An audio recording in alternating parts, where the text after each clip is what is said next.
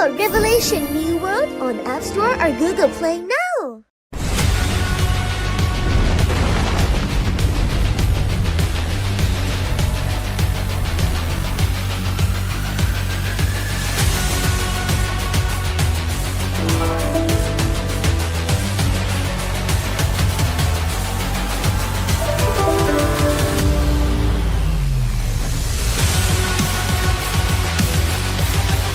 Download Revelation New World on App Store or Google Play now.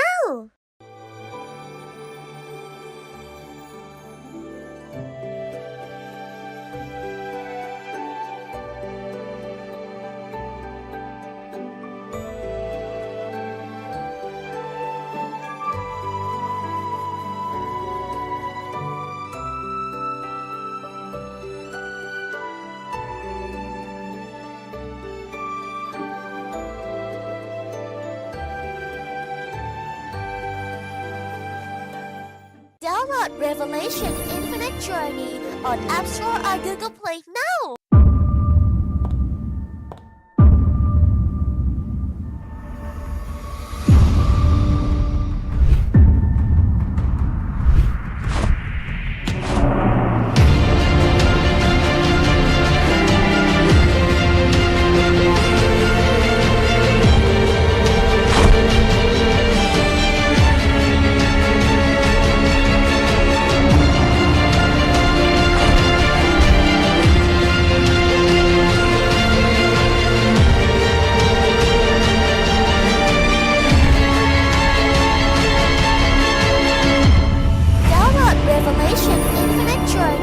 On App Store or Google Play now.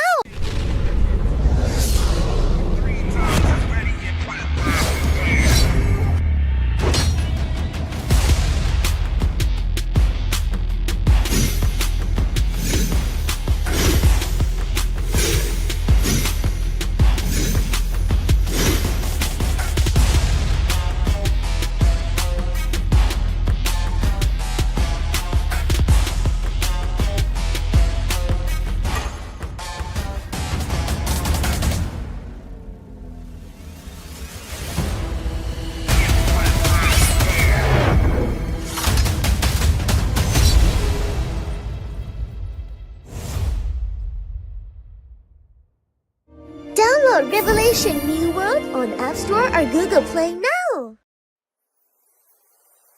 Last Christmas I gave you my heart, but the very next day you gave it away.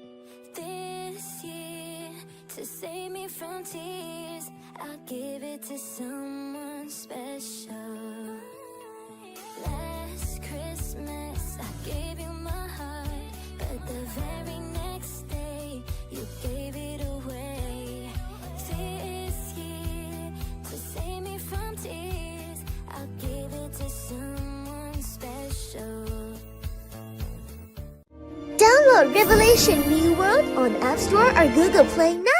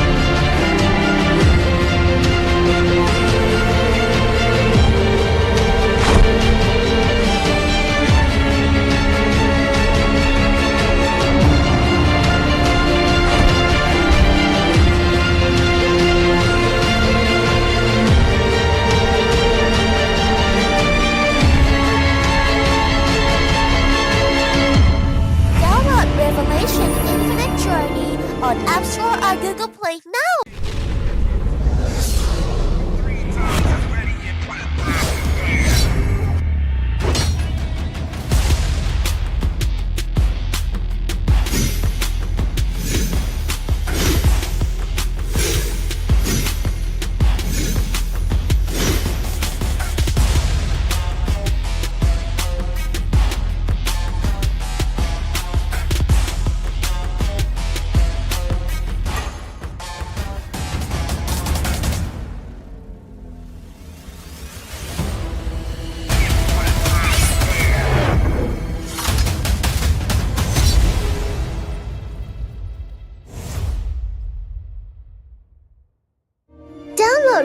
Revelation New World on App Store or Google Play now.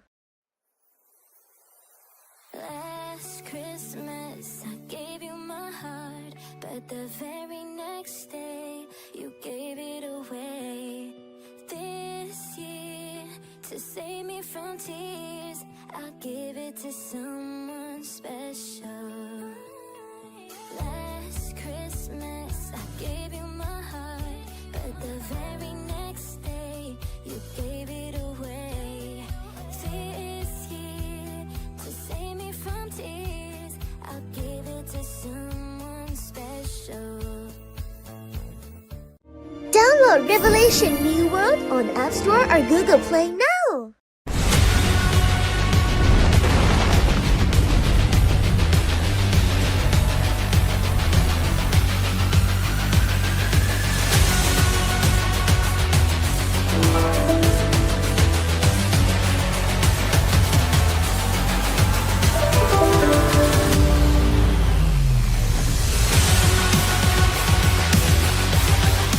Download Revelation New World on App Store or Google Play now.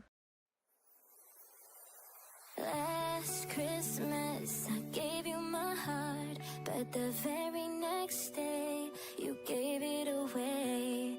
This year, to save me from tears, I'll give it to someone special. Last Christmas I gave you my heart, but the very next day you gave it away. This year, to save me from tears, I'll give it to someone special. Download Revelation New World on App Store or Google Play now.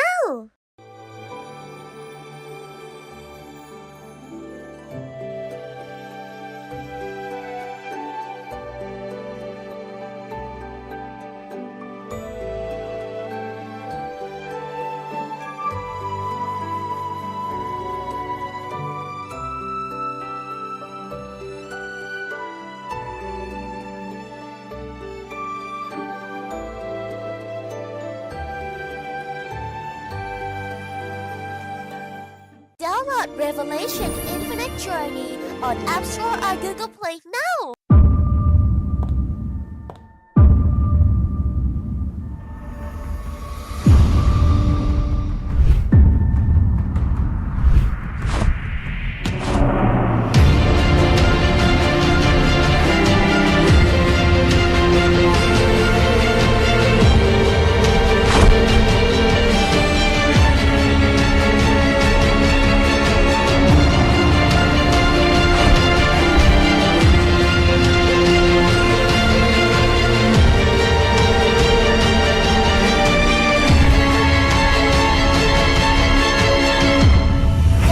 Revelation Infinite Journey on App Store or Google Play now.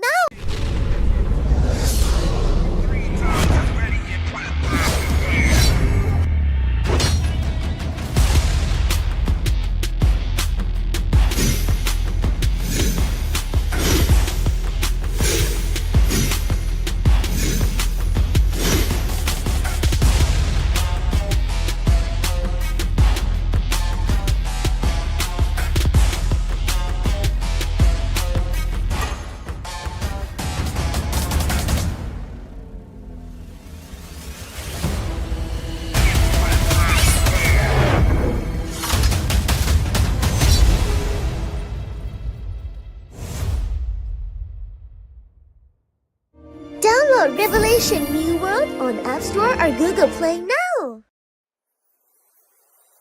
Last Christmas I gave you my heart, but the very next day you gave it away. This year, to save me from tears, I'll give it to someone special. Last Christmas I gave you my heart, but the very next day you gave it away. This year, to save me from tears, I'll give it to someone special. Download Revelation New World on App Store or Google Play now.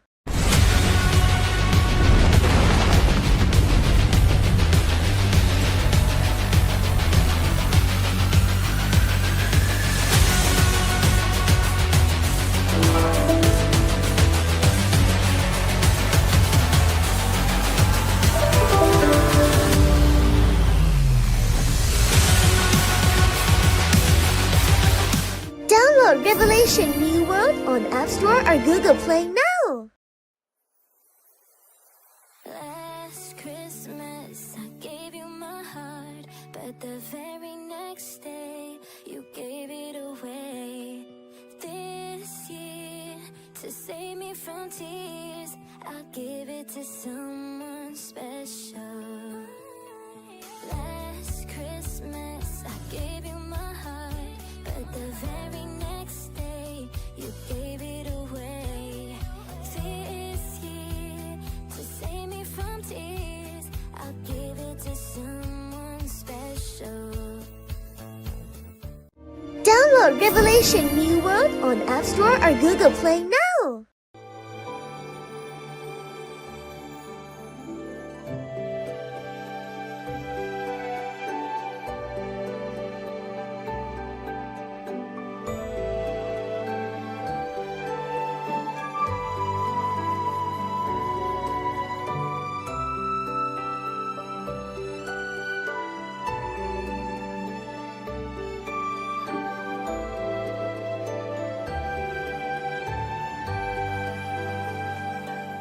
Download Revelation Infinite Journey on App Store or Google Play now.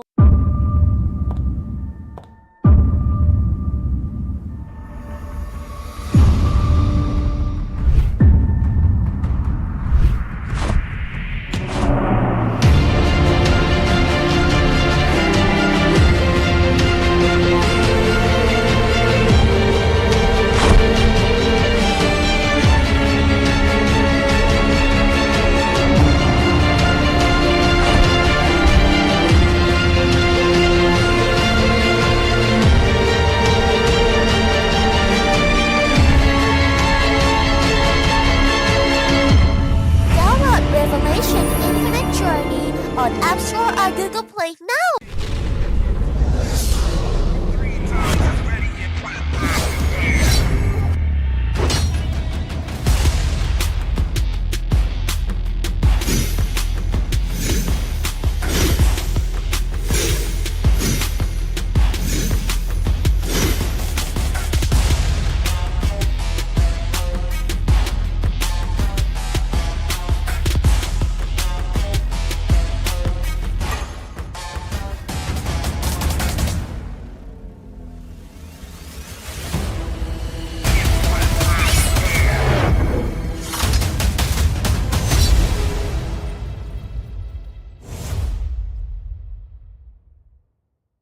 Download Revelation New World on App Store or Google Play now.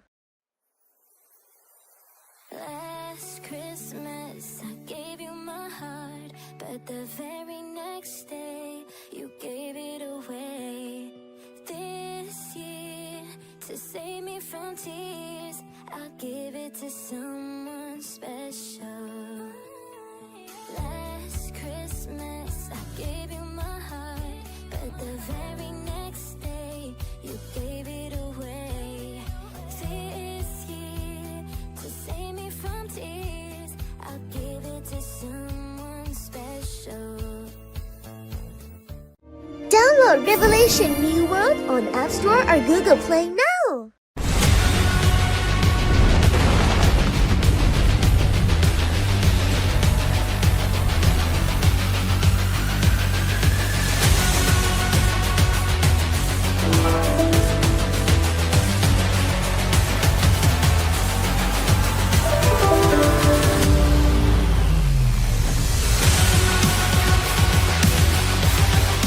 Download Revelation New World on App Store or Google Play now. Last Christmas I gave you my heart, but the very next day you gave it away. This year, to save me from tears, I'll give it to someone special. Last Christmas I gave you my heart, but the very next day you gave it away. This year, to save me from tears, I'll give it to someone special. Download Revelation New World on App Store or Google Play now.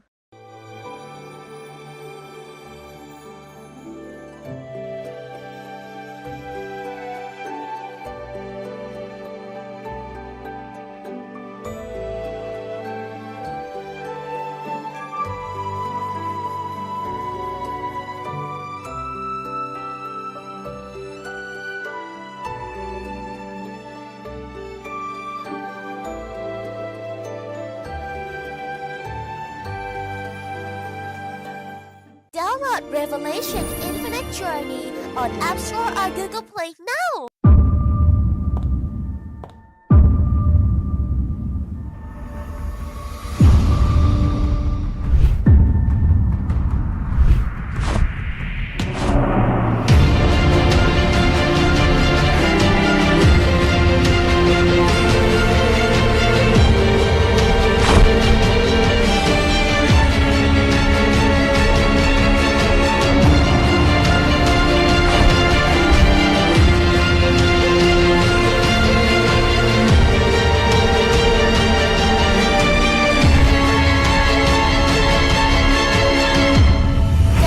Revelation Infinite Journey on App Store or Google Play now!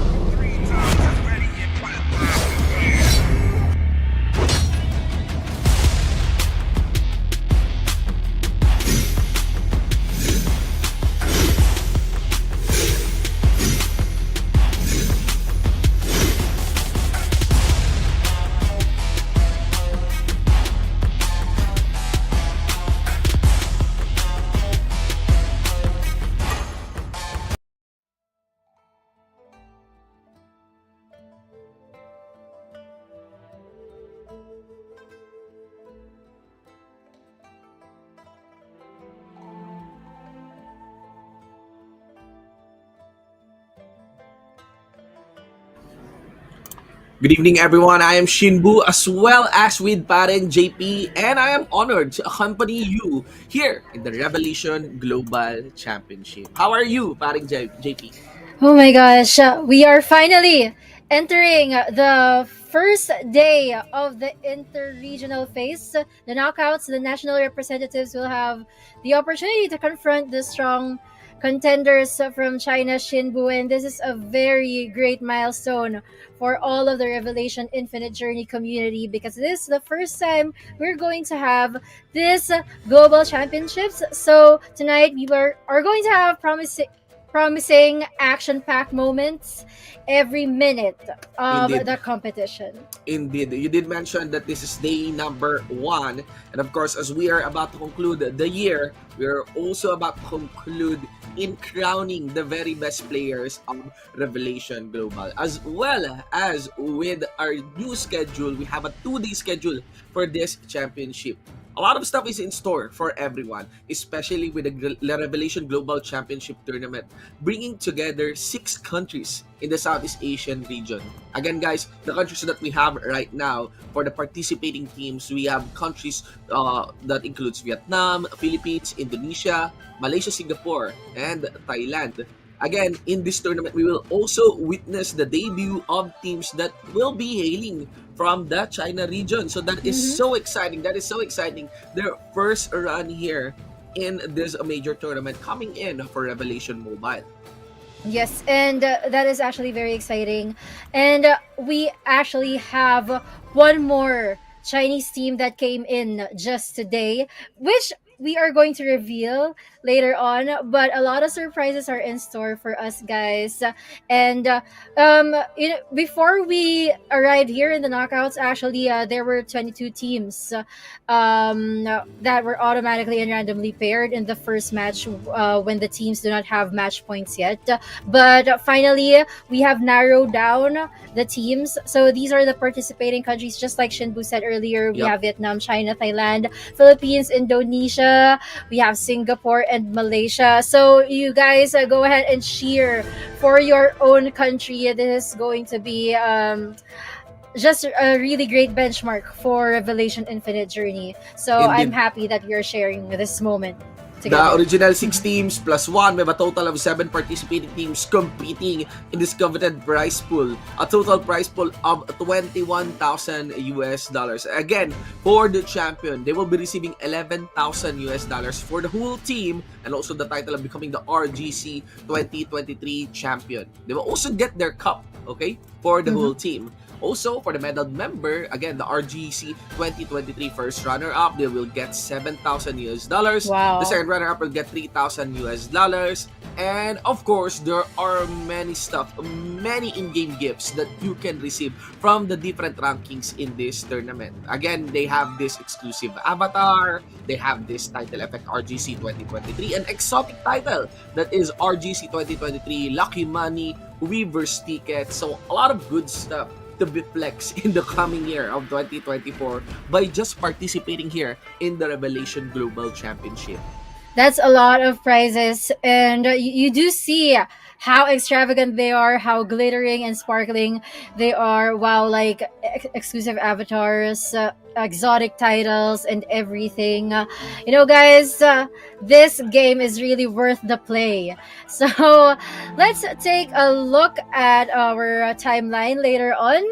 Oh, this is the timeline already. So we have 22 teams that competed until the 26th, that we have already narrowed down to the top 16, which is what we're having right now, the grand finals. This is the day 1 of the grand finals, and we're going to have the second day tomorrow. So action-packed matches, just for 2 days. So, oh yeah, by the way, guys, we also have the new Revelation Tourney app brought to us by VN Games and NetEase Games, which provides us the automatic matches and automatic scores, which also features a very cool format, which we will showcase later on. Indeed, guys. Again, VNG Games has collaborated with NetEase Games to create this dedicated app for the tournament. Again, that's 200 hours of non-stop work done by 100 people from 7 countries. Again, this app will bring features such as an automatic pairing system. It also ensures balance in each match and an automatic scoring system.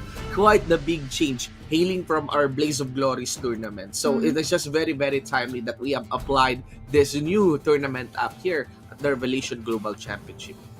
Yes, and guys, we have here the teams participating. There you go. We have Avengers from Thailand, SpaceX from Philippines, Nomads from Indonesia. We have Ice from China. Okay, this is a new one. HDT also from China. Day from Thailand. Eagles from this is from Singapore. Okay, Indeed. yeah, this is from Singapore. And that's we also Group have 1. our Group 2, again, 6L1 from Vietnam, SUY from Vietnam, VNR from Vietnam, PQU from the Philippines, KTK from China. We also have MA4 and HAX from the Philippines, NSN from China, RR from China as well. Guys, again, for some updates, of course, finer points of this team list, specifically for Team DRN, they are from Vietnam, and the substitute team, TS team. The top 10 interregional qualifier stage, for various unavoidable reasons, is unable to accompany the tournament.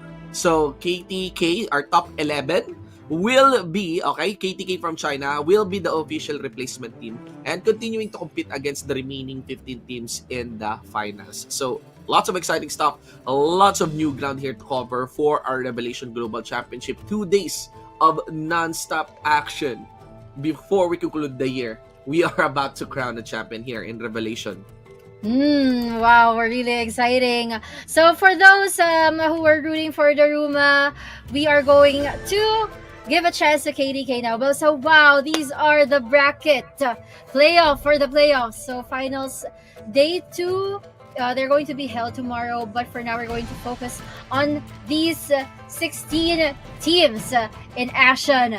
And look at this, guys. They only have one chance. We don't have a lower bracket. Once you knockout get in, stage. Yeah, really knockouts. You really get knocked out today. So you get one chance to get in to the finals tomorrow, which adds to our excitement.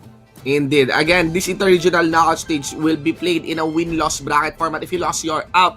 If you win, you move in. The pairing mechanism is very simple. The 6 direct entry teams, along with the top 1 from the preliminary round, will belong to the Group 1. Whereas the top 2 to top 9 and top 11 from the preliminary round will belong to Group 2. Top teams in Group 1 will be randomly paired with the teams in Group 2 by our system, and each round will consist of 5 individual matches in the following order. Still, we are going to be following the format that we had in our last show match. Round 1 goes 1v1. Round 2 is a 5v5. Round 3 is a 3v3. Round 4 is a 5v5 again. And Game 5, should we ever reach Game 5, it all comes down to a 1v1. So again, the team that will score 3 out of these 5 rounds will secure the overall victory for the whole match. That is so exciting. Again, we are not just going to be seeing any 3v3s, 5v5s. We're going to be seeing it all from 1v1, 3v3s to 5v5s. This is the format, paring JP. There you go. So we have a total of 12 best of 5 matches for today. But guys, take note for the knockout stage day 1, 16 teams. As you've seen earlier, they were randomly paired. And this format, the very, very cool format, 1v1, 5v5, 3v3, 5v5, and 1v1. So for those of you guys who haven't seen that format yet, we get to enjoy that together later on. And tomorrow, of course, we're going to have the day 2, wherein the remaining top 8 teams compete, and from there we will get our champion following the same format just as today. This is the Revelation Global Championship. Ladies and gentlemen, we are covering a lot of ground. We are covering a lot of countries, a lot of teams participating. So I'm sending the biggest shoutouts to all of our viewers out there. Do not forget to share this broadcast, be it live on YouTube, on Twitch, on Facebook, and also biggest shoutouts to all of our localized broadcasts. You know, we're doing this broadcast in multiple languages. We have Vietnam, we have English, we have Indonesia, and we also have the Thai broadcast happening hand in hand right now. I'm so excited. You know, I'm really looking forward in determining what country will become the champion. I mean, there are crowd favorites here, you know, like certain expectations. We have Vietnam. We have the newcomer, China, being a very, very tough contender for the Vietnam teams. But maybe some wildcard teams can come out, you know, some wildcard picks, the likes of Philippines, the likes of Indonesia, and maybe even Singapore. Well, Shinbu, I just realized, you know, for all the games that we've casted for the past months, Vietnam has always been top 1. Yeah. But the question for tonight and tomorrow is, will Vietnam get dethroned by a different country? And the stakes are also higher because China came into the picture. So Indeed. it's a new competitor for them. That is true. JP, do remember the result that we had on the last show match, right? Just this December, there's a very, very strong presence coming in from China on that one. I think they are the highest pointing team. You know, the China representative is the highest pointing team for that show match that happened this month. And, you know, that's just one team from China. There could be more. There could be more players. This is actually a very, very big night to a lot of our players. You know, really makes it a very nice touch before we conclude the whole 2023 year. And again, it is so exciting as well for all of our viewers. It's so exciting for all the viewers, the fans, the players that are rooting for their country, for their team, and even for the players from their servers. Also, guys, for those of you who have not yet been updated, you can check out the Facebook page of Revelation Infinite Journey because we have a lot of games there. Like, we are giving away some Gcash prizes for those who are able to guess the winner. The mechanics are there in the Facebook page, so you can check it out.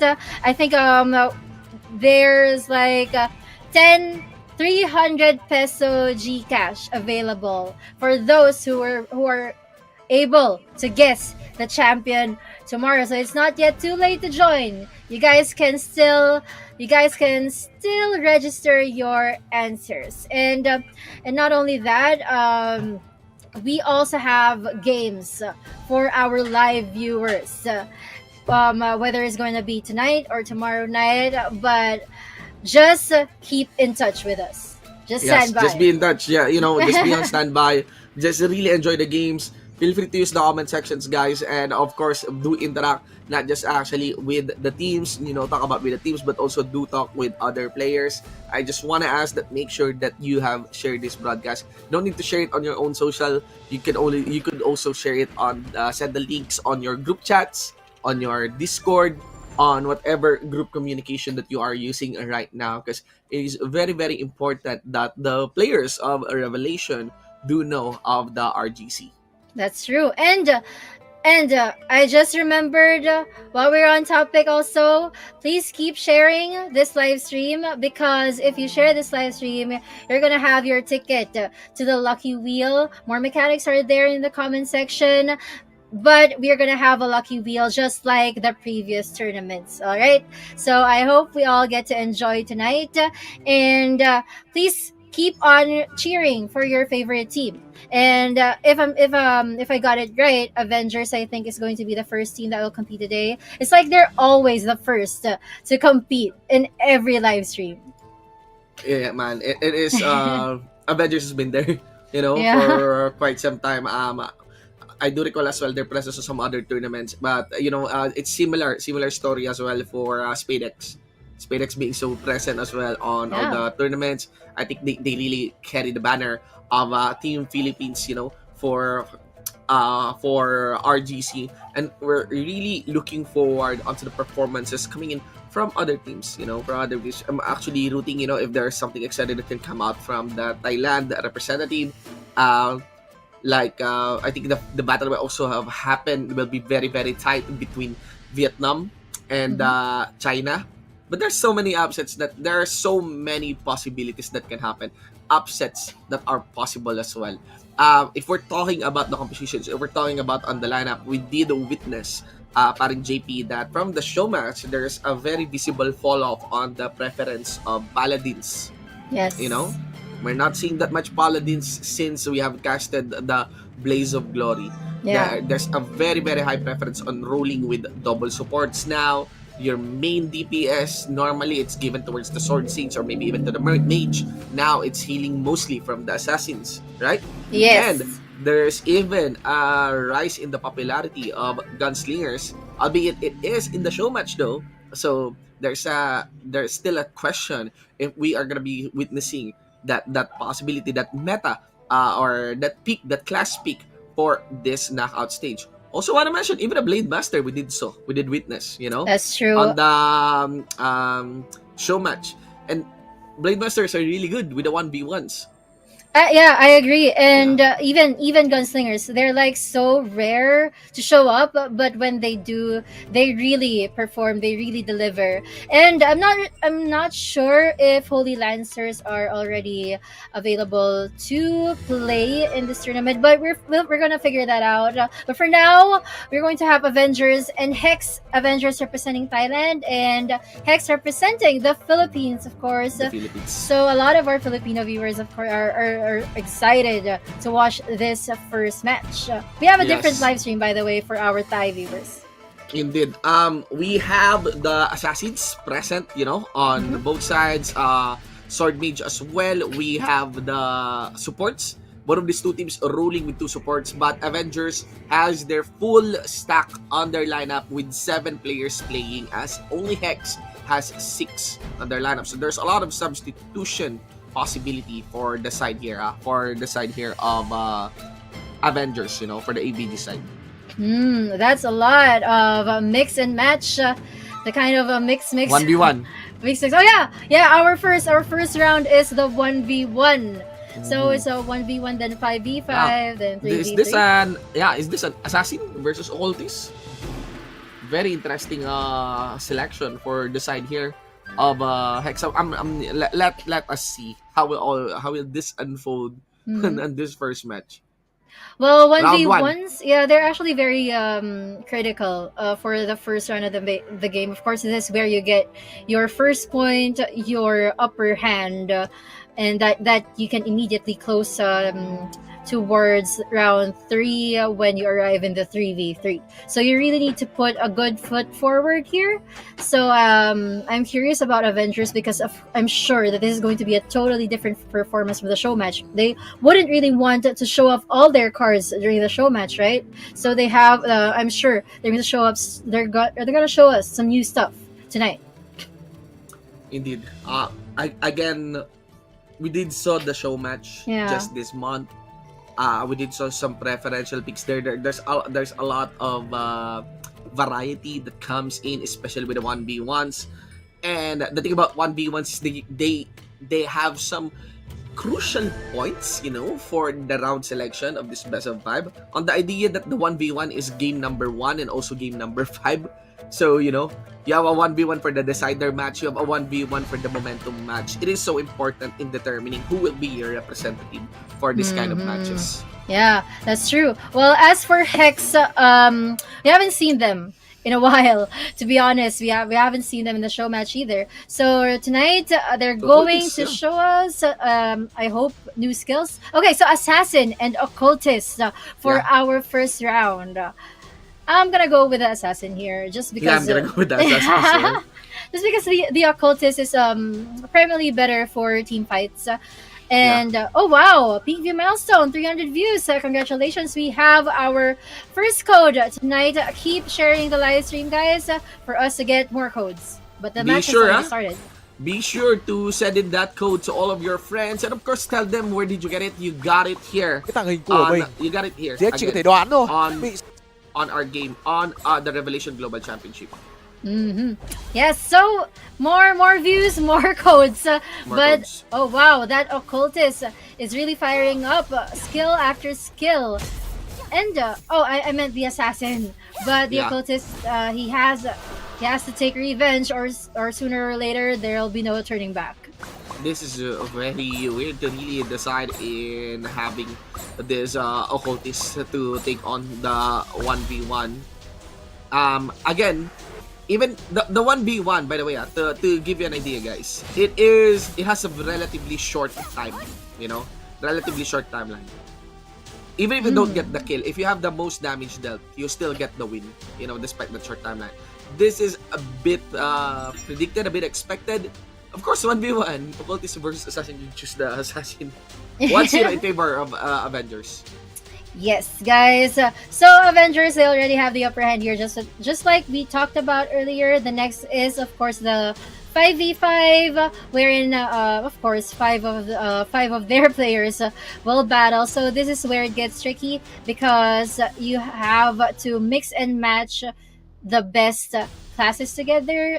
But I think the more important here is the chemistry of those players, rather than the chemistry of the players and the skills, rather than just damage. Yeah, both sides still has Paladin. Here. Both sides still has Paladin, Assassin. Very, very similar lineup.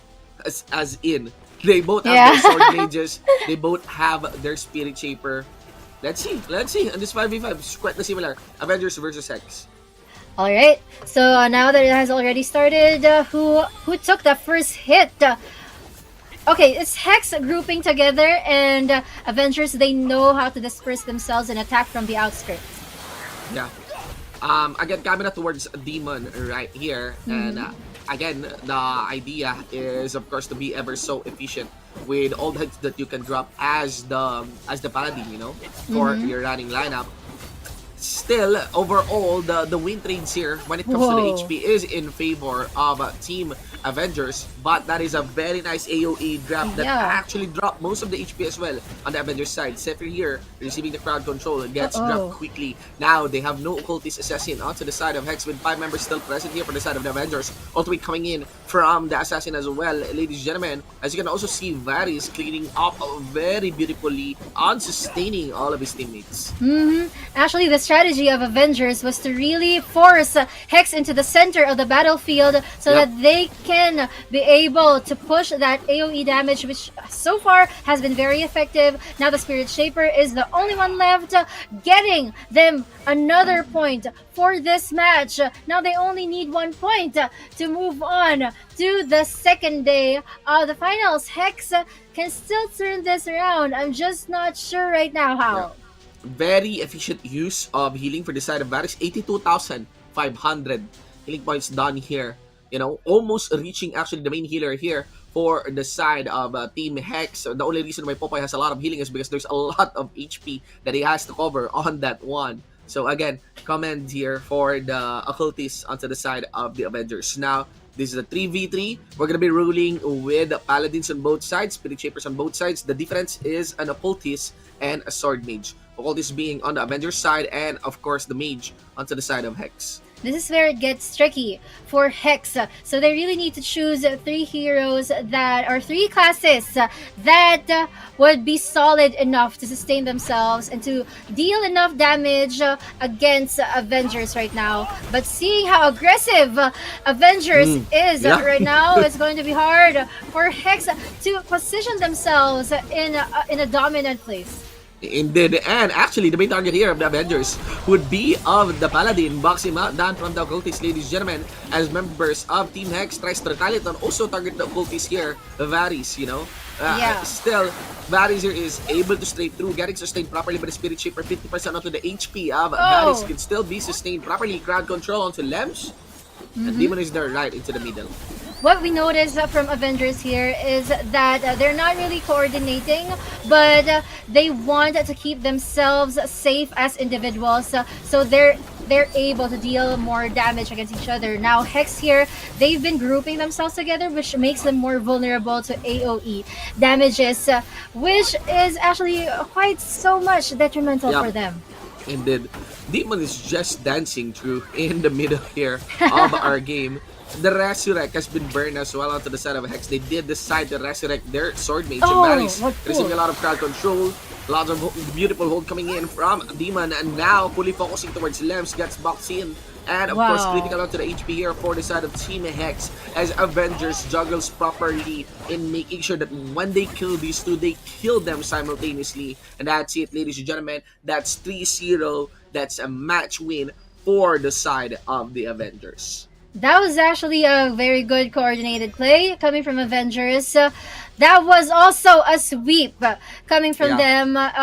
We just got a. I love the crowd controls provided by Demon there. And Indeed. not only that, he was also the one with the most damage to deal against Hex here. Thank you so much, Hex, for joining the Global Championship. You have gotten this far, but it's time to pass the baton to Avengers. That's the kicker again for this tournament, guys. This is the knockout stage. If you lose, it's not the Swiss format that we have for the show match. It's not even a double elimination bracket. It is a knockout stage. If you lose, you are got into the tournament. Now we have the quarters coming in, and actually qualifying to that would be of the Avengers squad. Wow, I can't help but notice that our match 2 here will be Ice versus RR, which since this is randomly paired, you have no choice but to defeat one Chinese team here. You have no choice but to eliminate your fellow countrymen. So that's actually what makes it exciting as well for the next match. So guys, stay tuned. We are also going to have another Philippines versus Thailand match later on for match number 3. And the debut of the Indonesian team will be on match 4. So Randomly seeded, guys. Again, that's randomly seeded. So Yeah. again, big shout out Yeah, to, no of choice. course, our Chinese friends. There's no choice actually for that format. But again, guys, to our viewers, be sure to share this live stream. Make sure that you have your, on Facebook, you have your share badge on. If you're watching on YouTube, make sure that you copy that, tweet that link. You can put it on X. You can also put it on the group chats, on the Discord of everyone.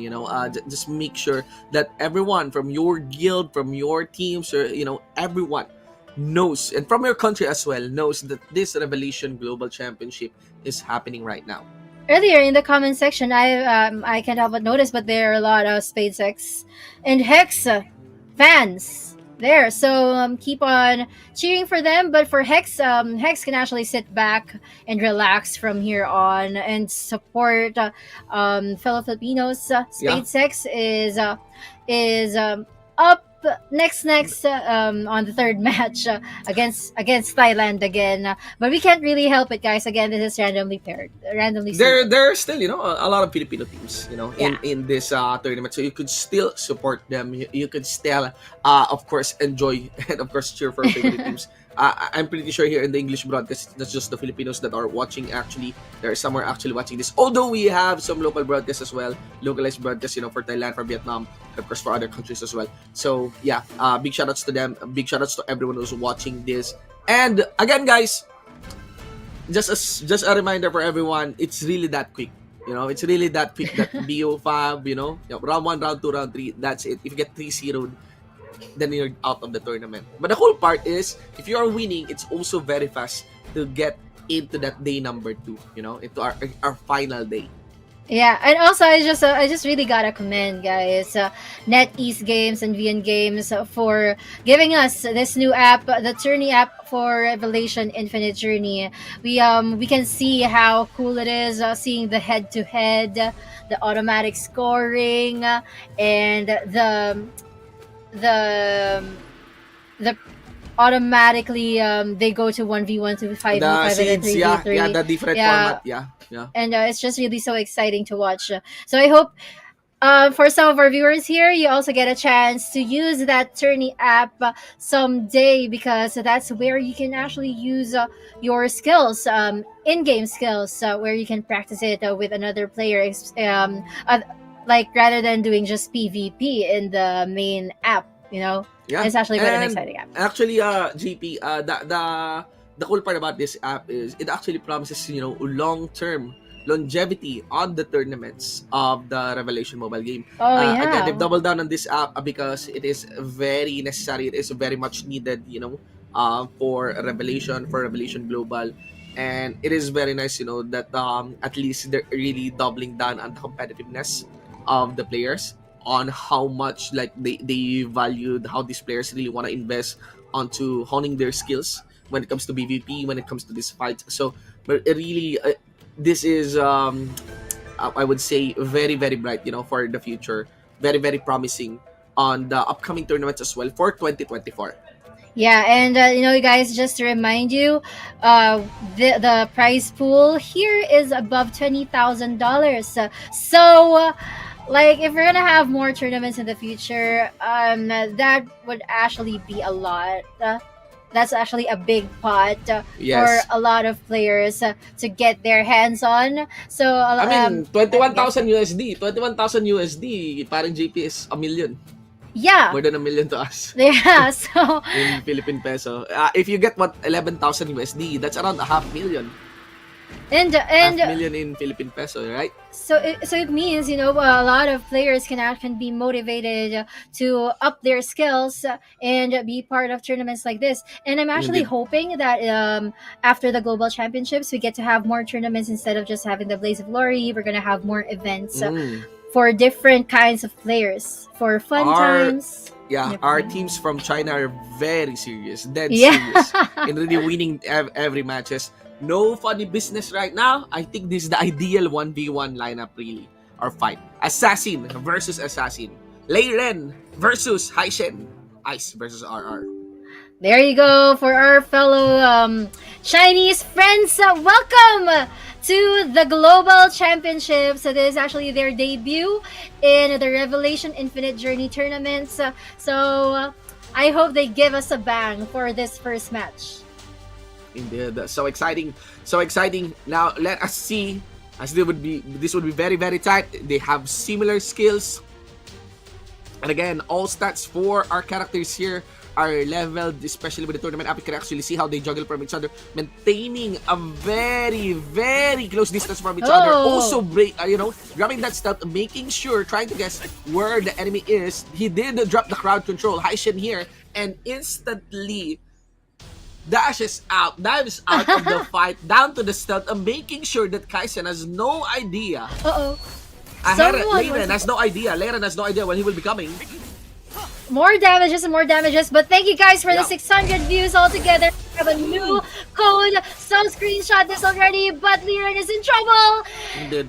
He just went down in the hands of Heis. Yeah, man. Haishen here. He has the first bullet casted properly against Leiren. So that's a point lead to the RR squad. Again, that's how 1v1 goes. Anything goes actually. Anything is possible in a 1v1. It really depends who trigger it first. Haishen has the better skill sequencing and combo in juggling, from his main damage skills down to a dash, down to the escape, and down to a stealth. And of course, after having his skills available once more, was able to efficiently damage Leiren. Now, this is very, very different. Ice RR 5v5, ladies and gentlemen. Sword Saints are present right now. They also have Spirit Shapers, but they are also rolling with Gunslingers. There's a Wow. very, very high preference for China teams on really True. utilizing these Gunslingers. This is what I like about Chinese teams. Though we have only Yeah. witnessed like one during the show match, but gunslingers, they're not really something to ignore. But wow, a lot of layering Wow. skills. Here, Yeah. it's just in the first 3 seconds of the game, everybody Yeah. wants to take a hit. Yeah, and especially with the timing on skills as well, a very, very similar approach between these two teams. Now they're trying to be as efficient as possible. It's still no clear victim right now. You can actually just see Bazan here getting isolated maybe by Xiao Yu's crowd control.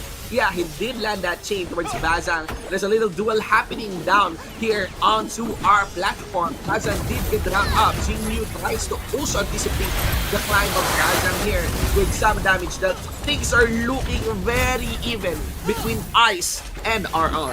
This is what I like about gunslingers, that robotic thing that you have in there that's just flares, Boom. a lot of damages everywhere. But for now, Armor. Ice has the Yeah. upper hand and RR wants to keep up. They're trying to deal a lot of damage, but everything is just happening at the same time. Everybody's Yep. dispersed, and everybody just wants to protect their Spirit Shaper. So Yep. And the idea here is that the Resurrects are not even getting burned. We did reach Yeah. a point where the battle suits have been Oh. casted already, ladies and gentlemen. Critical situation from the side of Team RR with their Occultist losing his life. No Resurrect is being burned before. Next might be the gunner here of Team RR as Ice is pretty chill, aiming to get that Oh, 1-1 no. here. No Resus are still dropping. There you go. Occultist did get his Resino, but it is gonna be a Paladin almost getting dropped. We still are able to sustain on that one, but things are looking so nice here for Team Uh-oh. Ice. That's true, and RR, they couldn't resurrect their gunslinger anymore. Their paladin's also gone, with no one left to protect them. Round Just two, battle support suit. them. The Spirit Shaper and their Sword Saint are both in trouble. Ice still hasn't gotten any deaths since the start of the game. Now, the series is tied. There's no chance for a sweep anymore. We are going to move on to the trickiest part of the match, which is the 3v3. But Indeed. Ice has already had the upper hand from the start of the game there. Indeed. And again, their Gunslinger had the most damage dealt right here compared to the Gunslinger of earlier. Xiao Fei here, 95,000 damage dealt compared to the whooping 210,000 total damage dealt of the gunner of the Gunslinger of Team Ice. Now fighting again RR here. This is our third round entering the 3v3 format. Okay, so we have the gunslinger still. Oh, this is the assassin from Ice. But RR will no longer use their assassin, but they're gonna have a Spirit Shaper to support Indeed. both actually. So the Tough situation. gunslinger and Yeah. the Sword Saint is the key difference for these two Yeah. teams.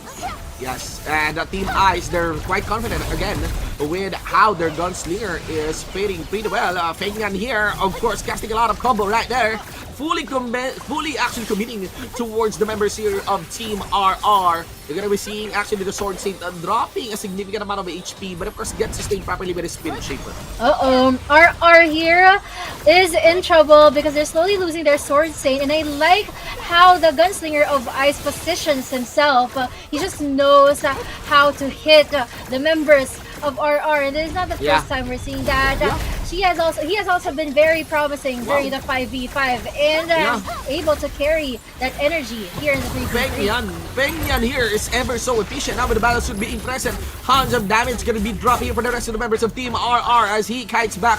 Members of RR just sticking together, just making sure that it is easier right there by the Spirit Shaper to sustain all of them. Again, Team Ice doesn't just have to rely on to Feng Yan, they also have their Occultist in, but now Feng Yan gets the attention with 3 members here coming in from Team RR. Good job on sustaining Feng Yan here for the side of the Spirit Shaper of Team Ice. Almost critical help for the HP as well of Air U1. Well, RR here, since their Sword Saint's no longer to be found, it's up to the Occultist and the Spirit Shaper, but we all know that there's already a very low chance to turn the game around unless they're able to run away and just really have the good sequence of dealing damage. But They didn't get thankfully, there's a Resurrect. they didn't get the reso here. Bazang actually just making sure that he is always close to the Spirit Shaper here of Team RR. And of course, we're gonna round 2, ladies and gentlemen, as the members of Team Ice just saved their cooldown and making sure that even with this Resurrect now on cooldown, not available for the side of Team RR, they're gonna be able to get that kill, that jump onto the Sword Saint here of Team RR. He just keeps on chasing them around, and whenever he has a chance to hit RR, he just goes for it. Knowing now that they're just low HPs, he just wants to go for everything just to make sure that they will all end and not resurrect any longer. Second Resurrect available on that one. Fengyan is still getting a lot of free hits, getting all the free hits in the world, forces this series to a 2-1 in favor of Team Ice. We are going to be entering the 5v5 format. Wow, now RR here needs to prove that they can also win in a 5v5 situation against Ice, because they can no longer rely on the 1v1 where they won earlier. They have to survive the 5v5 first before they arrive in the 1v1. So guys, match point again for Ice. But who are of course they're gonna use the same representatives from earlier. Excellent kiting, excellent positioning from Fengyan on the 3v3. Agree. 265,000 on the total damage dealt here by Team Ice. That totally says something. Now we have again the 5v5 scenario. I do see that on that game number 2, things are very similar at the start of the match. For these two teams, again guys, they are using equalized power levels. They're using very balanced characters on this one. So this is really just a skill level matchup. RR Ice round number 2, 5v5. There you go. RR is actually being so aggressive right now, whereas Ice here, especially Bazang, he just wants to figure out where the best position is before dealing a lot of damage. But RR here is not holding back. Bazang here is doing what he can to actually sustain up the rest of the members here of Team Ice. Xiao Yu just making sure that he also has his eyes set towards Bazang, landing and dropping those crowd controls. But the problem here is that still no damage is being dealt consistently onto Fengyan, and Fengyan here dropping a lot of damage towards the Spirit Shaper now of Team RR. If they lost the Spirit Shaper, already can tell it is very, very dangerous now for the side of Team RR. There you go. RR here.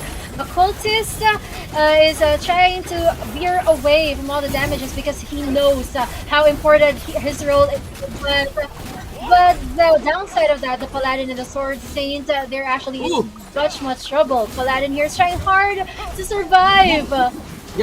And of course, the sequencing as well coming in from Lamo, actually getting some key targets for the rest of the members of Team RR. And again, lots of damage being dropped as well coming from the guns of Fengyan. Occultist of RR is still not yet alive.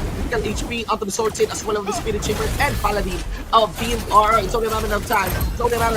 before the rest of the members of Team RR gets dropped one by one with the Sword Saint gun, with the Spirit Shaper gun, with the Paladin gun. Only the gunslinger here getting focused by Team Ice. It's nice as they get the series win against RR. That was a gank against the gunslinger of RR, but oh my gosh, congratulations to Ice for moving on to knockouts day 2, to the finals tomorrow. Wow, Fengyan, we just really gotta commend how good you are in positioning yourself, how just really knows how to do it. A gunslinger, this is a gunslinger role model for all of us, guys. Also wanna say parang JP, Fengyan has the most damage received. 69,000. Wait, what? Yeah, he has damage the most damage received? Received from his teammates. He dealt the most damage. He also has the most damage received. So that is well done for Bazang, for the support of Team Ice, for the Spirit Shaper of Team Ice, and really sustaining Fengyan here. Excellent maneuver onto this gunslinger. It does feel like the team from China is going to be shaping the meta of this Revelation Global Championship as they are bringing the guns big into this playoffs bracket. Now we have Avengers facing Team Ice, secured now onto our quarterfinals. We have our match number 3 with Spadex versus MA4. All right, guys. So we have Spade Sex, which is actually a fan favorite Yes. of our Filipinos here. Yes, Well, yes. they've been around for quite some time already, Yeah. and if I got this right, I think they also migrated from the PC version of Revelation. So they Mm. really know what they're doing. Mm. So SpaceX and for the community there. So a lot of Filipinos here are cheering for you, and we are I think we reached the 900 views milestone earlier. So keep on Nice. sharing, guys. Nice, nice, nice. We have a long night. We have 12 matches tonight that we're gonna watch together. That is excellent, parang JP. Also, again, mentioned SpadeX. They're quite the veteran in these tournaments for Revelation. Again, guys, the Revelation New World already done 2 tournaments before this Revelation Global Championship. We have 2 Blaze of Glories, you know. In the Yeah. past, both has been played by SpadeX. So, big commendations for SpadeX. No bias. Well, Well, for the opponent of SpaceX, yeah, I think this is the first time we're gonna watch them yeah, yeah. play. This Thai team, Yes, yes. M4X. Yeah. Oh my gosh, am And I it making was up? always exciting. You know, the SpadeX at the expectations of SpadeX. Um, they're always expecting people to do on these tournaments. It's really like they just fall at the hands of some Vietnam teams, you know, because the Vietnam teams are the heavyweights of this tournament, especially from the previous Blaze of Glory tournaments. Mm-hmm.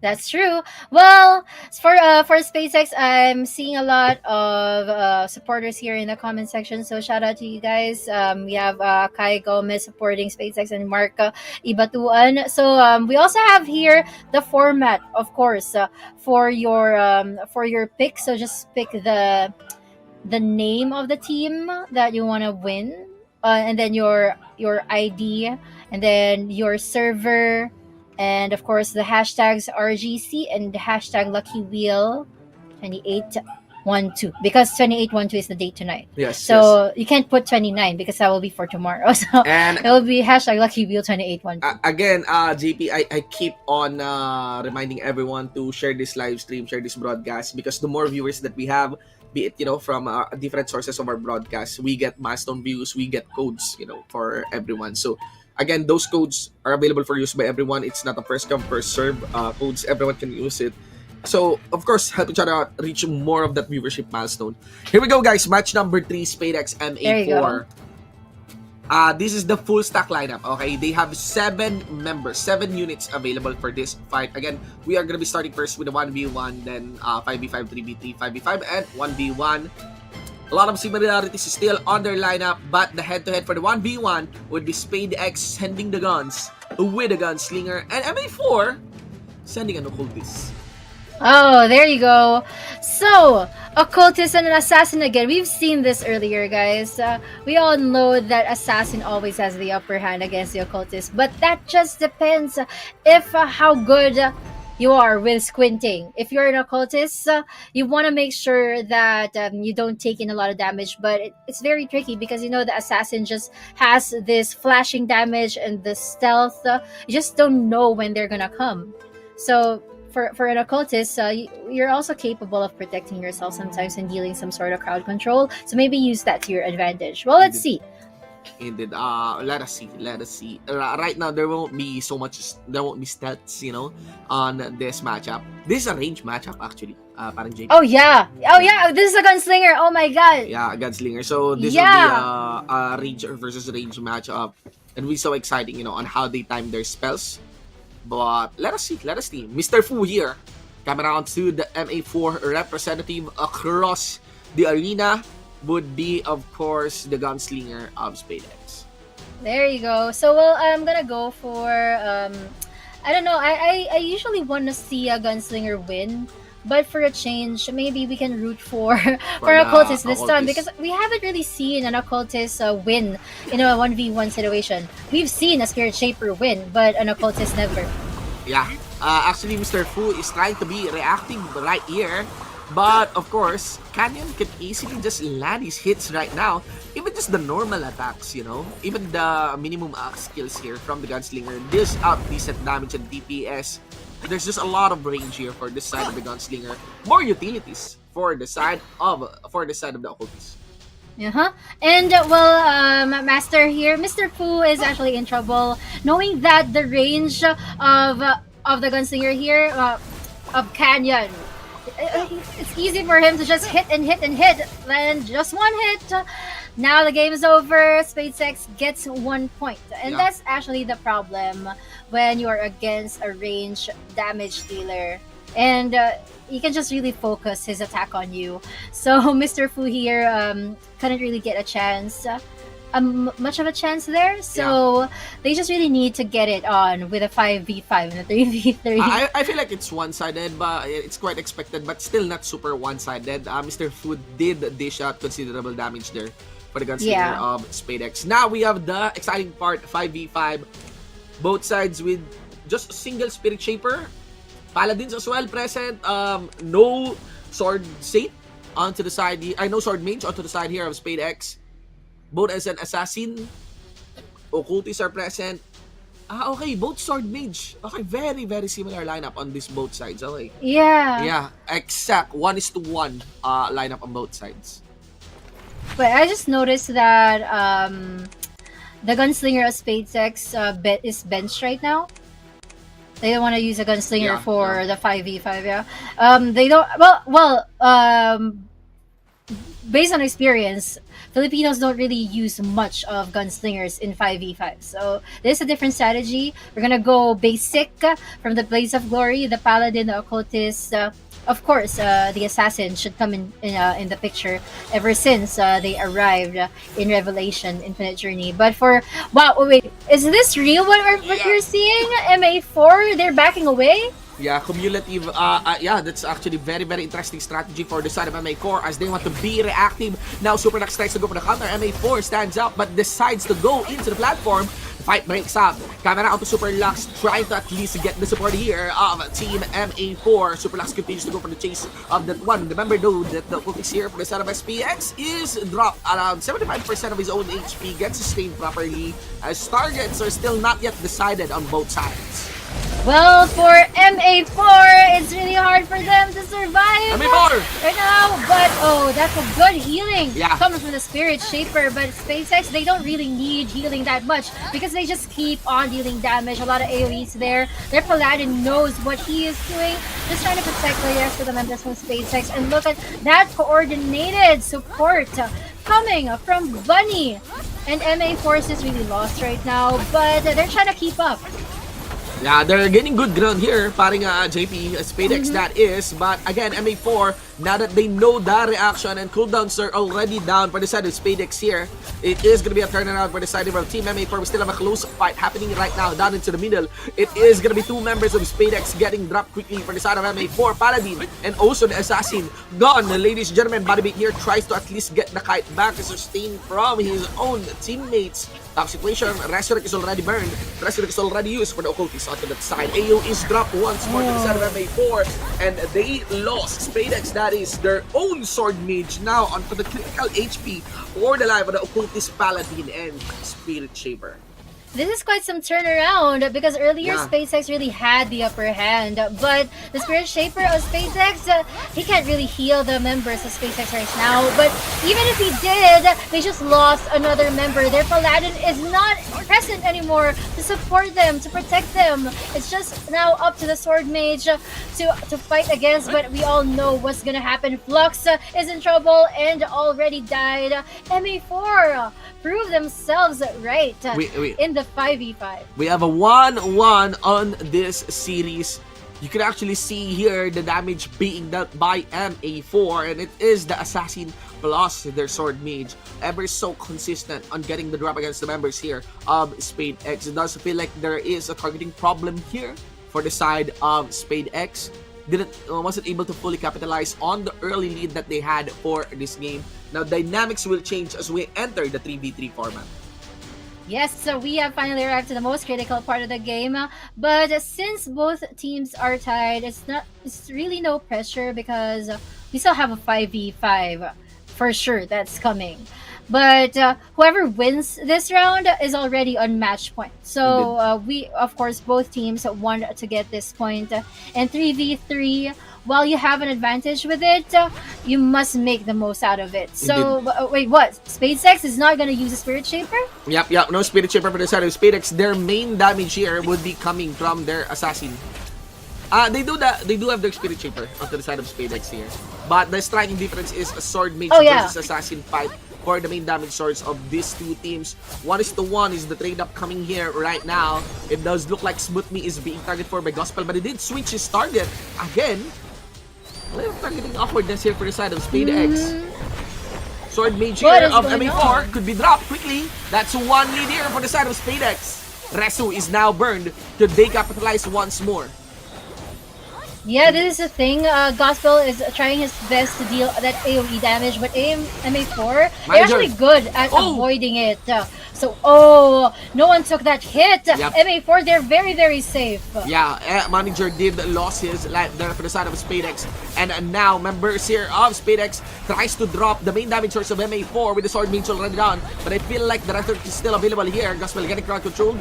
And now they are looking, they have their eyes towards Smoothme, the occultist, and the Sword Mage is now alive. Quick shift towards Jan here of MA4. Smoothme is gone. Occultist is down for the side here of MA4. But full HP onto the Spirit Shaper as well as the Sword Mage of MA4. That's true. Well, for SpaceX, thankfully they're all alive. The MA4 members, they lost their occultist with a very low chance in resurrecting. Oh, it's only the Spirit Shaper that's left for MA4. SpaceX, they were able to turn this game around and getting them one additional point, which sets them to match point already. Indeed. Wow. They need to get that revenge in the 5v5. In the 5v5. They did convincingly lost that 5v5 on that round number 2. But it does feel like things become out of control for the side of MA4 when it comes to lower count battles, when it comes to 3v3s, when it comes to 1v1. And SpaceX can still bank on that 1v1 on that game number 5. The question is, who did MA4 send for that game number 5 1v1?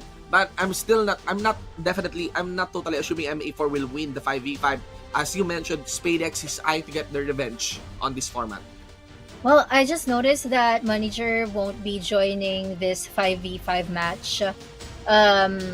Who did they... but they're bringing in the same people from the 5v5 earlier.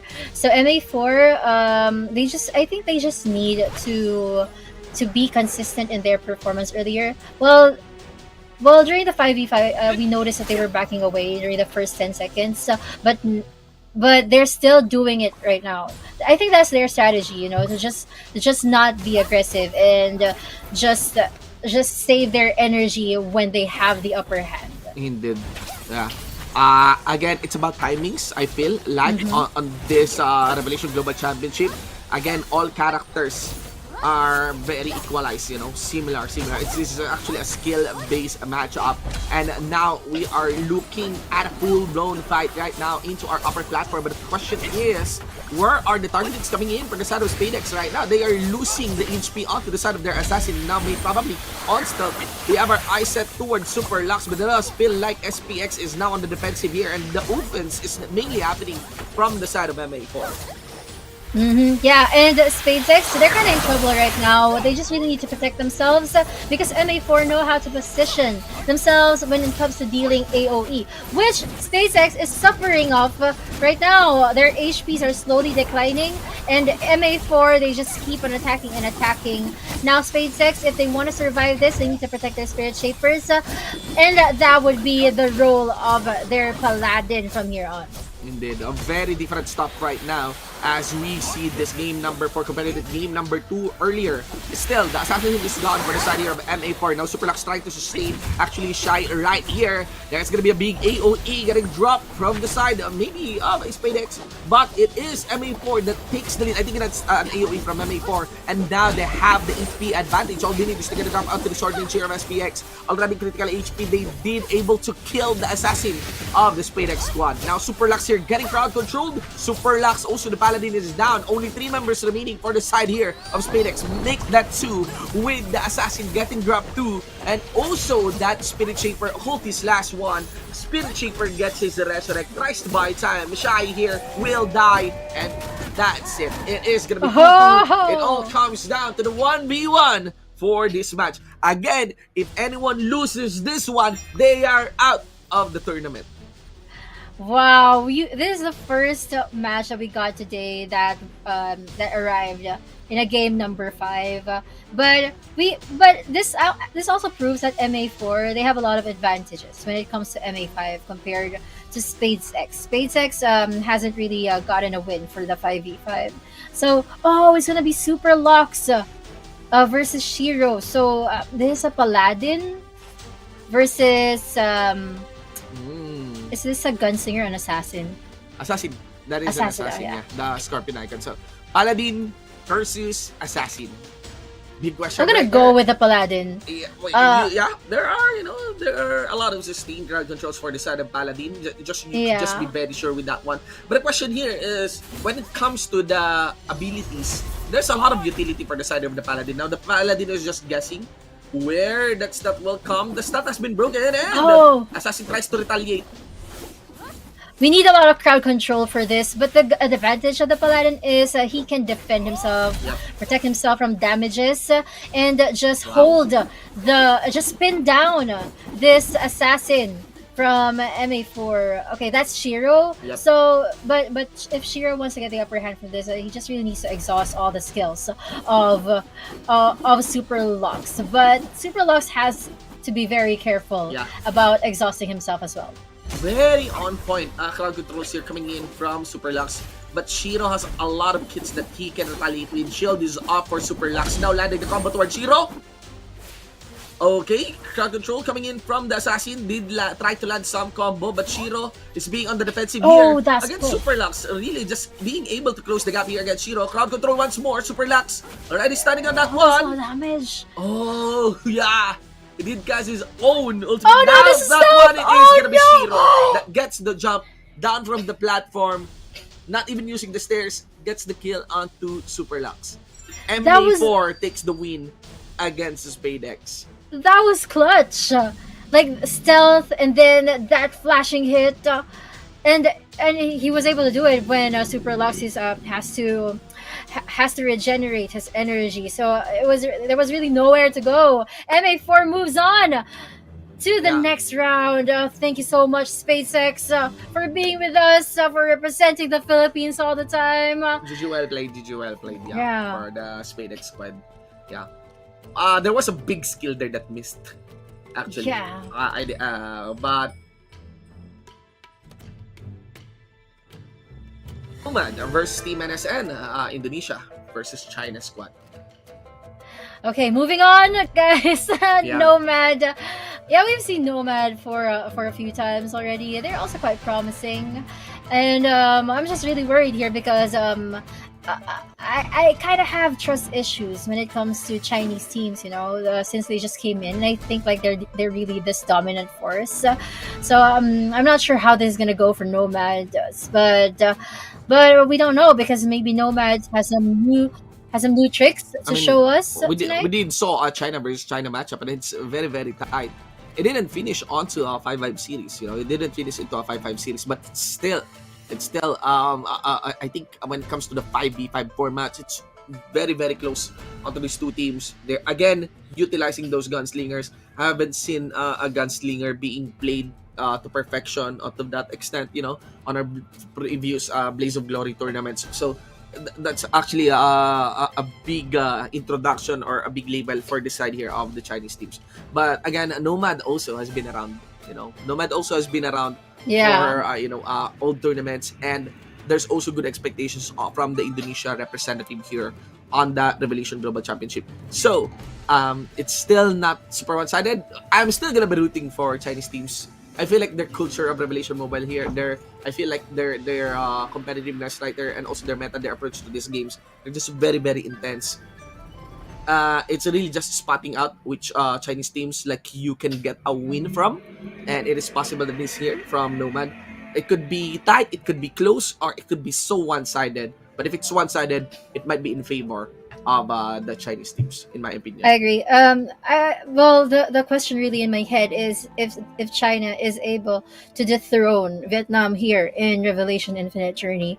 So, but as for our Filipino fans, we still have one Filipino team in there, and for our Malaysian and Singapore Singaporean viewers, not you guys will have your time as well. I'm sure you're beating for your biases for your favorite teams. We're gonna get it on, but we're gonna have to focus on Nomads first, and oh my gosh, this Chinese team, something like KTK is on the right side. Well, I can't remember, but it's gonna be Indonesia versus China here. Yeah. Oh, there you go, Yeah. NSN. Yeah. Yeah. So it's gonna be the first time that we are gonna be watching NSN for their 7-man lineup. They have 2 assassins, 1 gunslinger on their ranks, a sword saint as well, no sword mage occultist, and also a paladin with only just 1 spirit shaper. So it is impossible for them to roll up or line up or field 2 spirit shapers for the match. Nomad, they have 2 spirit shapers. No paladins. They have a sword saint, they have a sword mage, and they have 2 assassins. So this is quite some dynamic. Well, we are not really seeing a lot of new stuff, but an assassin and occultist matchup is not really quite new to us. So, but well, normally higher chances of winning goes to assassins when it comes to this. So 1v1 assassins will always have the upper hand against anybody. Well, unless you're against like against some kind of melee hero. Yeah. All right. Let us witness, ladies and gents. NSN, Nomad here. It is going to be Beaver for the side of Nomad. NSN here will be represented by Wendy. Do take note that Wendy here is the assassin, and of course, Niver is the occultist. I'm curious here, since it is Chinese team that we're seeing, we have witnessed a lot of different plays coming from Chinese players against different parts of the world. So yeah, this is quite new. We during the first few seconds, there's really not much use of a stealth. Yeah. Lots of combo coming in from the assassin. Yeah. Right now. It's starting to feel so one-sided. A little reaction, from Niver. The crowd controls are being dropped here by Wendy, and this is the speed that can be used by the assassins. Once and after you dash in and out of combat, you can also stealth, get the proper timing once more. And Niver here, doing what he can. Of course, to get the proper action here against Wendy. Well, that's a lot of damage already against Niver, but well, he's trying to get his chance, which he's starting right now. But I don't know how far he's gonna go. He's trying to deal a lot of damage, but his HP, look at that. Yeah, that's just like 1.1%.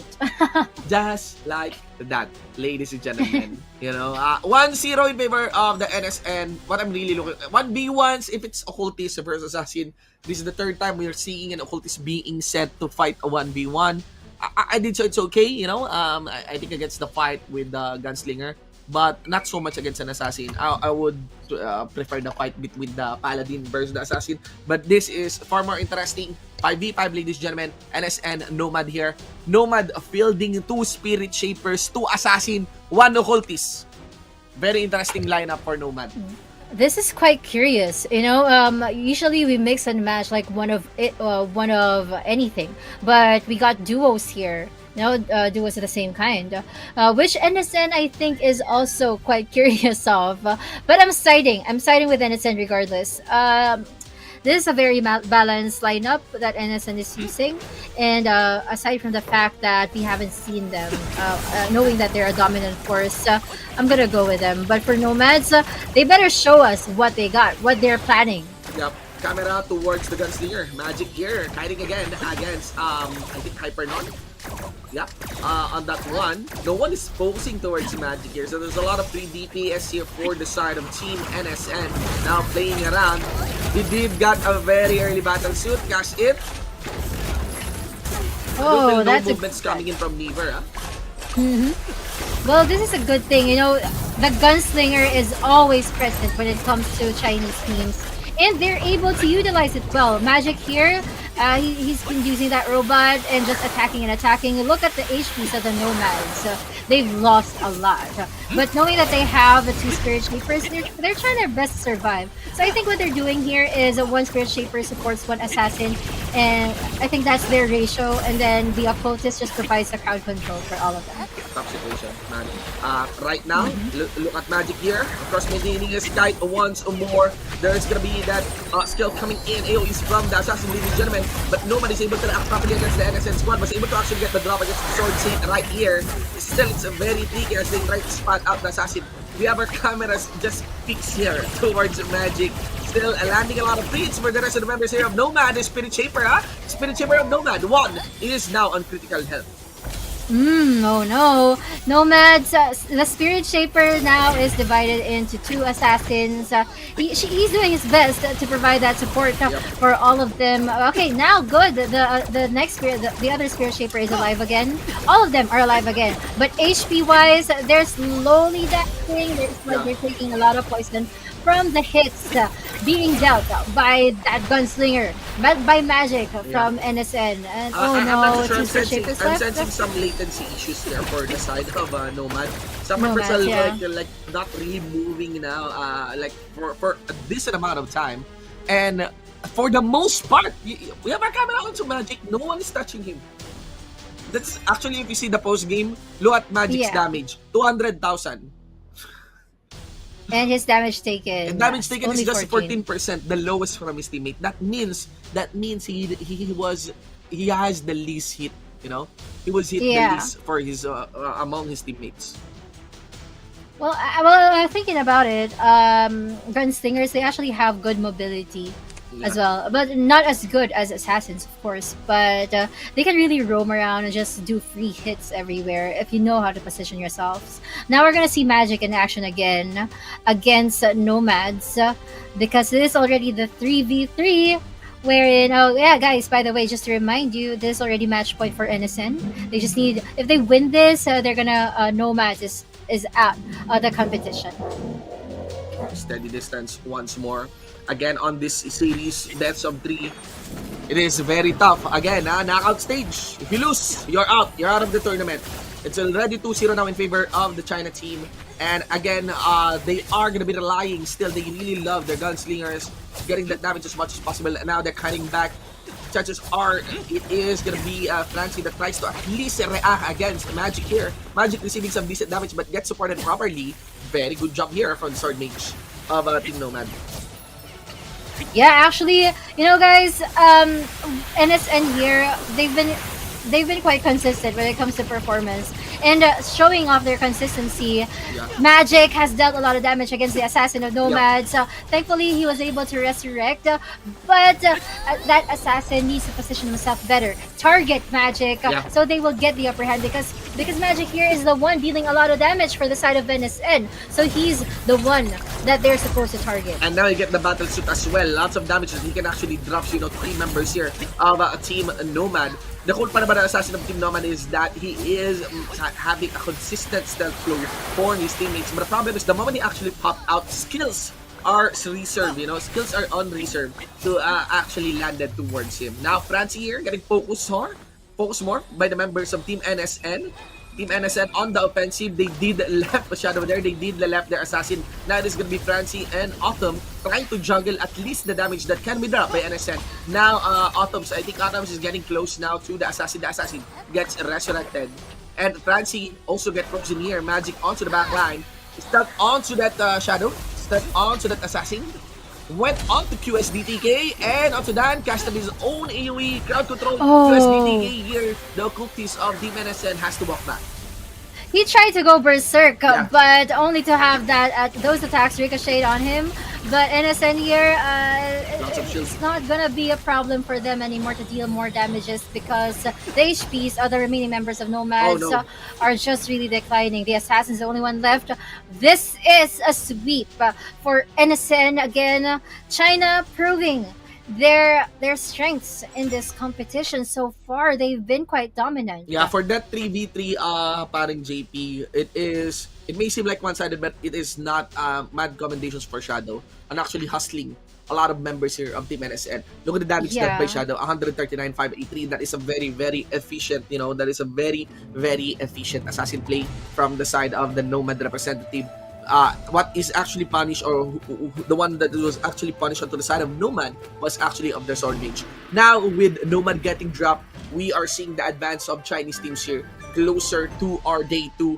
NSN is set to face MA4. Well, we have our first four teams, guys. Again, Avengers, Ice, MA4, and NSN. We've seen their prowess early on. They really deserve to win that knockouts. But we have a lower bracket.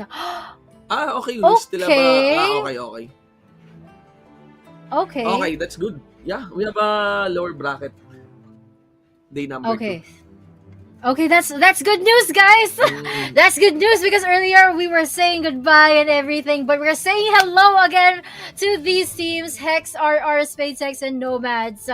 You guys can still climb back up and arrive in the finals day 2. I am so excited to watch this later on. Yeah, that's exciting. So that's really good news, guys. Yeah, Hex is still there. SpaceX is still there. Even RR and Nomad is still there. It's not yet over. It's not yet over for everyone. Wow. Well, of course, this global championships, everybody deserves a chance. And after all those 5 days of battling and gaining points, of course, they deserve a second chance. Oh, wow, guys. That's really good news. Indeed. Yeah, it is. It's great to actually see that. At least we really have a very chunky, global championship right now. And again, at least the teams that you're rooting for, it's not yet over. They can still come back, if you have that lower bracket run. And also, guys, the Lucky Wheel Dream is also still alive. So how to join? Of course, you just need to comment down your favorite team, your role ID, your server, and the hashtags #RGC and #LuckyWheel2812. All right. Yeah, ladies and gentlemen, again, we are going to be heading off to a very, very short break as we continue the first set of matches here in the Revelation Global Championship. I am Shibu with one friend, alongside with my partner, paring JP. Tune into your screens, and we'll be back after a short break.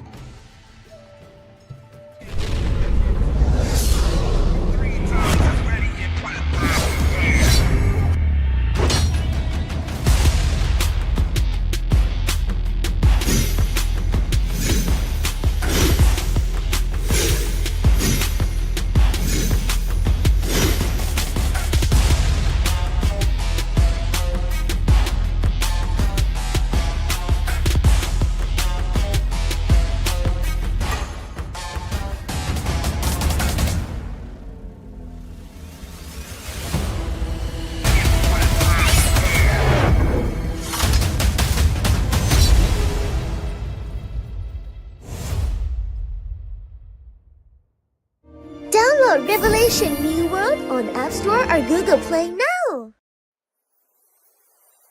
Last Christmas, I gave you my heart, but the very next day, you gave it away. This year, to save me from tears, I'll give it to someone special. Last Christmas, I gave you my heart, but the very next day, you gave it away. This year, to save me from tears, I'll give it to someone special. Download Revelation New World on App Store or Google Play now.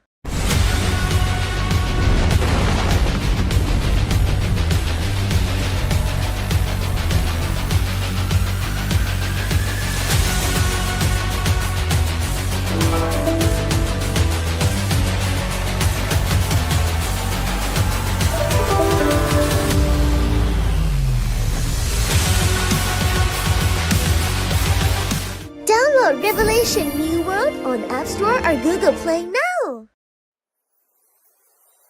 Last Christmas, I gave you my heart, but the very next day, you gave it away.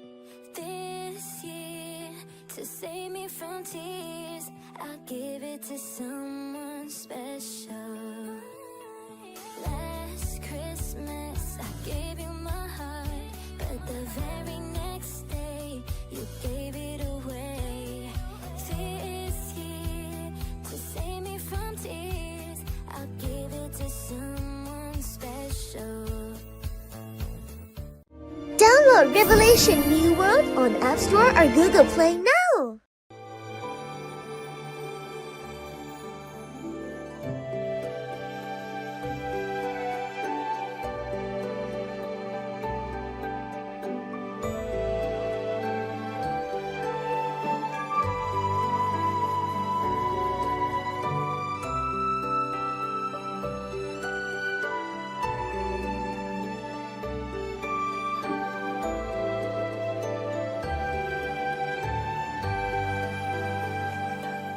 Download Revelation Infinite Journey on App Store or Google Play now.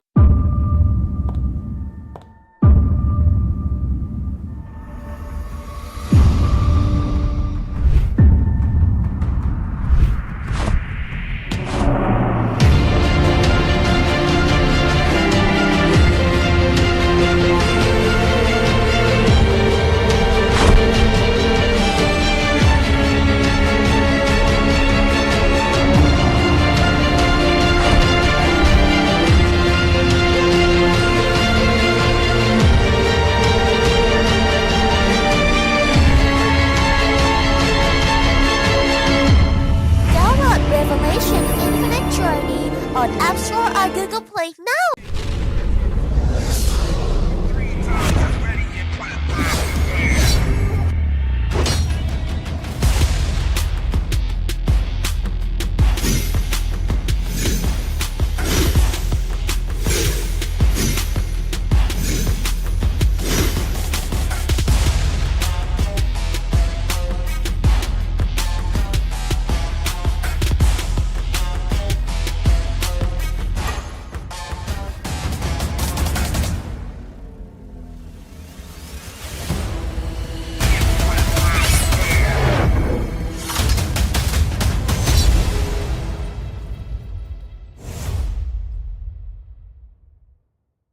Download Revelation New World on App Store or Google Play.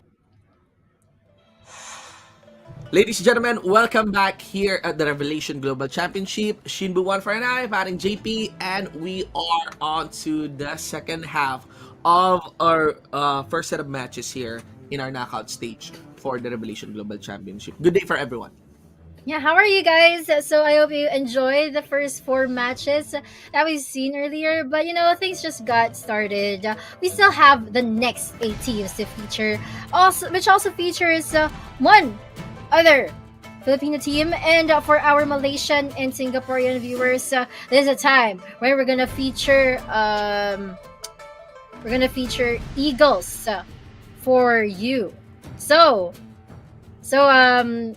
Oh yeah, Eagles. So Eagles. we only since we have only Malaysia, Singapore, and Philippines viewing in this stream.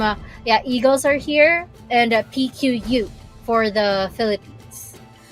Again, guys, there are no one, okay, that is dropped yet from this tournament. We still have the losers bracket, for our bracket playoffs. So again, we're gonna be determining who are the ones that will be dropped onto the lower bracket, and we'll continue on to our upper bracket finals. And this one, this is just the first set of matches being present right now. This is the first set of matches on this Revelation Global Championship. And of course, to all of our viewers, if you wanna join the Lucky Wheel for your favorite team, all you need to do is, of course, comment your favorite team, your role ID, your server, and the hashtag RGC, hashtag LuckyWheel2818. And like an example, so for an example, you have HNB dash 123456789 dash Hoveria dash RGC dash LuckyWheel2812. Okay, guys? Again, we have a Lucky Wheel ongoing right now. Be sure to participate on that. All right. So, guys, we are not going to waste time. We are heading on to our fifth match for tonight, featuring Eagles versus SUI or Sui. Oh, okay. So this is a good matchup. I think we haven't seen Vietnam earlier. So this is the first Vietnam match that we're gonna be witnessing tonight against Eagles from Singapore, Malaysia. So I'm not really seeing new metas here from both sides, and I don't think I think this is the first time that we're not gonna see a gunslinger for oh yeah. Wait, I got confused. I thought Sui was China, but they're Vietnam because China, they're always using gunslingers. But since it's Vietnam, we're not gonna see a gunslinger. We're gonna go standard here. We're gonna go standard meta from what we usually see. Well, as for Eagles, they're gonna do the same. So I hope we learn something new because this is gonna be a different dynamic from the previous matches earlier. Indeed, man. Again, the 1v1 format will be represented. Again, a very interesting approach coming from our show match. Eagles decided to still go for that support, that Spirit Shaper Eagle meet here. Whereas Sui, the Vietnam representative, has decided to send an occultist, Uchi Kakaka. Now, the interesting part about this one, normally I don't recommend Spirit Shaper as the I don't recommend the Spirit Shaper for the 1v1 because you could easily just out damage them and just burn the time. Even if we're not able to kill the Spirit Shaper, you could just burn the time. But the thing here is that the one he's fighting is Uchi Kakaka, and it is possible that this Spirit Shaper can just really get the duel down against this occultist. Well, they're both small people. well, character-wise, but we've seen this one match from the show match like a few weeks ago. That a Spirit Shaper won and just really dealing a lot of damage, just going for the perfect timing. But I think this is going to be a different story because just like you said, it's really standard for the Spirit Shaper to not deal a lot of damage. But for the occultists, they're like they mean damage. If you say occultist, it means a lot of damage. So the Spirit Shaper here, I don't know if he has to let go of the winning dreams for the 1v1, which just happened. Sui just got that first point, and then maybe Eagles can just say, you know what, guys, we have the 3v3 and the 5v5. We can get our points there, not from the 1v1. So I think they're reserving their characters, their players for the 3v3 and the 5v5. So I hope this risk pays off for them. That's actually a risk. I do feel that this 1v1 could be one of the easiest wins that you can get. So I actually don't recommend like sending like on a whim anyone on that one. I highly recommend really sending your assassins. You know, if you have an assassin in your lineup, send it for the 1v1. But here we go. Eagles, Sui, this is it. 5v5 where things are very heated because this is the full capacity of your whole team. Well, now it's the 5v5, and both teams are gonna go standard again. But Sui is gonna go for 2 Spirit Shapers. Yeah, and Eagles are gonna have a Paladin, of course. Well, Sui, oh, it's rare for people to not use a Paladin, I swear. And when they do not use a Paladin, they usually lose. So I'm not sure what's to come here for Eagles and Sui. But I'm gonna go side with Eagles for this. They've lost their point in the first round with the 1v1, so they gotta really make up for that loss here in the 5v5. Again, you don't really want to give the free win, you know, against I'm always against that Spirit Shaper. I've seen it. It does work one time on the show match. Doesn't work for multiple times already. Now, let us see here. Sui with a clear momentum here, and Vietnam showing up why they are the reigning champion country here on the tournaments of Revelation. And now, you know, in multiple Blaze of Glories, they became the champion. And now here in the BGC, they really want to still hold on to that title. Now, we have the Assassin, already the 50% HP here onto the side of Eagles, as well as they are Paladins. But Eagles is able to react properly with lots of AoEs dropped against Sui.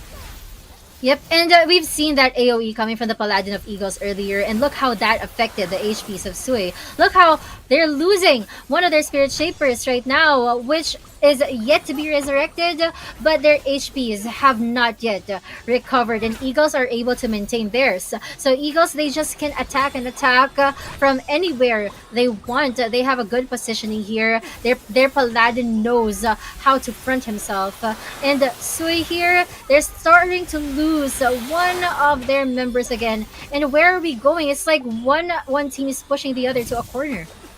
Exciting stuff, man.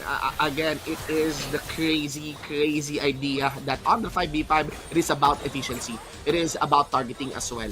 But again, everyone has to be well coordinated and at least getting the proper drop against each other. And also, you have to be mindful of the cooldowns of the Resurrect.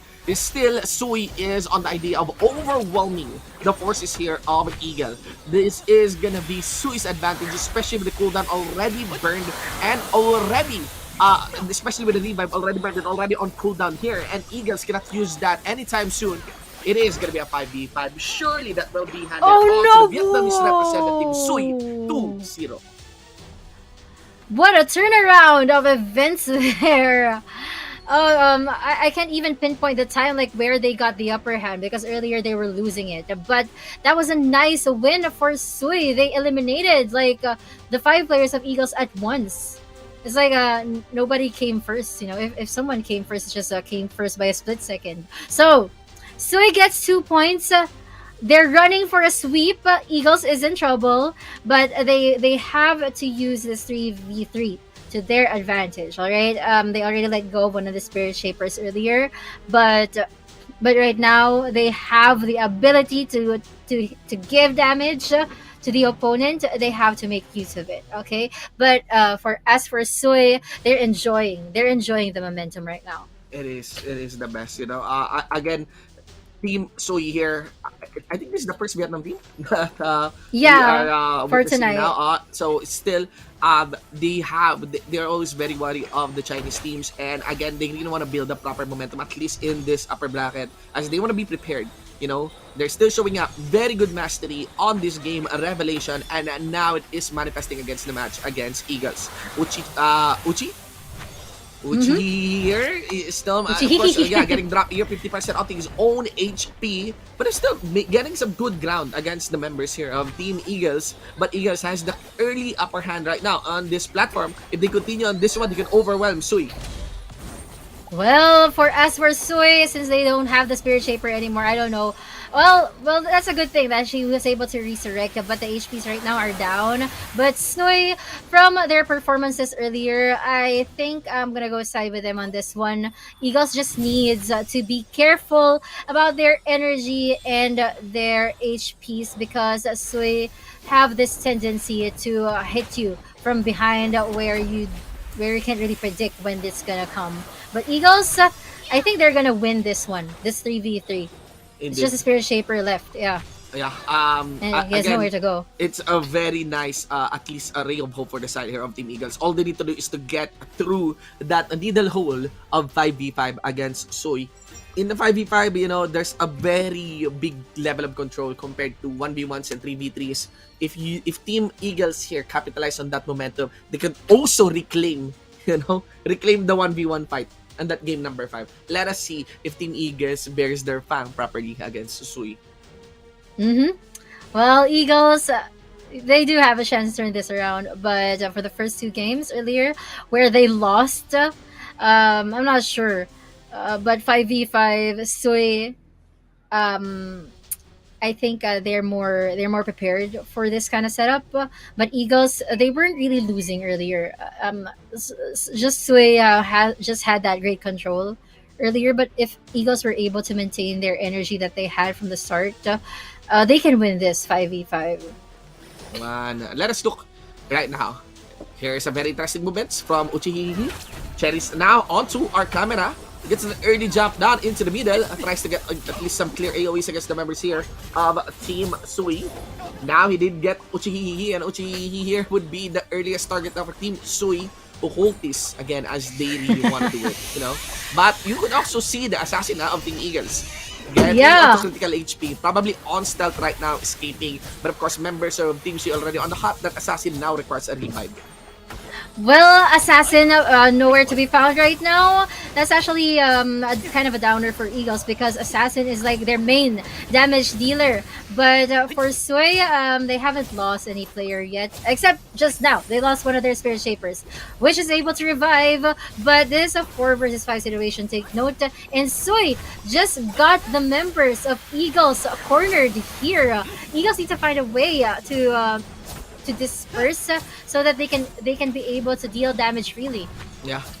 At least proper command as well onto the idea of onto the, actually proper targeting onto the idea of AoEs.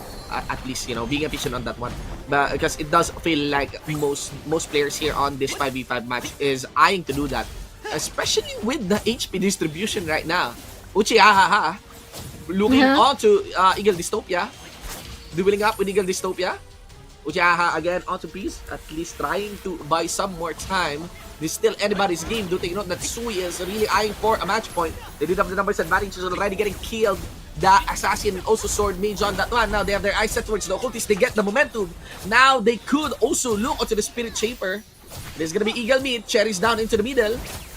It's a matter of just getting that Resurrect. Cherish. Is Cherish gonna pose on? Cherish will be dropped. Probably. That's a lot of damage, and the Spirit Shaper is the only one left for Eagles. And this is it for Sui. They're gonna maintain their spot in the upper bracket. The Eagles will have to go down for now, but let's see later on because we're gonna see them. We're gonna see them do their knockouts during the 13 to 16. Parang JP, if it comes to 5v5, I feel like Vietnam teams have good command on getting the win on that one. If you are fighting a Vietnamese team or Chinese team, you would really want to bang onto the 1v1 and the 3v3. But if it's 5v5, I'd always put my money onto the Vietnamese teams and Chinese teams. Now, Sui here, moving further into our winners bracket. Now, we have Day versus VNR. So, another Vietnam team, ladies and gentlemen. Well, I totally agree with what you said about the 5v5 things. That's what we've been casting for the past few months. We haven't really seen any 1v1 or 3v3 then. But yeah, if you want to get points, guys, against Vietnamese teams, you gotta practice as well for the 1v1 and 3v3 because that's also an advantage for you guys. It's because they have the same bearing as the 5v5, and the 5v5 only comes in one match twice. The 1v1, the 3v3, the 1v1 and the 3v3 altogether comes in 3 times, and you need 3 points to win the game or the match. Indeed. So yeah, it's also worth practicing for those rounds. All right. Again, guys, we are getting closer and closer in determining our next set of winners as well for this winners bracket. But again, like you witnessed earlier, you got Eagles earlier. They're not out of the competition. We did thought if you lost this bracket, you're out of the competition. But no, it's not. If you have a winners bracket, we also have our losers bracket. So again, to those who are watching actually the English stream, if you are rooting for the Filipino teams, they're still present. Everyone is still present here in the Revelation Global Championship. So be sure to share, be sure to show your support, be sure to join the Lucky Wheel. Okay? Be sure to join the Lucky Wheel. Again, to give an idea, you could join the Lucky Wheel by simply commenting your favorite team, your role ID, server ID, and the hashtags RGC and hashtag Lucky Wheel 2812. Okay? 2812. Yeah, I hope people here will get their chances on winning the Lucky Wheel later on. And also, guys, just to plug, that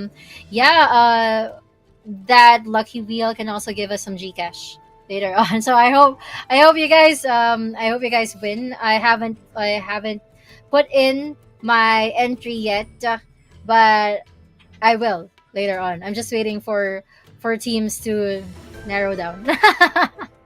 Of course. Strategy. Lots of cool stuff, lots of exciting stuff as well for all of our viewers. It's not just the matches that you can look forward to here in the Revelation Global Championship. And also to those who are not yet in the know, this Revelation Global Championship will be done for 2 days. Okay? 2 days. You got 2 days. This is just day number 1. We still have tomorrow. And tomorrow we will also crown the ultimate champion, the grand champion of the Global Championship. Well, I'm so excited. Later on, after this match, we're gonna have PQU versus KTK, and I just remember that KTK is a newcomer Yeah. since the Ruma dropped out, and they're from China, and they didn't really get the points required to be in the top 16. Yeah. But so basically they're the top 17. So if we're gonna be logical about this, PQU has a higher chance of winning against KTK later on. But yeah, we're gonna figure that out later. I also I've also seen a lot of PQU fans here in the comment section. That's why I'm discussing this one. Yeah. And also, I do remember KTK being present on the show match, you know. And Oh yeah, it was I'm, them. I'm surprised, like among the Chinese teams, they're one of the lower bracket seeded teams. They're the lower seeded teams, you know. So there are far more, you know, in theory, stronger teams than them hailing from China. So I'm really looking forward on their Yeah. performance. I'm very, very satisfied with the match earlier about China versus China matchup. You know, with that one with Team R are involved. So really looking forward on the performances with those countries with that country on the upper brackets, onto the better brackets of this tournament. You know, even in the lower bracket where things are very, very intense because you really don't want to get eliminated. Mm-hmm. And KTK, yeah. Good thing you reminded me about them being present in the show match, and I just remember that they kind of like swept Yeah. all the teams Yeah. in there. So it's kind of it's kind of curious how they got top 17 in the regionals, Yeah. like before we arrived here in the knockouts. So I don't know. Well, that's good news for them, to be honest. Like KTK, if they were able to perform well in the show match, but not so much in the regionals, but they're here given another chance. They have a chance as well to be to be champions tomorrow. Yeah, they like the universe wasn't able to take that chance away from them. Indeed, man. Here we go. Again, we have a VNR versus DEI. Full 7 members stack on that.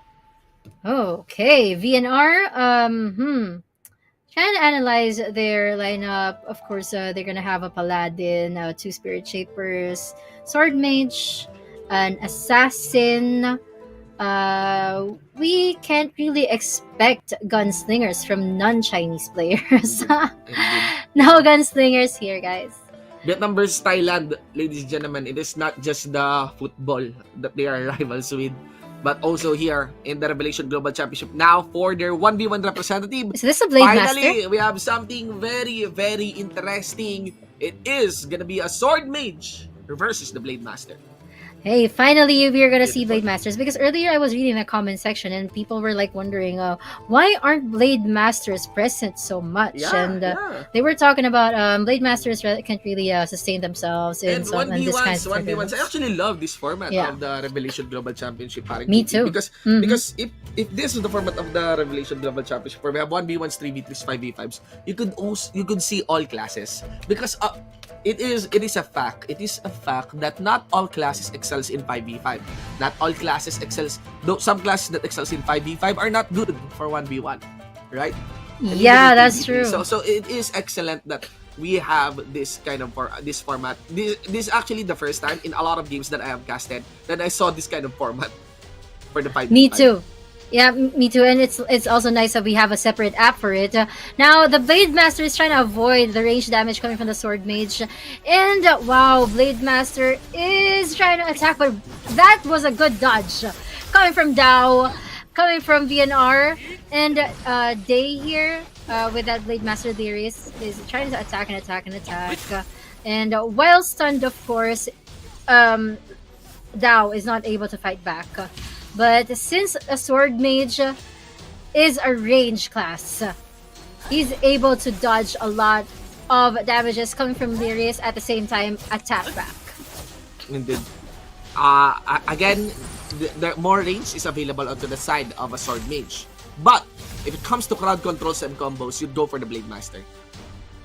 Oh yeah, I totally agree. And which is actually the strength that Darius is trying to utilize earlier. Let's see. Now, camera towards Dao. He's really maintaining a consistent distance there against the Blade Master. No stunt available for the Blade Master. He's kiting back, keeping that dash, not being allowed to get closer and closer. The moment that the Blade Master goes in, he drops the crowd control. And you know what? Lyris here is totally in trouble. The range damage, since he has a crowd control, he doesn't really have the mobility to dodge a lot of damages coming from Dao. Yeah. But if the Blade Master lands at least one crowd control against him, that's it. That could be it. Yeah, this is what actually Lyris is doing right now. That's the combo. Yeah, just a few more hits. Oh no, he remained alive. Yeah, the combo ended. One drop. Okay. Okay, still alive. Critical situation. It could still be anybody's game. This is the one. This is the 1v1 I'm talking about. This is the 1v1 that I really wanna see. That's it. Oh no. It is gonna be onto the side of VNR. It is the Sword Mage that's taking the win. I think that's a time win. Yeah, time I think that win, time limit. Time limit win. Both of them still had HPs. It's just that the damage here, 45,000 against 31,000. But Lyris, I swear, he almost had it. He almost had it. He got that combo. The damage just really wasn't enough there. Oh, yeah, if only he had more time to do it. But, well, it is what it is. We have the time limit for a purpose. And VNR gets 1 point. We move on to the 5v5. Indeed. 5v5, where everyone has better control. So, now we are rolling with 2 Spirit Shaper on both sides. 2 occultists present as well. The main damage source for DAI is the Assassin and also Sword Mage. Meanwhile, for VNR, no Assassin. They will go with the Paladin and Sword Mage. Okay. So, let's see. Analyzing the lineup, I don't know where my heart is going. But it's rare. Again, it's rare that we don't see a Paladin. I always put my money where the Paladin is. So the Paladin is present. And as also, this is a Vietnam team that we're talking about. I mean, not to be racist, but they've really proven themselves in 5v5s. Well, like this against Thailand, VNR, we've seen how aggressive they got in the first 3 seconds of the game. They kept on attacking, but they here from Thailand, they're actually trying to fight back. They actually are capable of fighting back. Indeed, man. Again, the idea when it comes to 5v5 is dropping your AoEs as efficient as possible. Crowd controls and even your sustain for your teammates. And things are looking long and tough because there are 2 Spirit Shapers present. This is a game with a lot of sustain, but ironically, DAI was able to land a very efficient AoEs, and now you're seeing critical HPs onto the side of VNR. Yeah, that's true. You know, VNR here, they're losing their HPs, and they are able to sustain themselves despite not having a Paladin. But because of the presence of their 2 Spirit Shapers, and they know how to divide their skills, they know who to focus on.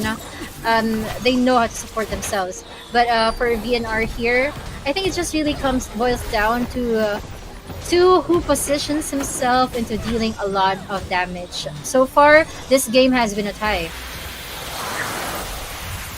That's a lot of crowd control in there against Day, and VNR, they still have a lot of HPs, and focusing here at Riar, he's just waiting for the right opportunities to support his teammates. But oh no, that's a lot of damage against the Sword Mage, getting him killed, and 2 Spirit Shapers here are left with trying their best to support and revive each other. Oh, this is gonna be very hard. The time limit, the time is ticking.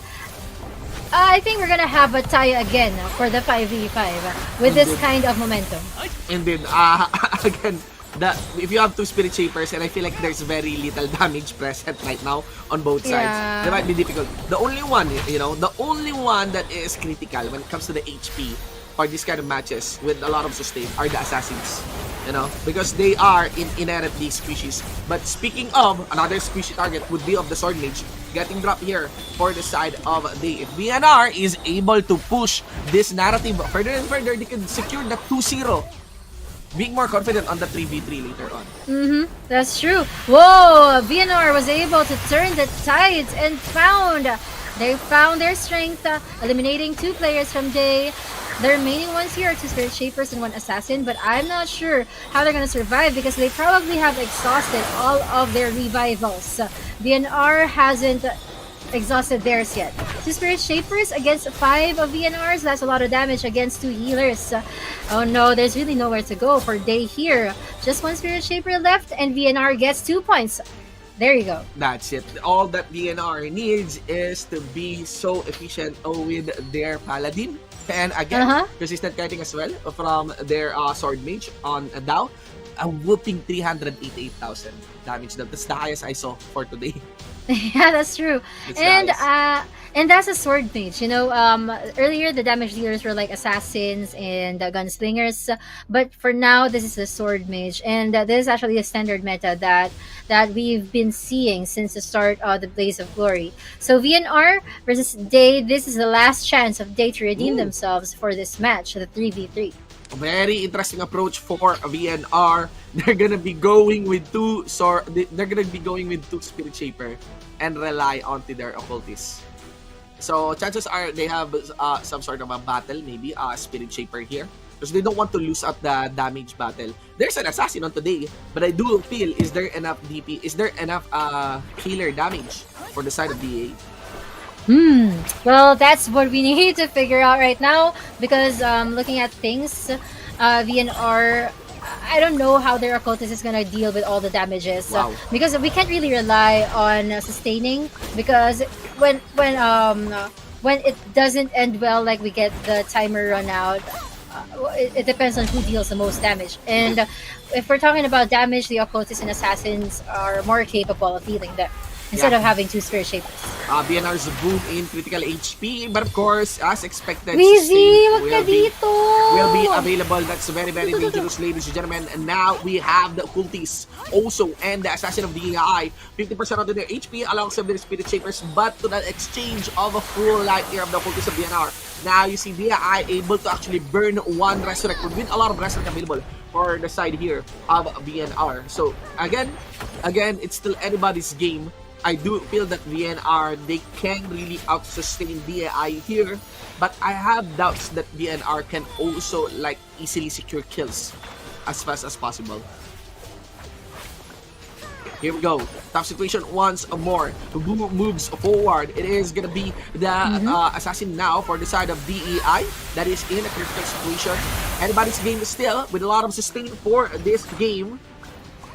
Oh, a lot of damage. You know what? It's actually quite some surprise that VNR is able to deal that kind of amount of damage against the Assassin of Day.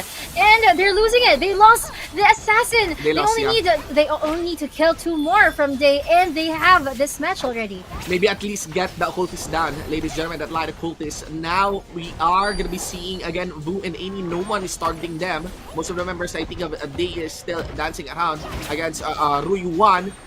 Man, VNR, I'm not sure. VNR is getting a lot of clear mobilities here, a lot of free time here into the upper platform, but still no Resurrect being casted against the Assassin. Mia. It is going to be very dangerous for Mia. Mia already down. It is going to be the cultist, the next one, VNR. Ladies and gentlemen, closes this series 3-0 against We get DI. a sweep again in favor of a Vietnam team, VNR.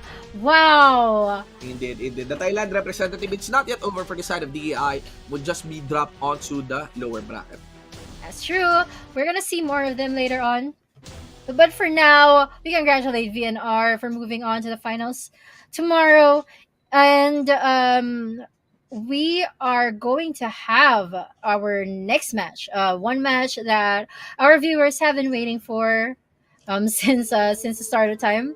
So yeah, another one for the Vietnams, the Vietnamese people. Again, we are steadily filtering, the upper bracket of our tournament. So it's still anybody's game. No one is still yet eliminated. We're just like rearranging them on this RGC in this Revelation Global Championship. There's still a lot to be expected from all teams that are present in this tournament. Well, guys, I just realized that the lower bracket teams, I hope it would mean a lot. It would be very amazing to see one of you guys climb up to the to the lower bracket grand finals. To the lower bracket finals, you know, the ones that lost the round one of today's bracket. That would be totally amazing to Yeah, see. man. Mm-hmm. And also, who are the top four teams? You know, I'm really looking forward on some um, teams that are expected to at least get their 3-0s on this series. Once they get their 3-0s, they are considered heavy contenders. And of course, they'll be squaring it off against heavy contenders of the other teams as this upper bracket carries on. It'll be a tight match, you know. Again, you got that Sui, you have RR, yeah, you have this heavy teams from China and Vietnam. We're yet to see a match between China and Vietnam. We did saw a China versus China match, and it was a sight to see. Mm-hmm. Yeah, and later on it's gonna be PQU versus KTK. So that's gonna be another Chinese team, and against a Filipino team. First one that we're seeing for today, for tonight, and I'm actually excited because I haven't really watched any PQU matches before. So this is gonna be a first. As for KDK, they were so lucky to get in like last minute in the top 16. Since the rumor dropped out, and we all know that KDK also is has a lot of promising moves. They've shown how good they are during the show match. So but they weren't able to get into the top 16. So that's actually what we're trying to figure out why. So it really depends on who's gonna win this next match, PQU or KDK. A lot of great expectations, you know, Mhm. on those teams, and of course to all of our viewers. Again, a lot of teams is this tournament is set so that a lot of teams can really participate here in the Revelation Global Championship. The idea is, of course, to make sure that a champion is really a champion. That Oh yeah. he actually stood alongside with a lot of players, with a lot of teams that are willing to be competitors on this tournament. Again, it gets very heated. We did have in the past the Blaze of Glory tournament. We did it multiple times. But again, the idea of the Revelation Global Championship is, you know, for the identifying or branding of the global competitiveness of players, you know, for Revelation Mobile. And that's why they've added China. That's why they've added China. That's the Yeah. striking difference between previous tournaments compared to here that we have right now in BGC. So that when you crown the champion of this tournament, and when you say it is the global champion, it is indeed, you know, the global champion. I think their entrance in the global championships is really one to watch out for. You know, if I were a player here, it will make me want to try harder, knowing that there's another dominant force coming in, and yeah, that's actually the spirit of competitions. You know, you want to be the best, and for you to be the best, you have to defeat strong forces, Yeah. even yourself. So. Yeah. Oh, there's what You makes cannot it be so you cannot exciting. be like you cannot really be called like a champion if you haven't fought everyone. Like if there's someone there that can be argued that this is stronger than you, you know, setting aside the prize pool, setting aside the cup, it's on the idea that you have fought alongside with other teams, you know. And Mhm. it's been a while, it's been quite some time that Vietnam has been the reigning champ of this one. And it is exciting because there's always that question, like how will they fare against China, you know, the China teams. And the China teams, they're looking nightmarishly strong um, against the Vietnam teams. So that's one. It does feel like Vietnam being the champion right now of this tournament. It's starting to feel like they are underdogs when faced against a Chinese team. You know? That's true. Because before we were so focused on Southeast Asia. Yes, But yes, yeah, but for a global championship to be a global championship, you have to add a country that's not within Southeast Asia. And that's where the Chinese come in. And yeah, that's actually how we say that this is a global championship, and it means a lot to us that Revelation Infinite Journey is not just catered into Southeast Asia. We also have players all over the world which is continuously growing, guys. So we are actually expecting a bigger community in the future. It's crazy stuff, Mm-hmm. for this tournament. And again, it could still be anybody's game. Our topic has always been China or Vietnam. It could still be anybody's game. It's still very possible. We're actually rolling out a new format. I just realized how beautiful this format is just now. Even though after we have casted the show much, I just realized that in MMORPGs, the longest pattern has always been a fixed format, be it a 5v5 and 8v8. But Mm-hmm. if you considering that it is an MMORPG, it totally just makes sense that you have multiple formats because you have multiple classes as well on the game. That's true. You know. But before, yeah, I was able to experience King of the Hill and Reverse King of the Hill for Yeah. other MMOs before. But yeah, that's something to that I'm actually trying to look forward here. Hi, Revelation Infinite Journey, VN Games. If you guys Yeah. are listening to me, you might want to consider King of the Hill format. Yeah, But yeah, very interesting stuff as well. This is the first time I saw it, and I also love the fact that they're doing it very efficiently with the tournament app. Really doubling down on this RGC. Guys, update just came in. We are gonna be heading to a very short break. Okay, again, the tournament still carries on and continues. Shibu 149 alongside with paring JP. The Revelation Global Championship will be back.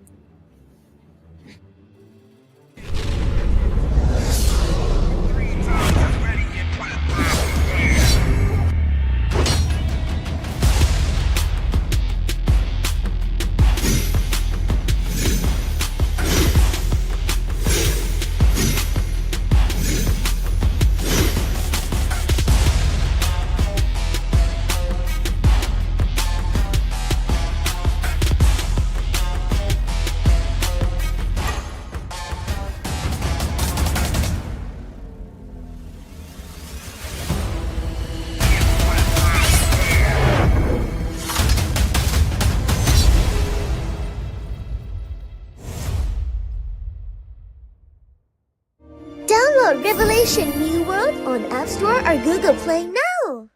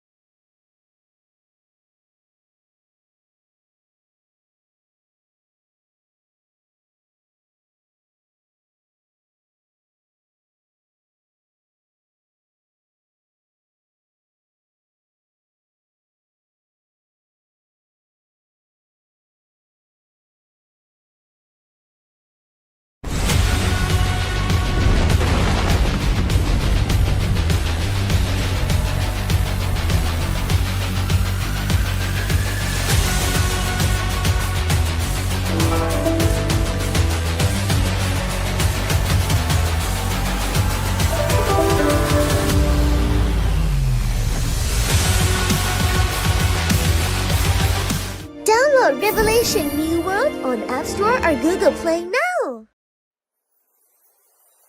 Last Christmas, I gave you my heart, but the very next day, you gave it away. This year, to save me from tears, I'll give it to someone special. Last Christmas, I gave you my heart, but the very next day, you gave it away. This year, to save me from tears, I'll give it to someone special. Download Revelation New World on App Store or Google Play now.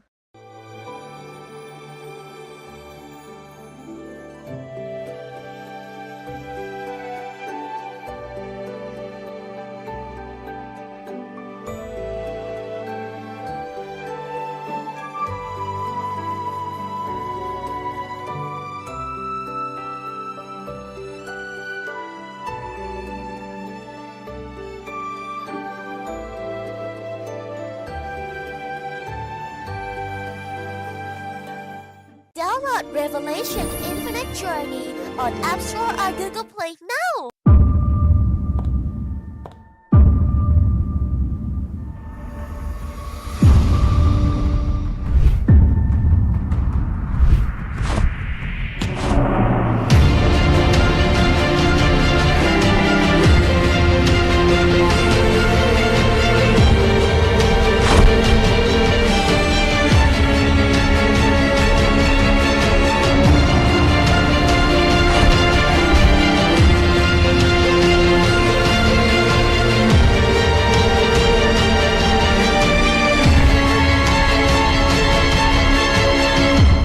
Download Revelation Infinite Journey on App Store or Google Play now.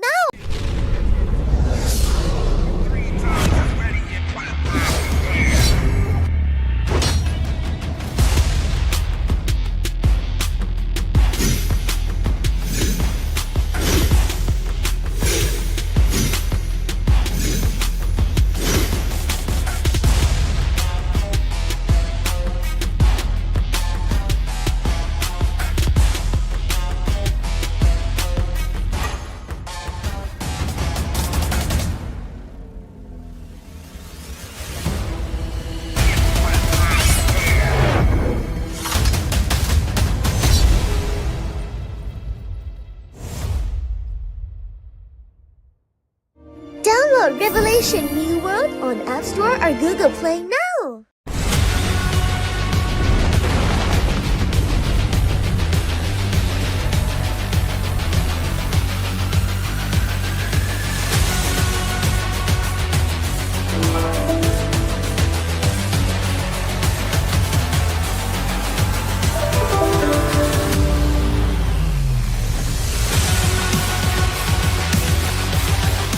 Download Revelation New World on App Store or Google Play now.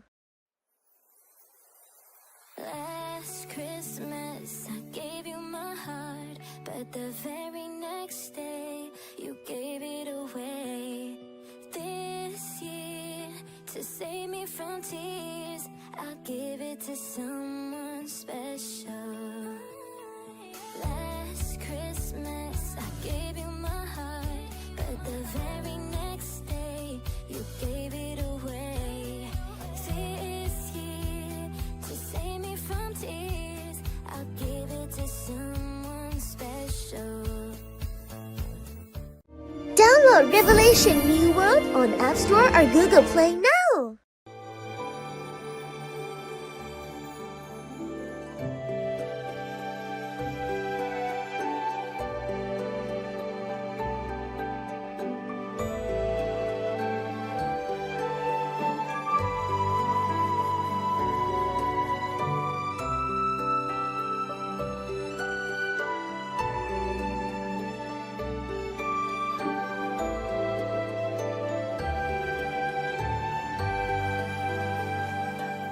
Download Revelation Infinite Journey on App Store or Google Play now.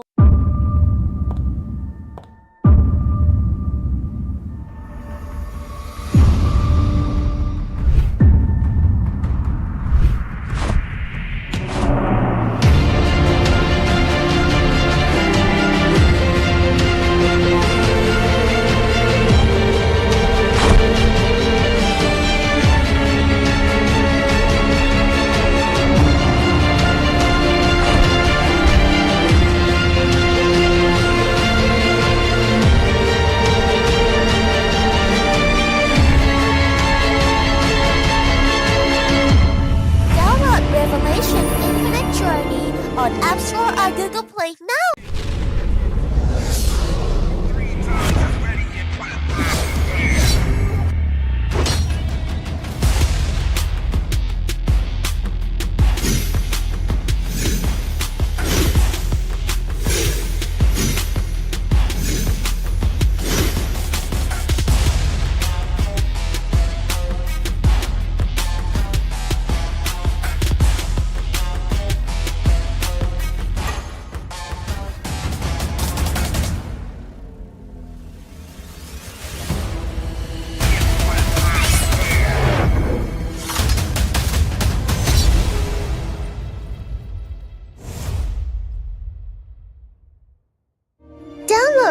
Revelation New World on App Store or Google Play now.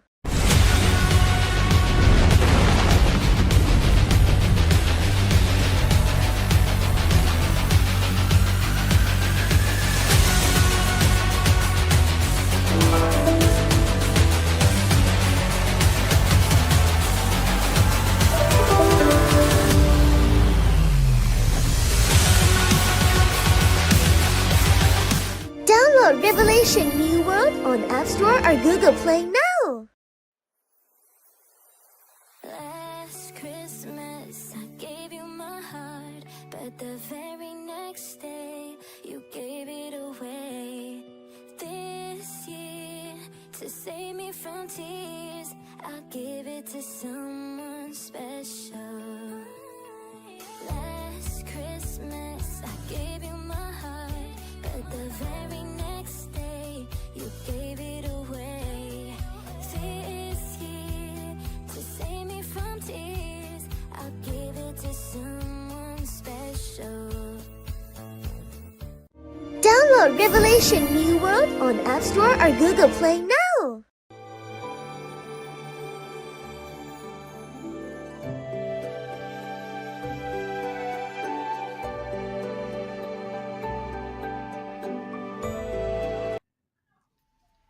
Hello and welcome back here at the Revelation Global Championship. Shibuan for and I, alongside with my partner, paring JP. Again, we are continuing our show and run for the winners bracket of this Global Championship. And of course, exciting matches have been witnessed already. Coming in from multiple countries, the 7 countries that are participating, and across multiple teams that are present as well in our tournament, paring JP. Also, a lot of exciting stuff, you know, a lot of expectations are being broken, are being made, you know, for this bracket playoffs. We're still yet to determine the 8 teams onto the winners bracket. But again, guys, to those teams that you've witnessed who actually lost on this winner bracket, they're still in the competition. They're still in the lower bracket of these playoffs. That's true. We were trying to get on with PQU versus KTK earlier. We still have these 2 teams left in the upper bracket, the first round of the upper bracket. But just a quick review. We have seen Avengers Ice, MA4, NSN, Sui, and VNR win for the first round. We are just waiting for these 4 teams or 2 teams to complete the bracket for the second round. But for those who have lost the first round earlier, don't worry guys, they haven't been eliminated yet. They're just waiting in the lower bracket, and they still have the chance to become champions of this Revelation Global Championship. Now we are moving on to PQU versus KTK. Here we go, Philippines versus China. Ladies and gentlemen, we did witness KTK's performance on the show match just this December. And now they have their presence here shown onto the official Revelation Global Championship. We're going to be starting out this match first with the 1v1. Blade Master Lan Wangji versus Ping Xiong, which is the occultist of KTK. Well, this is quite a cool name for PQU Lan Wangji. And we are going to see a Blade Master again. And we did see the... oh my gosh, I can't remember what happened earlier. When the Blade Master came in, did he win or did he lose? I think the Blade Master won. Was it the Blade Master who won? I think he lost. He got kited by the Sword Mage. Okay, Yeah. okay. He got unkited. But it was a close fight. It was really, really close. He was able to actually land the combo, you know, against the Sword Mage. But the Sword Mage just maintained his distance, and of course, drop like crowd controls or you know, holds and stunts against the Blade Master. But it was a very, very close fight. Yeah, it was actually the best 1v1 that we've seen in a while. Yeah, I mean, oh yeah! I remember the reason why the Blade Master lost is because the time ran out. Yeah. Yes. Yeah, okay. Earlier. But damage-wise, the Blade Master almost had it. Yeah. Yeah. Okay. Okay. Lan Wangji versus Ping Xiong. Let's look round number 1 of this best of 5 series. Both actually advanced towards. Lan Wangji didn't land the first set of combos that did land the second one. And of course, Ping Xiong maintaining his kiting capacity and distance against Lang Wangji. The cool part about this occultist is he's really willing to take the fight here against Lang Wangji. Well, here's the thing. Lang Wangji, he's trying to deal a lot of damage, but KTK here, Ping Xiong, is also unable to dodge those damages. He's trying though, but it's just really so much for the Blade Master.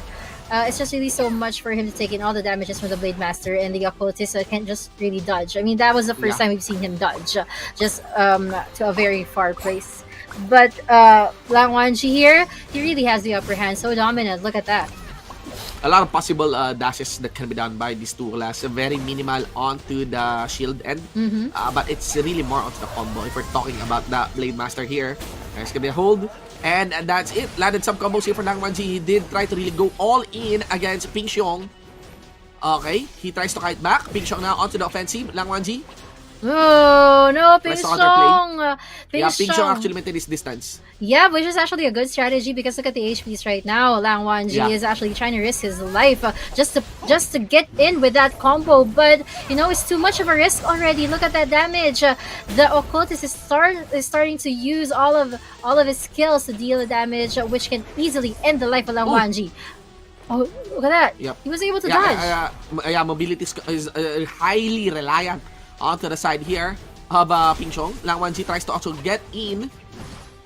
Went in for the offensive. He did land the full combo. That was cooldowns. good. Yeah, but cooldowns is difficult here for the side of Ping Xiong. And yeah, that was a very beautiful 1v1 fight. Look at how close that is. Yeah, Even Lang Wangji dealt lower damage compared to Ping Xiong. Yeah, it was just really about the combos, right, and the timings. Ping Xiong, he almost won. He almost got it, but you know, not all your skills can easily end the game. But it was the combo during the last seconds of the game from Lang Wangji that mattered. But we move on to the 5v5 already. That was a good one. 1 point for PQU. So that gives him an advantage actually. Look at parang JP. Again, it's still very consistent for Chinese teams. They still have their gunslingers present as well onto the 5v5. It is going to be Yozi here. That is the gunslinger for KTK. It will be answered for by a sword mage onto PQU. So, interestingly, Chinese teams, they don't field as much mage compared to the Southeast Asian teams. And that's one striking point right there. That's one major different points when it comes to the class preference of the countries. That's true. Now you go KTK here. I'm curious on what their strategy for the 5v5 is going to be, because when we've seen them during the show match, they were actually very, very aggressive. And for PQU, this is also the first time that we're going to see them in the 5v5 setup. So, okay. Head on, attack. Yeah, by these two teams, Now we got here Quina, which is just the occultist here for the side of PQU. We shift our focus now onto Yozi. Yozi here, which is the gunslinger for the side of KTK. Didn't get that much of free hit compared to the earlier gunslingers of Chinese teams. But and now he can maintain his own distance. Tries to get onto Kui. Doesn't really want to get close. Xingyan here onto our main camera. It is the assassin of Team KTK. Well, KTK, since they're trying to deal a lot of damage, they're trying to go all out here with their gunslinger. Yeah, I remember there's a Chinese team, of course, there's a gunslinger present, but the Paladin is trying his best to protect the members. His members from PQU, he was trying to tank all those damages from the gunslinger. Yeah, man, and of course the gunslinger did get his own battle suit now present for this fight. So, still not yet a decider, but critical HPs on both sides of these two teams. It's PQU's Paladin that might be the first one to get the drop, might be the first one to burn that Resu, but didn't get enough sustain. Now, PQU knows how to answer here, and PQU is doing a really good job fighting this Chinese representative. Do take note, this is a Philippine representative, para JP. That's true. Well, KTK here, they're losing their lives slowly, and they lost their main damage dealer. healer already. Yeah. But they still have the assassin though and the spirit shaper to give them support. But PQU, they have everybody here. They're complete.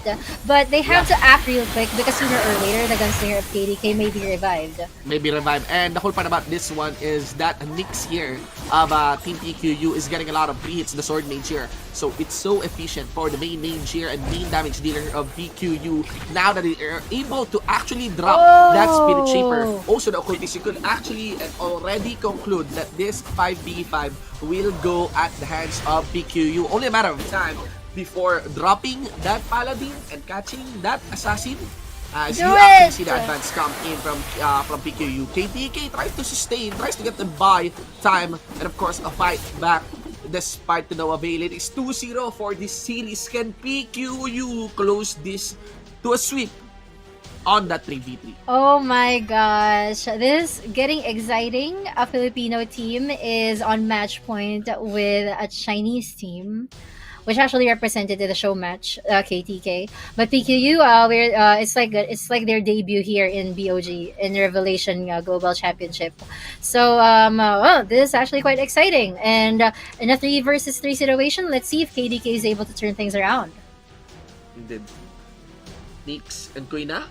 So occultist, sword mage, and spirit shaper for PQU. KTK, main damage dealer. It's not gonna be the same story. Sword mage on PQU. That is a gunslinger for KTK, occultist, and also spirit shaper. So the striking difference is onto their chosen damage class, who between Yuzi and Nyx will stand out on top.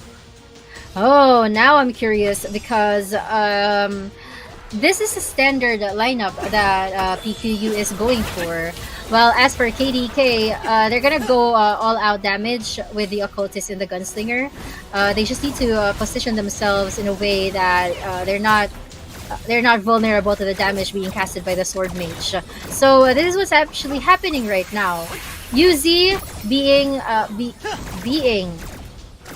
the gunslinger of KTK, he wants to deal all those damages, but PQU, they already lost their sword mage just like that. And that's the power of the gunslinger. You can directly attack to a player all your damages. Yeah. And even your normal attacks, even your like lower skill attacks have a shorter cooldown, compared to the sword mage. And it's really just a matter of positioning. Yuzi here trying to go for I think 2 weak on that part. Nyx actually doubled down onto him, but Yuzi is getting the full support that he wants from this occultist and also spirit shaper. You can actually see Nyx forced to actually froze up, which leaves some fearing for Yuzi, but he did receive that pillar. That's dangerous. Also received the sword. Yuzi is down. Ladies and gentlemen, they know what they're doing. Nyx here, such on point casting of spells against the main DPS of PTK. Yeah, and they just need to keep on doing that because eventually the revival will run out. But right now, Nyx is in trouble, but he's trying to protect himself. So they just need to be consistent when it comes to dealing damage later on. Now, UZ, you have to continue on eyeing for him. Like just like that, just like what Nyx is doing, and they need the support of Quina for this. There you go, Quina's on the moves. Yeah, Yuzi once again getting revived again.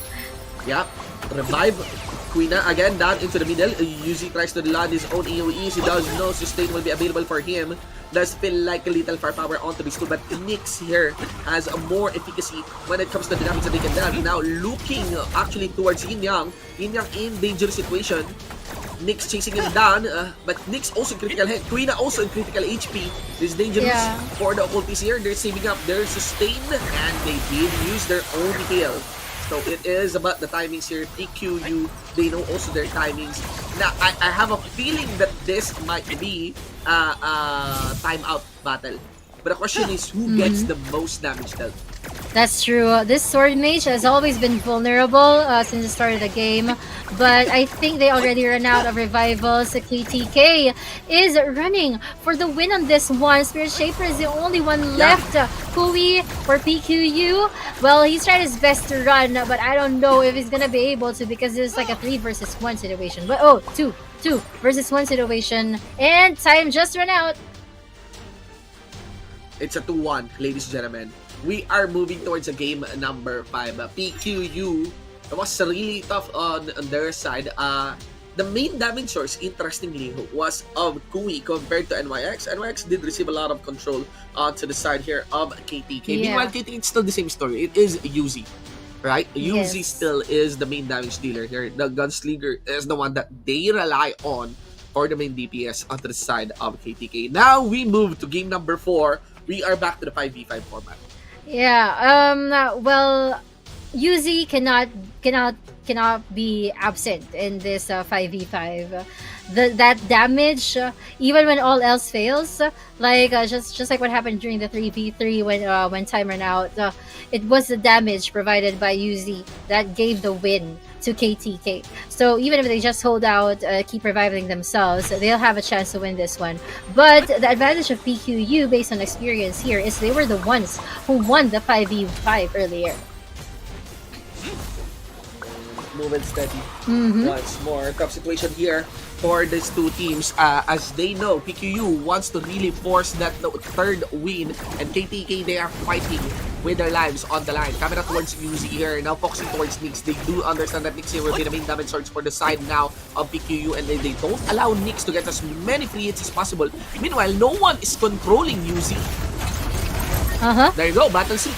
You know, this is actually kind of frustrating for PQU because of the presence of Yuzi, like attacking out of nowhere. Well, they have to maintain their strengths. Now, PQU, we just noticed that they don't have the Paladin here, so it's actually up to the Spirit Shaper. But having no Paladin in the picture, it's hard to tank yourself against the damages of Yuzi. Yeah, I also do feel that the assassin here of Team PQU is also dishing out good damage from the side of KTK, but Team PQU, they did lost one. They did lost their paladin. KTK also lost their Spirit Shaper. Yeah. The next would be that Gunslinger. Resu is just fresh off cooldown, and this is the momentum now that PQU wants. Still, Resu is still available. They did Resu their Gunslinger, but they did lose their Occultist. Yep, now it's a 5 versus 4. Now, without the occultist, it's gonna be hard for KTK to do some sort of crowd control. But KTK, in terms of damage, they're not really worrying about anything. What PQU needs to do is when they see that KTK is on low, they just need to find a way to deal all those AoE damages so that they won't be able to rise up again. But KTK here, they're slowly losing their members, and I think this is it. That's it. Yeah, that's it. That's like an instant momentum for the side here of PQU when all cooldowns got burned against KTK 3-1. And it is an unexpected win by a Philippine team against China. PQU moves in forward to this winner's bracket. That makes us happy. Wow. KTK will go to the lower bracket. Like, wow. That's some surprising news. You know, of course, expect the unexpected sometimes, but PQU will maintain themselves in the upper bracket, which is actually quite a win for the Filipino community already. Indeed. Yeah, I think, I mean, coming in from that unexpected loss by SPX against MA4, this is actually pretty big, you know, for the side of the Philippine fans. Especially taking on heavy contenders, a representative from Team China. Although KTK is actually the lowest seed, you know, lowest seeded team from China. Oh, yeah. Well, if we're gonna move on from that, HDT and 6L1 will be the next teams to fight, and this is actually some exciting matchup because it's gonna be against Vietnam and China. So Yeah. Vietnam, we've seen Finally. their prowess, but since China is like a newcomer here in our global championships in our scene, we would love to experience that kind of, you know, free taste, the trial card of what's to come between Vietnam and China. Indeed. You know, like a preview, you know, Yeah. of that expected battle from the heavy contenders of these two heavyweight countries here in Revelation Infinite Journey. So again, I really look forward onto the 5v5s. The 1v1, I also look forward on that one. I do expect it might be a gunslinger Mm-hmm. versus an assassin battle. If it's Vietnam, Well, it's also possible that Vietnam utilizes their mages, so it's probably a mage versus gunslinger battle. Let's see. I just thinking if it's China, they always choose their gunslingers. I'm not sure if we are seeing sword shades. I'm not sure if we're gonna be seeing blade masters, but it's really the 5v5 that will take the cake on this match between China and Vietnam. yeah, that's true. Because we've known Vietnam since they've always been winning. They're like the meta shapers of Revelation Infinite Journey. But with the presence of China showing us some rare and new metas, like the presence of the gunslinger, and sometimes veering away from the paladin. Oh, veering away from the paladin is actually like a Vietnam strategy. So we get to learn new strategies here and how to win in tournaments like this. So this is what excites me the most with this matchup. HDT and 6LT. 6. Indeed. I'm always Here we go. confused. 6L1. Full man Okay. stack. Yeah. 6L1, HDT. Fully stacked teams. Mhm. Let's look at some key differences and similarities. So, difference is there are 2 Spirit Shapers onto the side of the Vietnam squad, only one onto HDT. Rather, they have a Blade Master, they have 2 Sword Saints, they have a Paladin, they have an Assassin, and 1 Occultist. So, that's very interesting. 2 Spirit Shapers for the side of Team Vietnam, 2 Occultists as well for the side of Team Vietnam. They're gonna be sending an Occultist versus an Assassin on this one. My Okay. comments on this kind of matchup, I always Yeah, lean it's towards not the new. Assassin. Yeah, I always lean towards the Assassin. But let's see if there's something different that can be offered here by Wu Fang, which is against K. I don't know. I'm still gonna go with the assassin regardless. If we're not gonna consider any factors, just standard meta, just keeping things real. We're gonna go for the assassin, but I don't know what Wu Fang's gonna go or what's he gonna do about this. It's really hard to win against an assassin, knowing that you are an occultist. You need to dodge a lot of flashing attacks, unexpected attacks here. So Wu Fang here, he's already preparing for the worst. That's what he's doing. He's already laid out his circle to protect himself. Indeed. Okay. It's about distance and it's about timing. K on an early stealth. Stealth is broken. Oh! Look Whoa. towards Wu Fang. That was Set of unexpected. combos. Yep. Again, Okay. K is the assassin here, ha? Mm-hmm. Is able to dish the damage against Wu Fang. I'm so confused what they're doing. It's like they're avoiding each other. Just getting the timings right, Yeah. Because Wu Fang is planning to be reacting, the aggressor here is K, and Wu Fang is able to react properly, but still the combos are faster and much more available and more straightforward onto the side of the assassin. Wu Fang already at 40% HP, maybe 35 on that one. There you go. That's a lot of damage already against Wu Fang. But I mean, what do we expect? This is an assassin that we're talking about, Yeah. and just one more hit, without that dodge, he would have been Yeah. he would have been killed already. Yeah, But just one stealth. there's no more time for him to gain more HP. Yeah. I don't even know just how one he's gonna stealth. combo You can this. actually see how K is planning on doing this. He's not even saving up his stealth. He's not even using the stealth. He's already saving it for any counterplay against Yeah. Wu Fang here. And that's it. That match goes to the assassin. How many matches of Occultist Assassin have we witnessed today? None has been won. Yeah, that's true. It's really hard. Well, you just really need to be careful of what you pick. Really, I mean, it's always. I mean, more than 50% of the time, an assassin is being sent out to do the 1v1. So you have to pick your battles. Like maybe use a blade master or a paladin sometimes. But we move on to the 5v5 first. I'm gonna go with HDT. I mean with 6L1 just because they're from Vietnam. No other factors considered. Just because they're from Vietnam. Okay. So for this 5v5 format, Spirit Shapers, 2 Paladin onto the side of HDT, and mainly it is the Gunslinger once again introduced here by HDT. Okay. Let's take a look. HDT here, they're actually quite the aggressive ones. But 6L1, they're trying to play it safe, finding timings and finding the right positions. I feel like parang JP, the more aggressive you are, the more freedom is given towards the gunslinger Oh or the yeah, side air of HDT. So the idea is to actually get that it's a early good point. burst of aggression, push back the rest of the members of 6L1, give more space for that gunslinger. Should an assassin want to target actually this gunslinger, which there are, no assassins on the side of HDT, but Mhm. there is one on the side of 6L1, they can easily react. Look at the HP of that assassin. 20% almost, maybe 30%. And yeah, you're actually right. It's easy, very easy for their gunslinger to position himself in a way that he can just throw and shower damage against 6L1. But 6L1 is actually good at maintaining their HP, knowing because they have two Spirit Shapers here that are actually healing mains. So their assassin is the one that they need to protect at all costs. Which actually just died but got revived. So that's just what they need to keep doing all over and over again. Indeed. Oh, Yato Yato here. is in trouble. Yep, getting focused on by Jane. There is a backup, by Drake on that. Now Jane has to fall back. Members here of HDT has taken good control of the upper platform.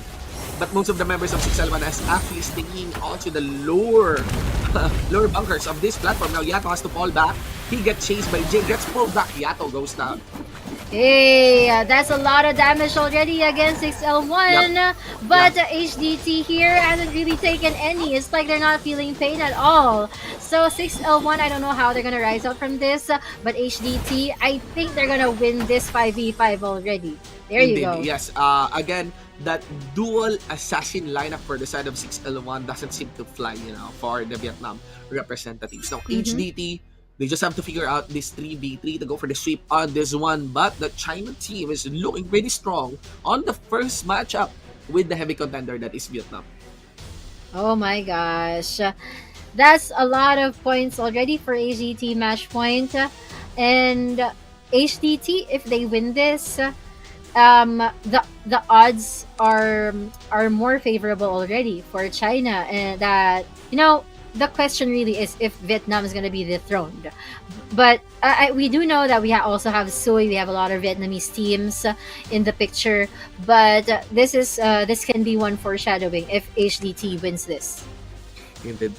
HDT is still gonna be rolling with that gunslinger. Still the same combo in terms of the back, and it would be Spirit Shaper and Occultist on both sides. So we have the El Clasico assassin versus gunslinger scenario. It is really just very interesting how much the gunslinger is such a meta pick for the side. That's true. And they always manage to make it work. Like, really make it work. So, now 3v3. I don't know if... Well, 6L1, they have a chance here because the assassin can easily stealth into attacking the gunslinger, which is what he's trying to do right now. Maintain good distance on that one. It does look like Long is going to be the target here. Separate targets actually. Shifting on that. More Okay. damages. Yep. Long is the main support here. Actually looking toward the movements of their gunslinger. But also same scenario here from the side of 6L1. They're sustaining heavily. It's really a matter of where the cooldowns gets burned. 6L1 gets a nice AoE drop against that Spirit Shaper and also gunslinger from HDT. Well, where are they going from here? Because HDT, he's getting in. He's fronting himself already just to give that damage against 6L1. But 6L1 is not really having much trouble in maintaining their HPs. They're close to their Spirit Shaper, making healing available, which nullifies all the damages being dealt by the gunslinger of Now HDT. goes the battle suit for the gunslinger here of HDT. It's still anybody's game. We're now eyeing towards Sword 9 here. Sword 9 cutting back. No one is fully controlling him. You can actually see the sustain that can come from her support. Now he's actually looking towards Drake and lots of kite back done being against Drake and forces the move back of this Otis. Now, where is this going? 6L1, they're losing their assassin again. But it seems like it's the occultist that's gonna be lost first, but good healing coming from their Spirit Shaper. HDT is still surviving. I love that Sword 9 is so confident in fronting himself. Indeed. Yeah, like it's not an ordinary gunslinger to do that. But of course, when you're in He this does form, rely you're a lot. actually more invincible. And he does rely a lot from the supports in Yeah. his backline. That's actually the second round that he's able to cast that battle suit in. It's all a matter of time before they can actually catch this assassin, but they were able to get the drop against that occultist. Rest is forced from the occultist here of 6L1. Now they have their eyes set probably onto the assassin. No, they're actually eyeing towards Yato here. I mean, members here of HDT just maintaining good control of the upper platform so that they have good visions here onto the rest of the members that is below for the side here of 6L1. Assassins of 6L1 already gone. You can also see the combo being done towards Drake, and that's it. HDT takes momentum, takes flight for the 3-0 sweep against Vietnam's 6L1. Wait, what? Oh, I mean, things were going so good. I forgot that this is already a sweep against 601. So HDT, congratulations. This is the first Chinese team we've seen that defeated Vietnam today. So HDT, we're gonna keep an eye on you. I mean, it's not really ordinary for Vietnam teams to be defeated. Like look at the earlier teams, Sui and VNR. They're just so strong like that. So first Vietnam team to go to the lower bracket at 6L1, and HDT was the one who defeated them. And PQU is also the first team to defeat a Chinese team. Yes. That is an early preview of our match. I just realized that here onto the winners bracket, we are gonna be witnessing Vietnam versus Vietnam matchup as well. Parang JP. Yeah, and that's what's gonna happen in our next match. Yeah. So again, guys, for the Vietnam fans of 6L1, it's still not yet over. It still is a continuing run for this Revelation Global Championship, as they are just relegated towards the lower bracket, and of course will be competing with the other teams that got dropped there. So it's still not yet over. No one is still eliminated in this RGC competition. Yeah, that's good, and I'm so excited to know the results of the upcoming matches. Avengers, Ice, PQU, Sui, and many more. But here's the lower bracket, guys. These were the ones who lost the round 1, but they still get a second chance. Okay, your favorites might be here. Just cheer for them. Maybe Hex, RR, Spades X, Nomad, Eagle Day, KTK, or 6L1, the one that we just watched earlier. So if I'm gonna make a prediction here, I think it's gonna be RR, Spades X, Day, and KTK. But that's just my prediction. We don't know. Indeed. Yeah. Again, we still have a tight competition right now, for this tournament. So it's still anybody's game. There's still a lot to be expected from the teams, and they can still adjust. They could still adjust from the matches that they have already fought, for this tournament. So really thoughts of good expectations for these two teams. We can still expect some upsets and heavy upsets on this one. I do feel like the best match that I still witnessed so far on the day is, between China versus China, which is the one that involves RR. I feel like RR has a very, very convincing win on that series. But essentially, we have witnessed all the teams fight. We've seen all the teams on this tournament fight already. Everyone got introduced already. We know the upper half, the other half got in to the winners bracket. They're continuing on that one. We know that the lower half is now facing relegation on the lower bracket. Yeah, exciting news, guys. But we're just gonna have a quick break as we prepare for the upcoming matches. So stay tuned, guys. Again, this is Parent JP, and with me is Shinbu. So stay tuned. Don't go away. We'll be right back.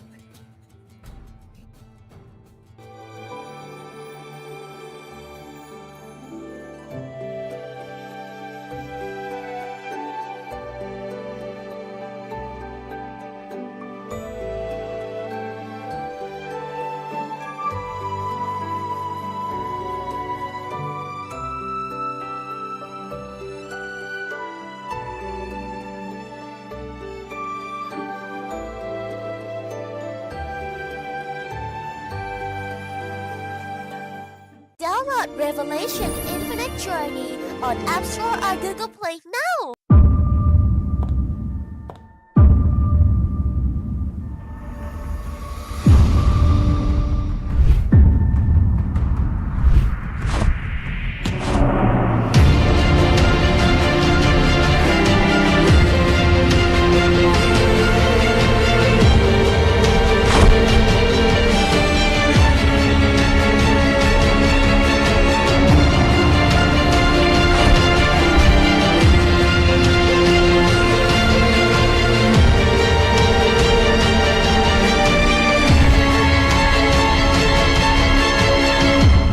Download Revelation Infinite Journey on App Store or Google Play now!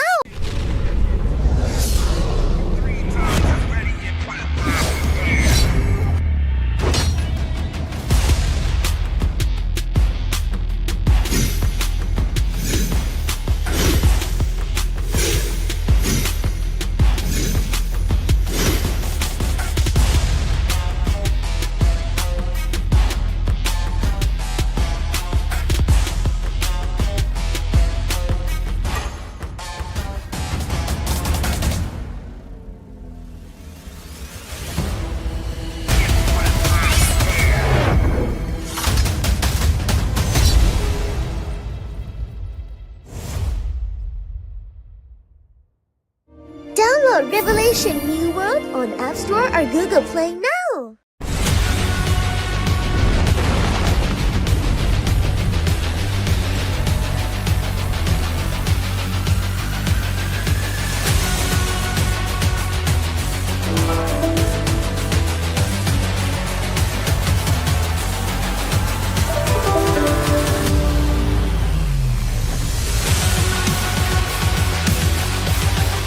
Download Revelation New World on App Store or Google Play now! Last Christmas, I gave you my heart, but the very next day, you gave it away. This year, to save me from tears, I'll give it to someone special.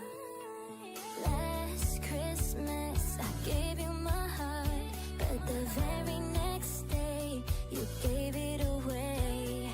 This year, to save me from tears, I'll give it to someone special.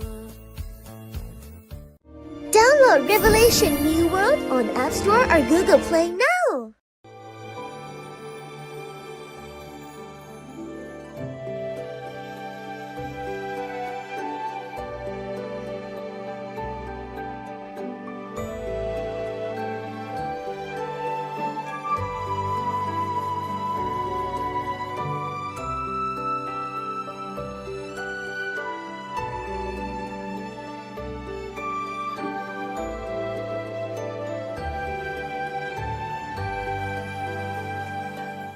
Download Revelation Infinite Journey on App Store or Google Play now!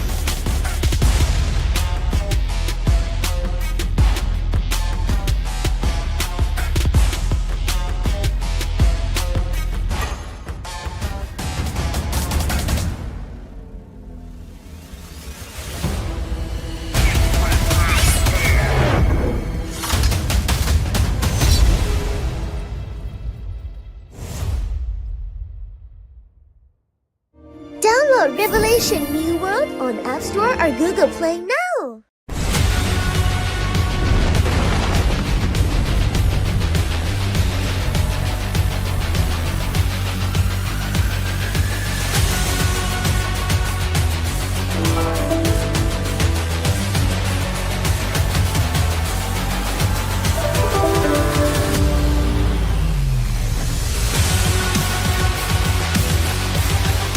Download Revelation New World on App Store or Google Play now.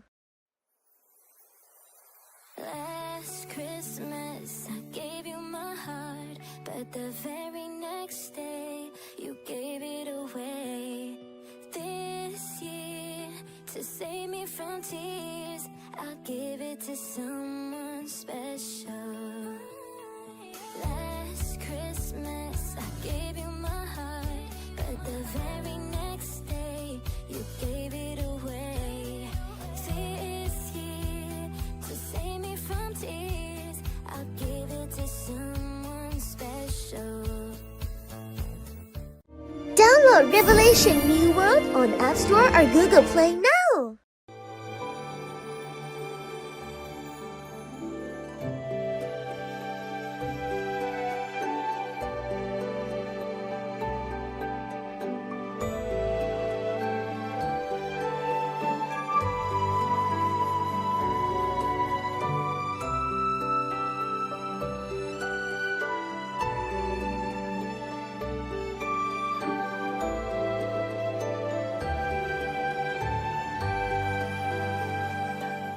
Download Revelation Infinite Journey on App Store or Google Play now.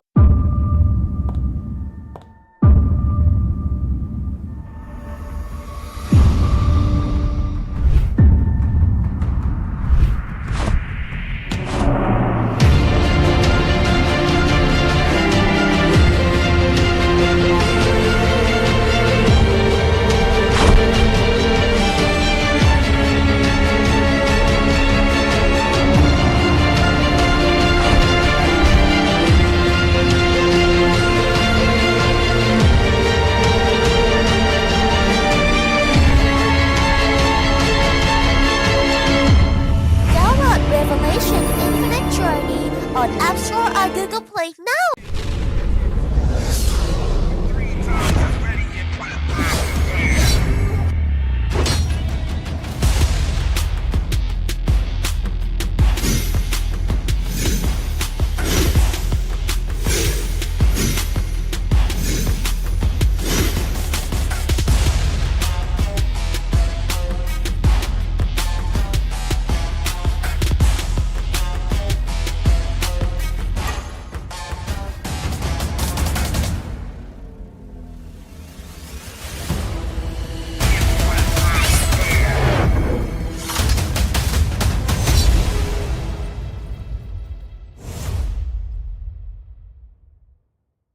Download Revelation New World on App Store or Google Play now.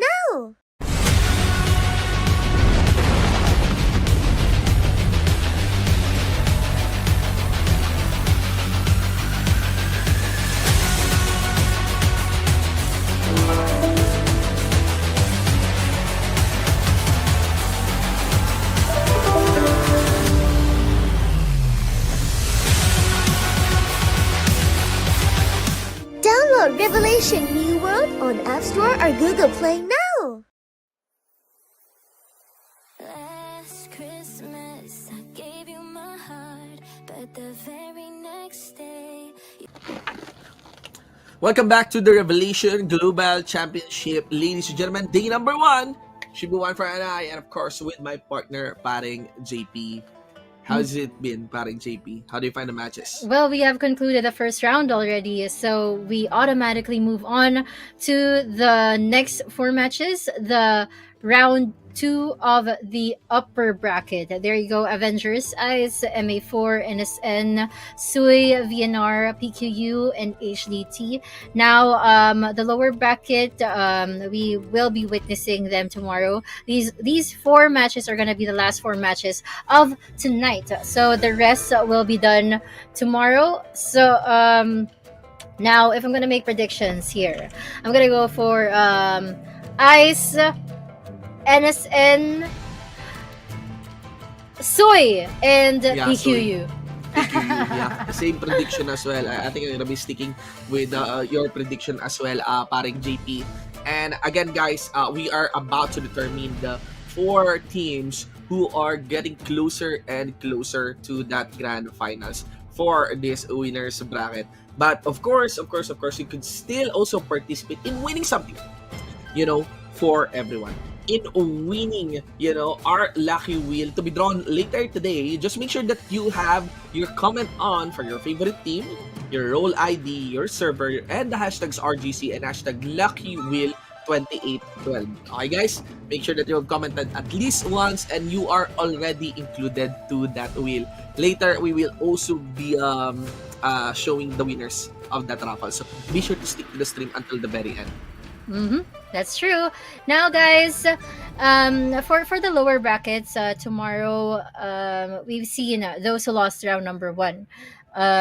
We honestly thought that they were gonna get knocked out, but they have the second chance that they're gonna get, and they're gonna prepare for that tomorrow. So we're going to expect um upgraded skill sets and upgraded performances from those who went to the lower bracket tomorrow. But as for Avengers and Ice, Avengers again, they've been consistent, and I've always considered Avengers to be the underdogs. So for them to get into the first round, I don't know with their dynamics with Ice, because Ice actually was actually also good against a fellow Chinese team earlier, Ice and Indeed. RR. Yeah, against And RR. yeah, so this is one really hard matchup, but I'm still gonna go with Ice, just because of their performance earlier. Yeah, earlier. That's Mhm. one. Also want to mention that they are going against Avengers. I do love this match. I feel like we have a heavy contender match on this one. Like these are Avengers being a veteran also of this tournament. There's an expectation for them to be a podium finisher on this. But the question is how strong Ice is. How strong Ice is this Chinese representative team. So it's really, this match is a sight to see. Really looking forward. I hope there's no occultists onto the Uh-huh. 1v1. All I ask is no occultists. Please. I wish for a gunslinger. I wish for a gunslinger assassin or a gunslinger sword mage match. Yeah, that's true. And then, well, since a Blade Master is also present, I hope we see more of that Blade Master. Finally. But no, we're not gonna see them. I think this is both an assassin, right? Yeah, the 1v1 Yeah. that totally makes the biggest sense. An assassin versus an assassin matchup. You can never get more of a 1v1 than that. Mm-hmm. It's really a total battle of skill, of timings, getting your stealth and decision making, especially on a assassin versus assassin matchup. Well, I'm gonna go side with whoever. I'm not gonna be biased on this one. I just want to enjoy this match, because this is the first time we're gonna see both assassins after a long time for the 1v1. So I hope they play as well. Indeed. Let's look at Ali here. Okay, that is of course the assassin from the side of Avengers, but on stealth.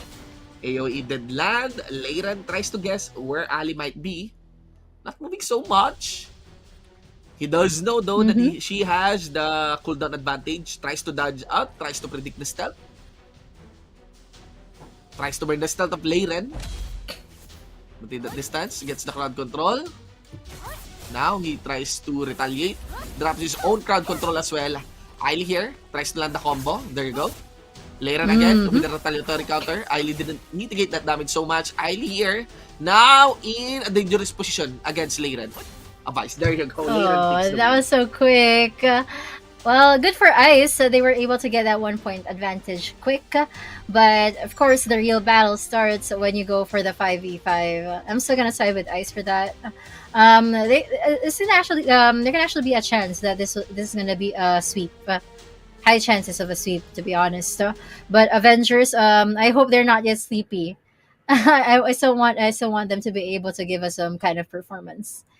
Indeed. Yeah. Okay.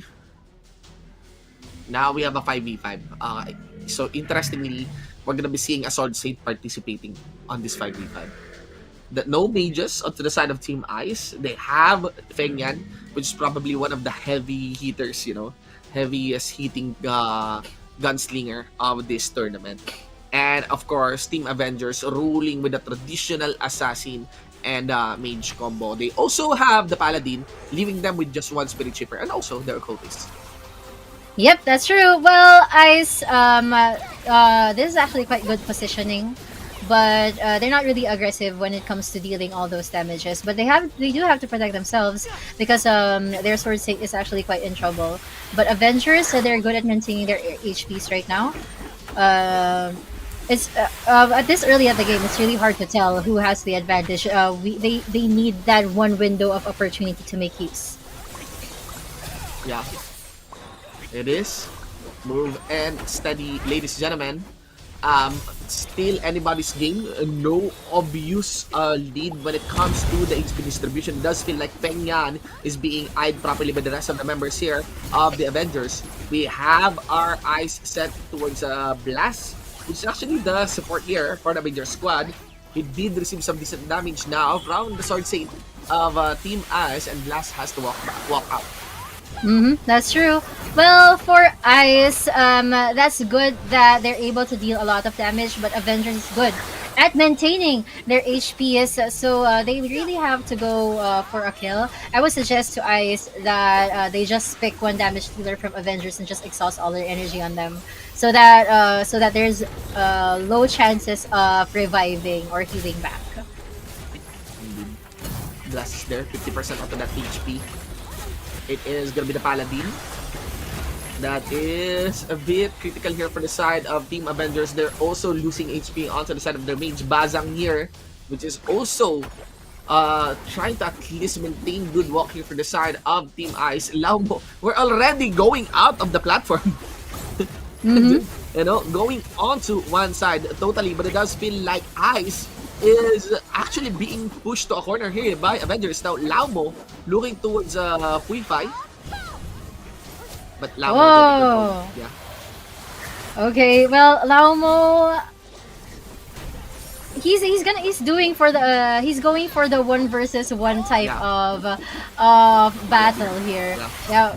But that was actually quite a good risk. Avengers lost their Paladin, which makes them extra vulnerable actually. But since there was a revive, I don't know what's gonna happen next. It's actually forcing the crowd controls onto Puifa, and that leaves actually the mage, or actually one of the members here of Avengers, not being able to be efficient when it comes to the spells that you can cast overall in this game. Now, Lamo still stays into the middle, gets sustained properly by Bazang, and that actually gives him a lot of freedom now towards Puifa. So, yeah, my guess is there. Puifa is the mage here, and Laumo is making sure that he isolates Puifa. You can actually see he's always forcing this ice, out of Puifa. So, the damage is always being led on by Team Ice as long as the Sword Mage is being kept busy by Laumo. Yeah, that's true. And he's actually doing a good job about it. Avengers here is actually worrisome for them. The occultist is only left. That was worth the risk. Laumo really did his part well. It is a beautiful fight, paring JP. I do like how long that fight is because it's actually very wise targeting on both sides. That's true. Well, who is the greatest damage dealer? Of course, that would be Feng Yan. But for Avengers, Ali, their assassin. But it was really hard to sustain their HPs there when they went for the one versus one strategy somewhere there in the middle. But we move on 3v3. I'm still thinking that this is gonna be a sweep, but let's see about Avengers. They placed the Paladin, the Occultist, and the Spirit Shaper. Not much of a DPS there.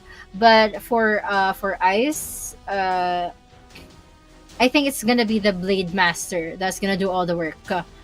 But their Spirit Shaper Gunslinger, should right? be... The Gunslinger. That will make Avengers very busy on this one.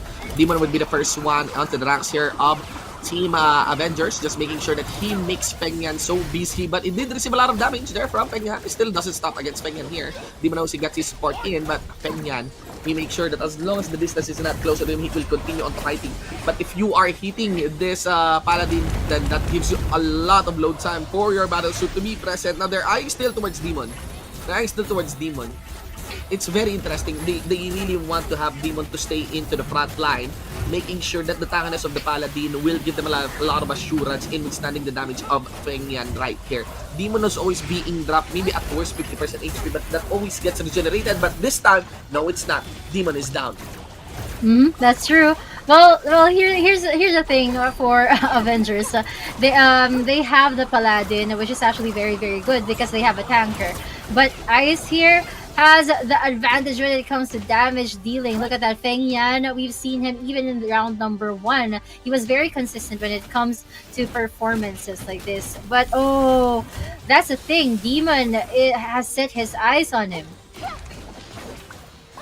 Okay, we move on to Demon here. Who are they attacking? I think he's gonna go for.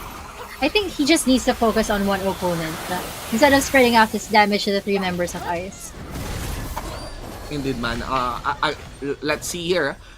Again, there's a lot of sustain available for Demon here, but I do feel that when it comes to the DPS count, Feng Yan is leading already on that one. Now, this time, Team Ice is setting their eyes onto a different target. They're actually targeting the occultist right here. Feng Yan, again, once more onto the battle suit mode. You can also see here that the occultist of Team Ice is in critical situation with Demon focusing towards him. Now, they did force the members. Here of Team Avengers out of the platform. And it does look like Team Ice has the upper hand lead on this one. And they force a drop against Demon. Well, here's the thing. For Avengers, they're slowly losing their lives, and Feng Yan is still on a whim, attacking and attacking. Even if he goes for this, you know, if he focuses all his attacks on Blast or Demon or whoever, there you go. The occultist just went down. Feng Yan needs to be able to keep his HP safe care of Xiao Yu or Lazang. More HPs for Ice. But the Paladin is Avengers is actually good at reviving as well. But the Paladin is already out of the ball game. I don't think he's gonna be able to revive anymore. They've exhausted all of their revival chances. Occultist and the Spirit Shaper are the only ones left for Avengers, and this is it, guys. This is it. This is the sweep that we've been talking about. Ice has already the Spirit Shaper left to defeat, and there you go. Ice moves on to round number 3 of the upper bracket.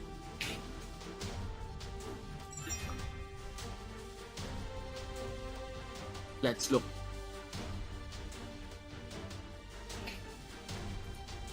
Ladies and gentlemen. Let's look here as you actually see that the sweep is completed by Team Ice. It's a difficult situation right now. It's now Team Ice. It's actually a difficult situation there for Team Avengers. I do feel that Avengers has fought that one tooth and nail.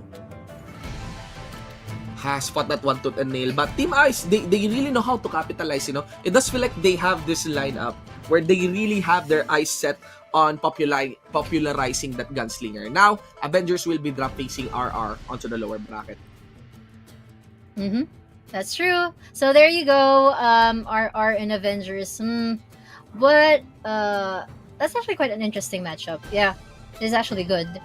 But more excited for this for KTK and 6L1. But that's gonna happen tomorrow. We don't have to rush. So what I'm thinking for the next matchup, since we're done with Avengers versus Ice, the next one is it's not Nomads. It's the one who defeated Nomads earlier. I can't remember their names.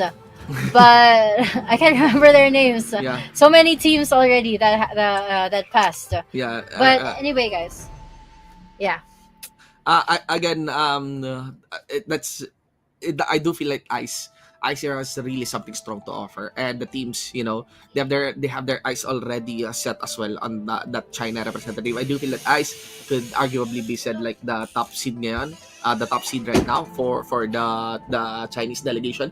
And the members, other teams, other countries, they are now looking how to solve Feng Yan's gunslinger and the playstyle that Team Ice is delivering. I also commend their assassins as well. Their assassin play, their occultist play for that part, and especially with Bazang's position as well. It does feel like how Team Ice, they do understand the map so well that it's always about controlling one part of the map, and for the most part what they always aim for is to force opponents outside of the platform. When the Yeah. opponents are outside of the platform, they can easily see them, they can easily spot them, and they could easily identify them. When you are in the middle of the platform, any targets can happen, and any loose spell can actually drop on you. But when you're forcing your opponents outside of the platform, you could just concentrate on one side. That's actually a good point. We've seen a lot of teams do that earlier, and most of the time they do manage to win because when you contain them in one side, you can also easily control the AOE damage that you want to deal against them. So what I think the strategy here is just disperse at first and don't look for a window of opportunity to contain your opponent. That's why it's always a brawl within the first 30 seconds of the game. They're in the middle because people are looking for ways to control the positions of their opponent as well. But here you go. We finally remember the team names NSN and MA4. Indeed. Okay. So again, Thailand versus China. On this one, striking difference on their lineup. MA4 is rolling with 2 occultists and 2 spirit shaper on their lineup. Their main damage source are this one assassin and the 2 sword mage that they have. Given that this is a China team, gunslinger won't be up, with NSN Magic being present for the side here of the NSN representative, but they decide to send an they decide to send again an assassin, and MA4 still decides to send an occultist. How many occultists has been losing the 1v1? Oh my I gosh. already lost count. But we do know that it's a 100% lose rate. Yeah, it's a 100% lose rate. But this after praying that we don't see an assassin versus occultist matchup anymore, we just forgot to pray again, and it happened again. I'm So, always curious about the I do feel that maybe on the meta, occultist might be good onto the 1v1, but especially in this clutch moment against an assassin, it's just I'm starting to think you're just begging to lose, giving a free win against your opponent. Let's see the counterplay being done here by the occultist. He's trying to get a sustain when he tries to duel up. There you go. Good damage coming in from Mr. Fu. Probably the first occultist to get the win here against the assassin. Land combo. well, there you go. Of course, we all know that it's always the assassin who has the upper hand, but I think this time it can be quite a different story. Yeah. Look Wendy at that, is the actually not occultist. saving his skills earlier. He's actually landing some key combos, but the in-out of the assassin is I'd still choose over Mr. Fu here. Get this bit of protection. Went up. Tries to get the timing here. He did so Wendy already. He's now on the offensive, but Wendy goes for the counter. Land the combo. Mr. Fu also maintained his own distance. More combos. Mr. Fu actually knows what he's doing, but Wendy needs to be more careful. Indeed. Still get the kite back.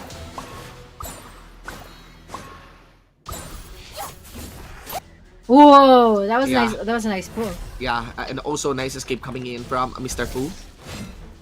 He did get the combo onto Wendy. That's the first occultist finally getting the win against an assassin. MA4 gets game number 1. Finally. We have the occultist win. That's the first. Well, I think what happened with this match is Wendy. It's very, very different from all the assassins that we've witnessed earlier, because usually we see the assassins become more aggressive, but this is the first time we've seen a passive kind of assassin. So I think that was the problem. But we move on to the 5v5, guys. Standard meta, of course, for NSN. Standard, what we mean by standard is Chinese standard, where they have a gunslinger with them. But for MA4, of course, this is the standard Southeast Asia kind of meta. Man, here we go. 5v5, So right now, despite the multiple despite the multiple counts of Spirit Chipper to the side of MA4, they're gonna be using their Sword Mage. They also have an Assassin right there, and they also have their Paladin, you know. But NSN has taken the upper floor, and MA4 is going onto the defensive position initially. Will they go for the counterplay though? There you go. Okay, of course, we expect a lot of aggressive plays here. MA4, I remember them to be the team that I didn't expect to win during the first round. But this is quite a curious dynamic that we're seeing against NSN. So meta to meta, I think it's just gonna be how the gunslinger and the sword mage outplay each other. Indeed. Again, they're both the main damage source right here, but also it depends as well also the support that they are getting. But if you're the gunslinger, if you are the sword mage, you know, positioning is very, very important, and that's why you can actually see most of the mage are actually staying outside the platform. But right now, the thing about the gunslinger is that once you have your battle suit, you can just dish out raw damage to anyone onto the field, just because you really want to make the most use of that battle suit. There you go. That's a lot of damage already against MA4, and NSN can easily end this match. The Occultist is the only one left. One hit. Oh, don't tell me that this Occultist can still turn things around. I think he should just quit. I'm so sorry, but you know, it's really hard. It's really hard to survive against 5. There you go. Yeah, Alex is there as well. NSN still has Wait, the what? better control. Yeah. Wait, what? NSN There was still a has the better revival? control. Yeah. But that's up to no avail.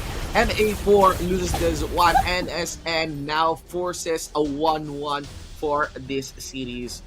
Again, the superiority of Chinese teams really with the gunslingers and all for 5v5s. Excellent play there. Okay. So, right now, we are going to be going for the 3v3 scenarios. And again, it won't be gun. The gunslinger will always be there for the side of NSN. Interestingly, MA4, they won't be using an occultist. Parang GP. This is the first combination I saw this. They're going to go with the Sword Mage, Paladin, and Spirit Shaper. Okay, well, for this 3v3, of course, this is where things get tricky. But there's no way for NSN to lose their gunslinger right now. Of course, this is a 3v3, and they always go for their gunslinger when it comes to the 3v3. So MA4, knowing that they don't have that gunslinger, they're gonna use for the sword mage instead. But okay, this is a strategy where you back away in the first round, which is actually quite risky because just like Shinbu said earlier, when you manage to get contained into one position, it's easier for you guys to get defeated. So MA4 needs to disperse so that they can have an advantage when it comes to positioning. Indeed. Now, let's see. Again, I got a feeling that MA4 would be lacking in damage for this 3v3 just because they have chosen the Paladin. But they have a lot of at least disable, you know, that they can drop against the members here of NSN. But still, they get a sustain. And I feel like that's it. You know, the Gunslinger can overwhelm the defensive stats here of the Paladin. Paladin did receive the revive, you know, the resurrect. But the Sword Mage, what about the Sword Mage? Sword Mage gets controlled quickly, and that's actually a revive on cooldown with the Sword Mage already down for this side of MA4.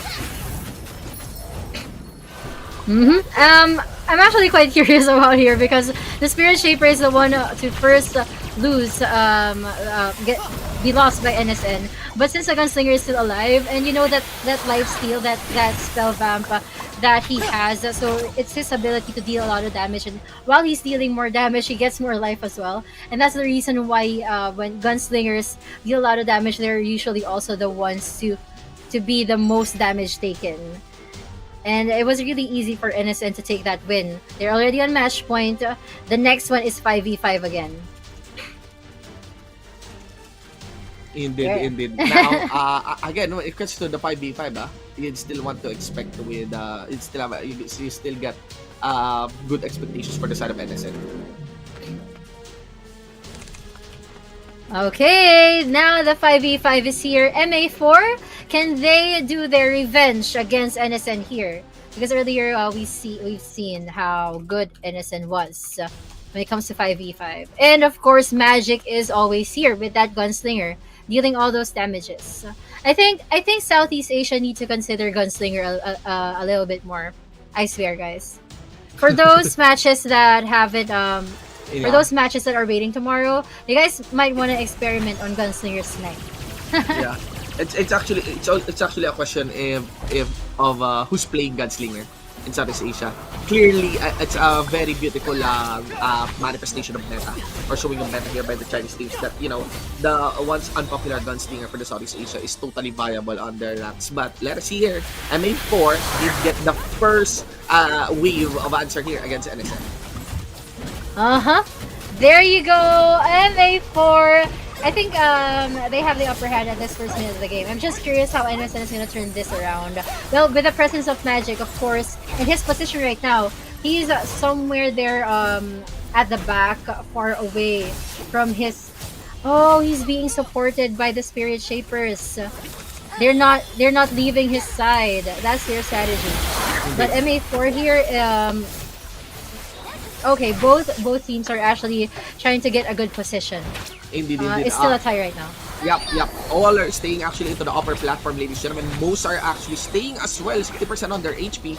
But still steadily, members of NSN is getting the lead on that one. Still no battles available for their Gunslinger.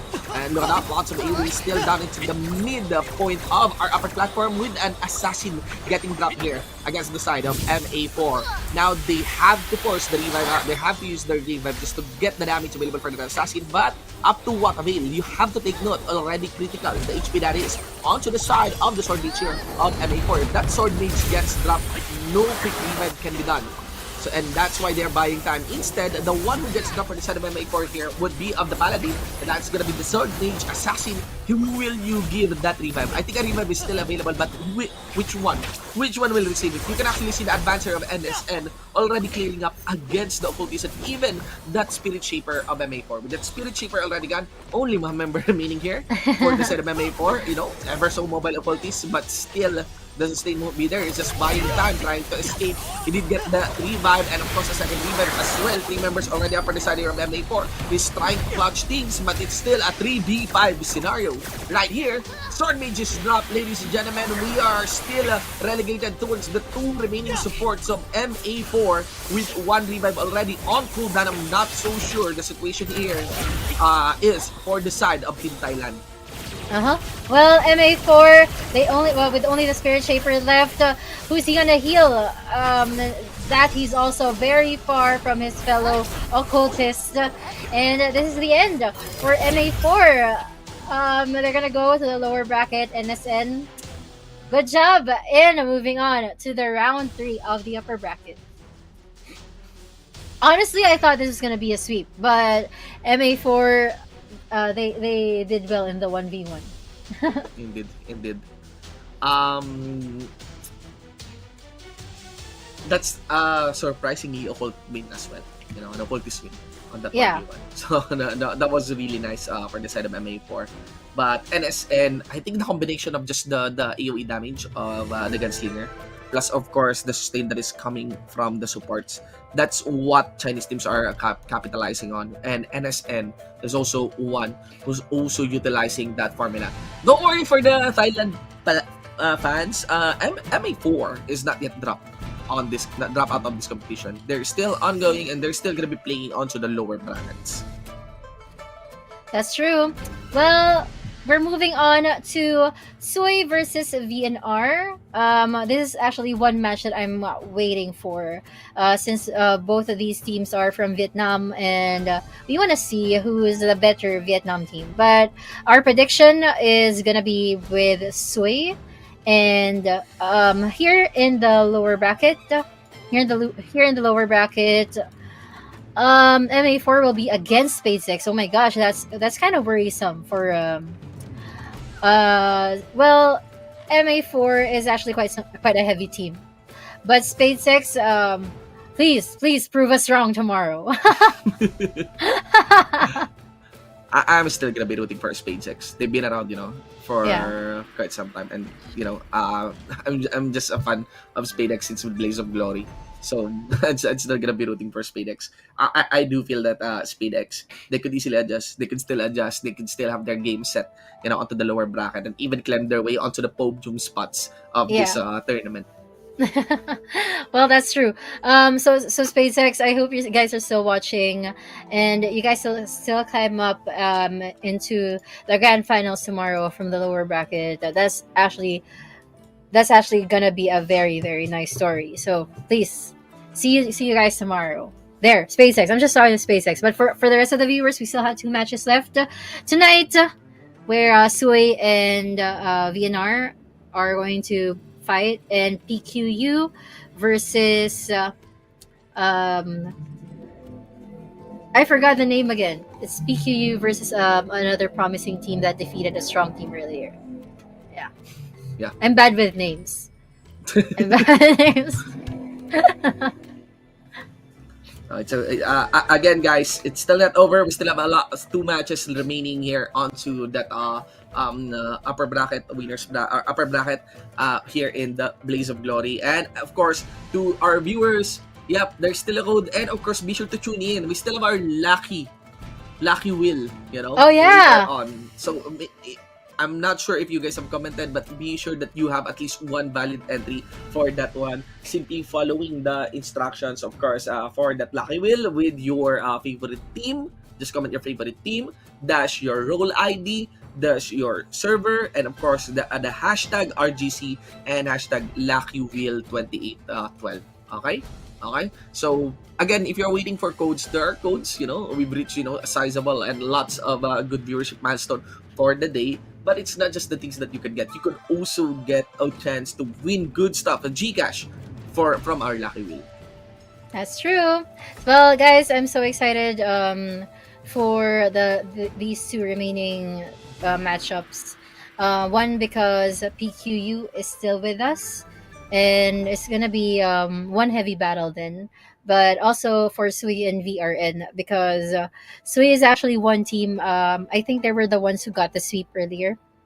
That's why I'm curious on how far are they gonna go with that kind of performance that they showed us earlier. Exciting stuff, Mhm. Yeah. Again, guys, you also have to watch out for the matches for tomorrow. This is just day 1 of the Revelation Global Championship. So tomorrow is the exact day that we will be crowning a champion, for Revelation New World. So here we go, guys. Game number, I think we are already on match number 11. Match number 11 Yes. for the night. It is Vietnam versus Vietnam, and El Clasico matchup. VNR versus Sui. There you go. Well, again, I'm still rooting for Sui, just because of their sweep earlier. But I also remember that they have this. Oh, they're the ones who showed us the duo thing. Like, they have 2 spirit shapers, 2 occultists, and 2 assassins, and then 1 sword mage. They don't have the paladin, guys. They don't have the blade master nor the gunslinger. So okay, 1 versus 1. Sword Yes, mage yes. versus an occultist, of course.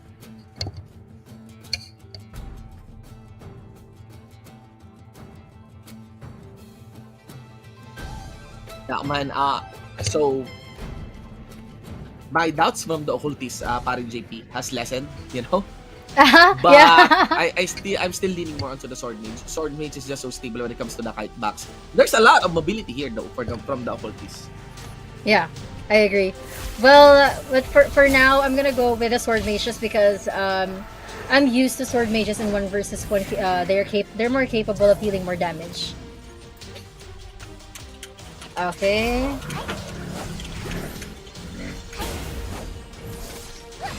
Oh, but that's a lot of damage from KKK. But a lot of damage as well coming from VNR. Um, I think it's the dodging ability of KKK here that will need to play out. So, because he wasn't able to dodge those damages earlier. And it has a lot of damage. You know, that sword's actually quite painful. And let me see. Kakaka is really losing a lot of HP. Occultists are capable of dealing damages, but they're more on for team fights rather than the 1 versus 1 setup. And DA that was actually knows how to position himself. Let's look, Kakaka here. He did lots of good crowd controls against Dao. Why Dao though? He can just close it and drop the sword against Kakaka. That's actually quite easy. Sword Mage is easy. a really good hero for our class for the 1v1. And very straightforward, you know, when it comes to the damage that they can deal. You know, they can really it's just that their cooldowns are a bit long, but they should considerable crowd controls and damage, you know, from a good distance. So that's all they need to do. That's all they need to do.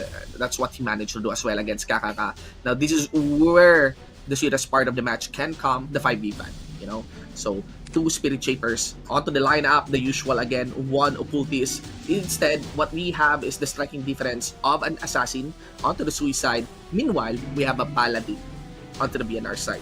Both has a Sword Mage, you know, to dish out big damage on both sides. I agree. Well, let's see. VNR and Sui. For the 5v5, this I'm gonna go with Sui because of their strength in the 5v5 earlier. Just because of that. But I think both of them are just gonna be as like equally aggressive. Yep. Okay. 1 kill here onto our main camera. He did get haha on that. 1 kill still maintaining a good distance here. Okay. Step disruption actually onto the side of VNR. Their Paladin, you know, that's the main purpose of this Paladin. But is shooting his targets once more. He really wants to disrupt hahaha. Uchihi. Okay. Very interesting IGNs here for the side of for the side of the scene. Yeah. I'm waiting for the player that they focus on, that they pin on. But they haven't picked any, really. Oh, I think it's this guy from BNR. Oh, that was a good one. Indeed. Staying into the middle, of course, staying upon stealth. Because this is a dual Spirit Shaper battle, parang GP. Very rare kills can actually stand out. Maybe this one onto 1 kill though. Especially the Paladin missing up his her position. But there's a lot of revives available, even for the side here of BNR. But that's a lot of AoE damage coming from Sui. VNR lost their Paladin already, makes them more vulnerable. Sui, this is actually their opportunity to just go all out, easily end the game. But VNR, they have 2 Spirit Shapers, so the chances of revivals are actually high for the Paladin and the Sword Mage. But I don't see it coming. The Occult is already gone as well. Oh, 2 Spirit Shapers alive! What are they planning to do? They can't revive anyone at this point. Very good. So instead, once more, winner Amy is there already at 10% on his own HP. It does look like Sui is taking good control of this 5v5. Ladies and gentlemen, the momentum did pay off for Team Sui. They get good sustain, and it does feel, man, that Assassin is far better than the Paladin option. Yeah, I agree. Yeah, so Sui has the upper hand on that. Sui did get the 5v5 series. Let's look at the 3v3. I'm expecting 3v3. They would rely on Sword Mage. Spirit Shaper, Occultist, and Sword Mage matchup. Let's look. Alright. Oh, wow. Two Spirit Shapers and 1 Occultist. I'm actually quite confused. Because there's this lack of DPS. Yeah. Could be. The problem is that members here of Team VNR could be overwhelmed by the Assassin. But they plan on playing the long game frame probably. They plan on, like, having a far more stable lineup. Mm-hmm. But still, assassin is an assassin eh. And assassin is quite popular, on the current meta Of here course. of Revelation. There's Yeah. just a lot of utility that can come from the assassin. You can just sneak behind enemy defense, sneak behind enemy lines, and drop, if not at least an execute damage, drop a significant amount of damage against your That's opponent. true. That will weaken them a lot. They also have that ability to weaken the opponent. And I'm actually curious. When is the Holy Lancer gonna be available in tournaments? But we're gonna talk about that next time. Now it's a 3v3 for VNR and Sui. I don't know where this is going as of now. I'm just waiting for key moments here. Like this. That's a significant amount of damage against Uchiha. Indeed. Mm-hmm. Okay. Again, on this 3v3, we're banging more onto that assassin play, but it does look like is trying to get some proper timings right now. There's a lot of ability being dropped against BNR, and they're also controlling Uchiha here. But sustain would be available for Uchiha. You just look at that. Now he's eyeing towards Eni right here. He's really targeting that occultist down. Let us see. Actually, a Spirit Shaper probably. Yep, it's a Spirit Shaper onto Eni. Eni walks back, gets his sustain. And it's getting sustained properly right here. Now they are looking towards Ho-Ho. And yeah, maintain their distance with each other. So everyone actually separated. Tries to at least chase the targets. Now the thing here is that because of That was a good that pull. transform available on Yeah. the Spirit Shaper, it's very difficult to chase Spirit Shapers if you are the assassin here of Sui. Oh my gosh, I worry that that VNR here will be forced to disperse, and then they'd have a lot of trouble healing each other, and they don't really have this tankiness that can sustain against an assassin. So what they're doing right now, what VNR is doing right now, is they're focusing all their energies against the assassin of Sui, so that the main damage dealer of Sui will be disabled, and thus giving them the upper hand. But unfortunately, their damage is not enough to kill off the assassin of Sui. Okay, pushing her. We're into the middle. And it does look like BNR taking some good upper hand right now. Things are looking so tricky. But BNR is just being sure against their fight against Sui. Now, they're receiving decent damage here from the occultist of BNR, but the occultist will be dropped. And that's it. One occultist down for the side of BNR. They have a lot of resto available for that. And they did. Oh, okay. Yeah. Here. In a critical situation now, Eni also receives some crowd control. Gets controlled. That is it, Spirit Shaper and also the assassin is done against Sui. They did revive that Spirit Shaper. It's only a matter of time before they try to also revive that assassin. But this composition from the side of BNR is working well, in favor of the BNR squad. And now, they are at match point against Sui. If they win this 5v5, they get the seeds. Well, that reminds us, Sui was actually the one who won the 5v5 earlier. So VNR needs to be more careful about this. They need to figure out what went wrong from the previous 5v5 so that so they can easily close this match with that 5v5 and not wait for the 1v1 anymore. Indeed. Okay. Okay. Still gonna go with Sui though. Yeah. Yeah, let's still go with Sui. I feel like we might have a game 5 on this. Yeah. The problem is they're rolling with the Paladin. I feel like for the 5v5, it would be difficult for the Paladin now. The damage is overwhelming here onto the side of Sui. If members here of VNR is not able to at least disable or stop this assassin, from action. But the problem is if they put their attention onto the assassin, it buys more time for the rest of the members of Sui to actually dish up damage, especially their sword mage. Mm-hmm. I agree. Now, from what we can see, Sui is actually trying to be headstrong against Dao.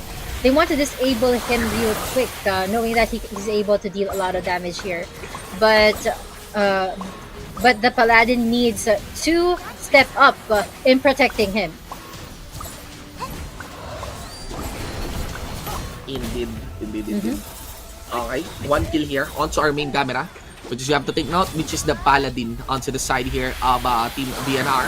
Did control on Tuaha, and things are going so well here for the side of BNR. It does feel like the 3v3 actually brings them a lot of good momentum on their side, but man, that's why we actually delivered great damage here to the Sword Mage of BNR. And now Sui has the upper hand here onto the upper platform as well of our map. Another AoE is dropped perfectly here by the Sui squad against BNR. And now BNR is on the mark on sustaining at least the rest of their members. I agree. Well, as for Sui, here's the thing. They lost it at that. I think it was because of the positioning that the AoE damage put all on them. But VNR here, since they already have the upper hand, they already have the momentum. They just need to keep going, and that's what they're doing. They're trying not to waste any chance that they can have. That they can kill off or disable one member from Sui. But I think we just reset to 0 again, since Sui, the members of Sui are all alive again. Indeed. Look for Oho. Goes for 1 kill. 1 kill here. Just at least he makes sure that disables are available, onto the side here of Team Sui. Actually, the interesting part, JP, they have separate targets, Yeah. Like 1 target for each. The targets are not really like concentrated onto just one. It's the way I see it, I'm seeing a lot of man-to-man or 1-1 targeting here in the map. And look at that, Sui has taken good control again of the upper platform. BNR a little bit on the defensive. They do feel like that's the one that is happening. They did lose their Sword Mage. But Sui, Sui, can they really push this one to a game number 5? I think so. Well, it's hard to tell. I think time is running out. I think it will just boil down to who dealt the more damage. Because with how things are looking right now, it's still going good for both of them. But this is what Sui did in round number 2 when they suddenly turn around. No one's touching the Spirit Shapers. No one is disabling their Spirit Shapers. It's mainly just the ultis or the Sword Mage that are receiving damage. And the Spirit Shapers are just, they're not even transforming. They're just dishing out damage right now. And I think everyone can be sustained, can be revived should they want to. So he did get the upper hand when it comes to total damage and of course body count.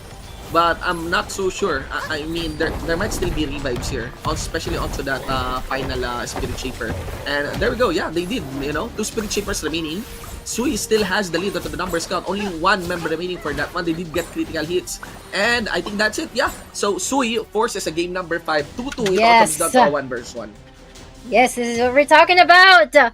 We are there was just 1 maxed out series earlier. This is just the second one. Yeah. But for the 1v1, this is actually very hard because we can't really predict who the other team is going to bring out, right? Like bring in the battlefield, we don't know. So I think the Paladin is the safest one. Oh, there you go. Paladin for VNR and Sword Mage for Sui. I'm siding with the Sword Mage on this one. Yeah. But Paladin is a very safe pick. Yeah. I feel like Sword Mage and Paladin, it could be a long battle, but I might be leaning more onto the Paladin. If 1 kill is able to close the gap properly here against that Sword Mage. It really depends onto the mobility of that Sword Mage right now. 1 kill here. Now is actually on the advance. It is actually the Sword Mage that gets the first hit landed on. Maintaining their distance. There's the shield from 1 kill. He's trying to get the kite back. You can actually see how much this Sword Mage is maintaining good distance against the Paladin. The moment he got close in, he actually sets the ice. And a lot of combo is actually burned against 1 kill. Okay. This is kind of tricky, but there you go. That's a lot of crowd control that 1 kill has to deal against Uchiha. Yeah. And ice is still available on yes. Haha. So the moment that actually 1 kill lands that chain, There you go, ice. And the combo. The weird part is he's still landing the combo. He should be expecting that the ice would be available, yeah. Onto this sword mage. Tricky part, 1 kill again with the shield. Well, Misses the chain. well, guys. Well, if it ends, like if timer runs out, we both know that we all know, guys, that Uchiha was able to deal the more damage. Yeah. But crowd control here for 1 kill. That's what he needs to make use of. He just really needs. He just really lacks damage. That's the thing. And Sui has the upper hand on this. I was betting more onto the Paladin, but it does feel like, despite that little mobility, but a lot of crowd controls plus the ice, Uchiha will always get the lead on this one. He is totally making it very difficult for 1 kill for this on this fight. The map just favors a lot of mobility, or at least doesn't favor the mobility here of the Paladin, and that's it. That's it. This series concluded with a 1v1 played by a kiting sword mage. Yeah. Congratulations, Soy! All predictions right as of now. But we still have one more matchup left to witness. But that was actually a good series to watch. Another maxed out series, Vietnam versus Vietnam. So I think that was really friendly for them. Sui just really was the better team there during that match. But PQU versus HDT, this is what I am most waiting for. Indeed, Team Philippines, and of course another China matchup. HDT is really good on their match against XL1. PQU was excellent, dropping KTK. It was the first Chinese team that that was dropped. The second, but the match between Ice and RR are both China versus China, so that doesn't count. But here we go. By the way, guys, this is the lower bracket one. Again, if you drop from the upper bracket, it doesn't necessarily mean that you're out of the tournament. You are still in the tournament. So don't worry for the fans and of course viewers that are supporting for these teams. They are still in the tournament. Okay, so now we are waiting for our number 12 match for the night, and I'm really looking forward to that one. HDT versus PQU. Yeah, me too. Well, of course, I'm siding with PQU. With whatever reason, they may be my bias, but they've also shown great performance earlier. They really delivered, but we're just not sure what the dynamic is gonna be against HDT. But PQU, they're the Filipino team that I was really surprised with tonight. So I really want to see them win in this last series of the night. I'm sure you guys think that way too. Yeah, lots of expectations being delivered here by PQ, but it's also HDT, and I feel like HDT is also a team. It's a gunslinging team, I haven't seen any Chinese team who's not utilizing gunslinger for this tournament. So that's one thing that PQU has to anticipate for that match. It would be a sight to see, because that if they're able to beat HDT, that makes PQU the best Filipino contender, for this tournament. And at least we were cheering for two teams who are still present in this tournament. You have Spade X on the lower bracket. You have PQU if they continue their run here onto that upper bracket. Yeah, I agree. Well, guys, I am for PQU, a lot of Filipinos have stayed up with us tonight to witness this. So I'm sure you guys are not yet sleepy, because after this match we still have the lucky wheel, which which we will all be part of. Okay, so don't go anywhere. We're here together. make sure that you guys have participated onto the lucky wheel again, guys. It's very easy to actually participate onto the lucky wheel. All you need to do is of course comment your IGN, your favorite team, your role ID. If your role ID is Sword Spirit, not Sword Saint, Sword Spirit. Okay, guys, you have your server, you have your hashtag RGC and Lucky Wheel 2812. Okay? Lucky Wheel 2812. You know? Mhm. Be sure. Big shoutouts to all the Sword Spirit class players out there. Okay? Yeah. Oh, I Thank you haven't for keeping me awake. I haven't put my entry for the lucky wheel yet, and also for the guess the champion. But I'm gonna think about that later.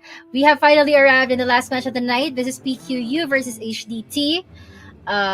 There you go. I remember you, Langwanji, with the 1v1, and Kuina, yeah, they're occultist. Nyx also, they're paladin, and J for HDT. Yeah, this is actually a good team. When they defeated 6L1 earlier. Happy? Yeah. Okay, let's look, man. This is the full stack lineup of PQU versus HDT. All right. The question now is, who are they sending for that ever so erratic 1v1?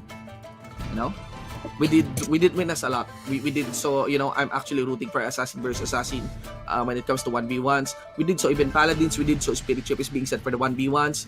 But they're really keeping it simple and straightforward. They will go for the Assassin versus Assassin matchup. Mhm. Blue versus K. Okay, this is a good one. If it's an assassin versus assassin matchup, we can expect it to be fair, and it will just really depend on how the player maneuvers the game. So, what I'm also hoping to see an aggressive kind of assassin play, because the last one that we saw, it was kind of a passive kind of assassin that had to lose against an occultist. So this time, assassin versus assassin. Of course, guys, you're rooting for PQU. So let's see how Blue is gonna maneuver through this. All right. We're just waiting for the barrier to actually be lit. Curtain is being lit. Blue is actually holding on to his stealth. HDT is not actually within. There you go. It's actually within the vision of Blue. Blue goes in. First dash. They're actually trying to get the first crowd control. K was able to guess the position there of Blue. K on a defensive position.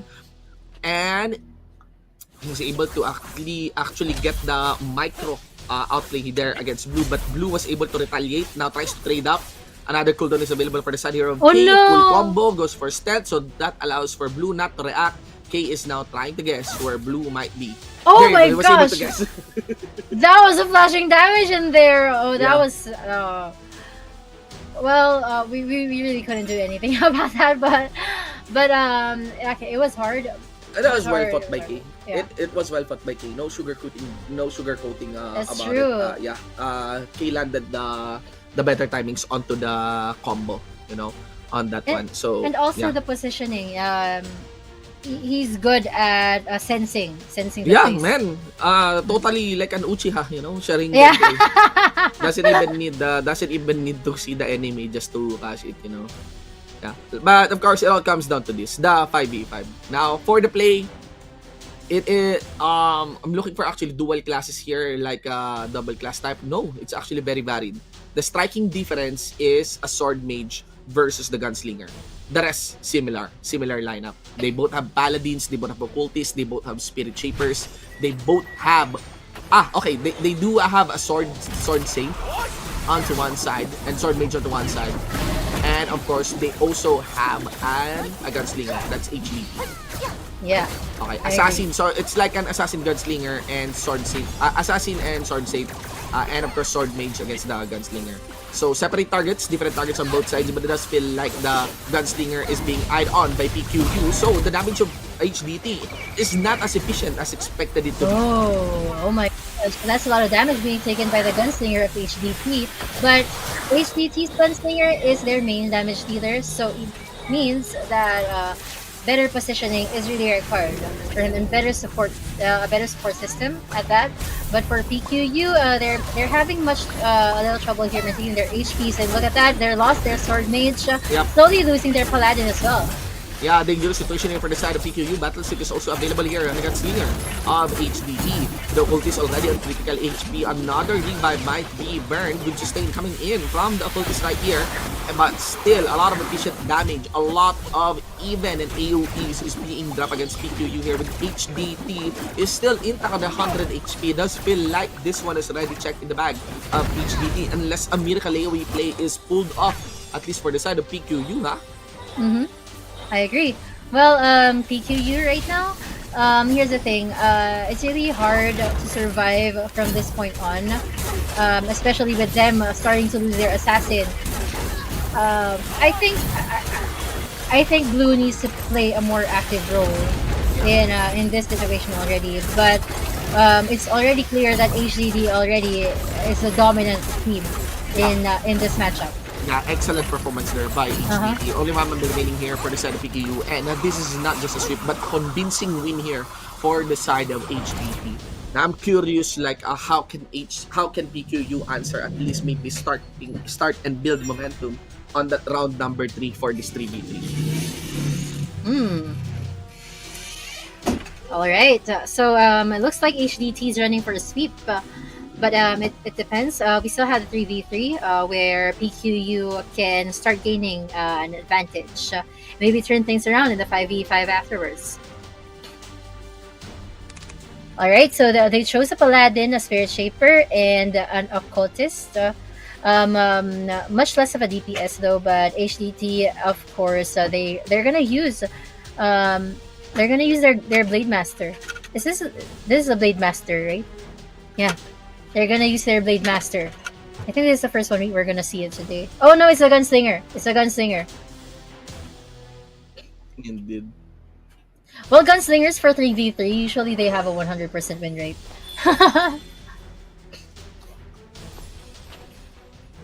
Alright, AGT's trying to play it safe here. They're trying to play it cool. And Sword 9, where are you? I'm trying to keep an eye on their Gunslinger. There you go. There he is. Trying to protect his teammate against the attack of Nyx by also attacking. Let's look. Yeah. It's the idea is of course to at least stop, some key damage source from your opponent. It's not really advisable to go for the supports heavily. And it does feel like Sword 9 is being punished here by the side of PQU, but not before PQU also lost their Sword Mage. And that's the problem. You did mention on Nyx here getting controlled. You can actually see here Queen trying to sustain onto Nyx, and Nyx is looking towards Long. Long here is of course maintaining his distance against Fina against Nyx, and Nyx gets dropped. Instantly on that, gets mauled by a bear. Meanwhile, Sword 9 here, he got his own shield, he got his own sustain, despite receiving damages as well onto the occultist of the other side. So Sword 9 is sustained steadily, and revives are on cooldown, I think, just used right now, just available right now for the side here of PQU. Now with Nyx getting up, let's see if he can kite back. No one is controlling onto Nyx, that's good. Sword 9 now, dishing out good damage from the back line. But Nyx once again gets the attention of that occultist, was able to get a freeze under that bear. And now Nyx would be up. But Sword 9 also on this battle suit. So that's the big problem. With Sword 9, with Nyx only, the only one member remaining here, and is able to get defeated by HDT, the whole series gets taken by HDT. 3-0. A sweep here by the Chinese representative. That was one huge sweep coming from HDT. Oh, congratulations on getting yourselves into round 3 of the upper bracket. But PQU, don't fret, because you guys still have a chance in the lower bracket tomorrow. So it was actually quite a heavy matchup for both teams, especially for PQU. I didn't expect that. I was honestly rooting for PQU because of their performance against KTK earlier. But HDT, knowing that they defeated the Vietnamese team earlier, of course, that also means a lot. So we actually have they defeated KTK, but again, KTK is the lowest seeded China team. Well, for PQU. Yeah, that's actually a good point. Yeah, and yeah, now we have the four teams that has the highest seed for our tournament. We got Team Ice, we have Team Sui, NSN, and even HDT. Out of that four teams, three are from China. Yeah. Yeah, look at that. And of course, no one is still eliminated from this tournament. What we have rather would be okay, there is the we have the matches done off stream. We have some matches done off stream. Paring JP. Yeah. So Hex already dropped out of the competition, Oh. Nomad as well. Hex, DAI, and even KTK. So we only have out of the 16, we only have 12 teams remaining. All right. Okay. Yeah. That makes sense. Yeah, So, because the lower bracket matches, you saw the matches, they got Yes. X out, Yeah. okay. So even KTK got dropped. All right. Well, that's a lot of because I was actually preparing myself for their games tomorrow. But okay, I don't need to worry about that anymore. We already have we have continued on narrowing down our teams for tomorrow in our finals day number 2. So Yeah. those were the first 12 matches for today, guys. Yeah, so that actually makes we still have another set of matches for tomorrow. But the best part about that one is that all of that matches totally and finally leads in crowning the grand champion, the ultimate winner of this Revelation Global Championship. Of course, we've witnessed a lot of good matches here. I think we witnessed how the newest country joining the Revelation tournaments approaches their meta, and it is totally answer gunslinger. I think the most rewarding class right now for this, or the highlight classes right now for this tournament, would be obviously the gunslinger, and I would go for the assassin, and number Yeah. 3 is the occultist. Yeah, me too. Gunslinger is really the meta changer for me against C, since Southeast Asia is not really using much of the gunslinger. So that's really what the teams need to prepare for tomorrow, because Chinese teams are still dominant in this competition, and they need to prepare themselves against those gunslingers so they can either react to them or just join them if you can't beat them. Well done here for the side of all the teams that are participating. By the way, guys, we still have our lucky wheel winner on that part. So I hope that you guys participated, and I hope that you guys commented properly, so that you get valid points. I think we're all comments are being put onto the lucky Yeah. wheel right now. Last time we did it in the Blaze of Glory, we have a very, very big lucky wheel. Well, guys, you know what? I just remembered. For tomorrow, you have to be here again, because we're gonna have like quizzes for you guys. That's actually gonna give us more prizes if you win the quiz. So, quiz about the game, of course. Yeah. Yeah. Onto the comment section. So we still have a lot of cool stuff to be given away. It's not just the players that will be winning something, from this tournament. It's also the viewers, plus the fans and the players as well.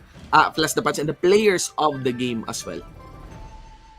Yeah. So here we go, guys. We have the lucky wheel, and there you go. We are gonna be drawing different prizes, with different cash prizes allocated across all the participating countries here in the Revelation Global Championship. I think we'll go first. Let's see which country will go first. From the looks of it, we might go first with Vietnam. All right. So that's $20 and $150. Two $20 and $150. So for Singapore, for Philippines, two $20 and One $150. $50. Yeah. Yeah. In Thailand, we got 3 merchandise sets. In Singapore and Malaysia, we have two $10. Is that $10 or 40? Yeah, $10 Razer Gold bonus, and one $50 Razer Gold bonus. Wow. So this lucky wheel, I think this is from Vietnam. Normally, that amount of winners is from Vietnam. Congratulations to Comc. Oh, that's not their IGN. That's their server. Yeah. Congratulations. Okay? Oh, you won't know who won because the IGN is not. Yeah, the Yeah. IGN is not part of It's it. not required, yeah. Favorite team, role ID, server. It's just the role ID, you know. Well, that would be hard because the role ID is like a lot of digits. Numbers, yeah. So, congratulations if your number did came up. Do check your. Be sure to monitor, and double check your role IDs.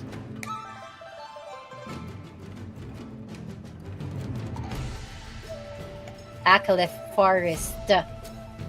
Someone from oh, they're rooting for HDT. Well, of course they're Vietnam. But I did see viewers from the Filipino stream rooting for Chinese teams earlier. Indeed. Because they know already like how strong Chinese teams are, you know. Yeah. Okay. So let's Someone drop will get that, $50. the $50. So we'll be getting that $50.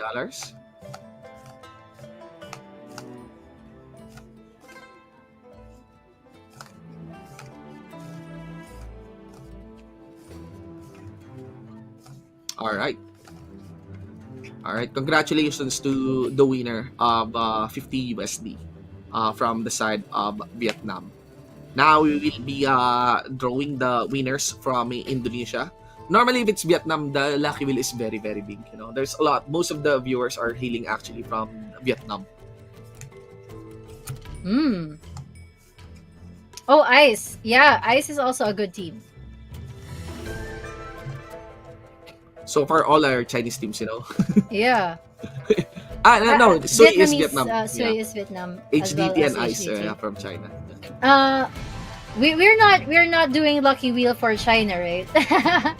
I just no. noticed. Yeah. Okay, Indonesia. So definitely a higher chance of winning if you are from Indonesia. Oh, guys, you know these wheels that has higher chance of winning. You can go to their streams as well, and take your chances. You'll never know. You might. A lot of players rooting for HDT here in Indonesia. Are they that strong?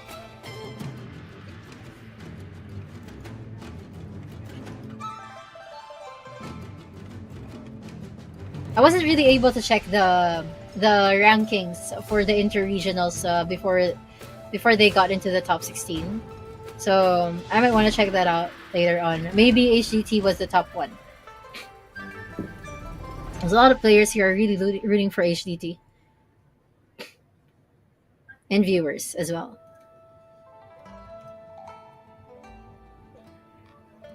Indeed.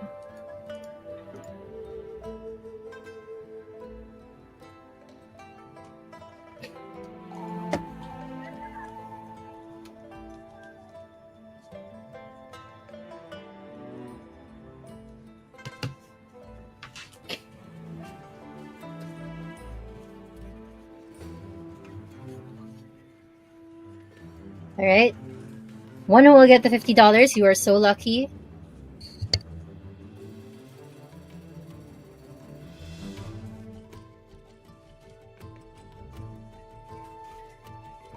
Hoveria, that's an old server. I didn't know people were still playing from Hoveria.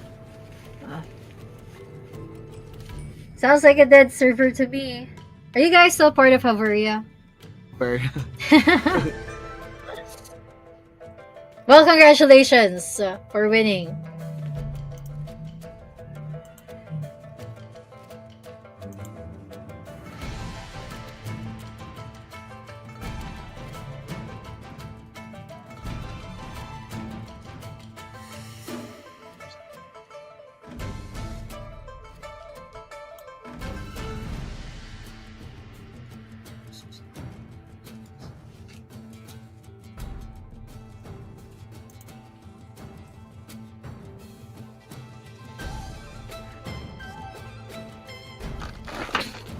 Mm-hmm.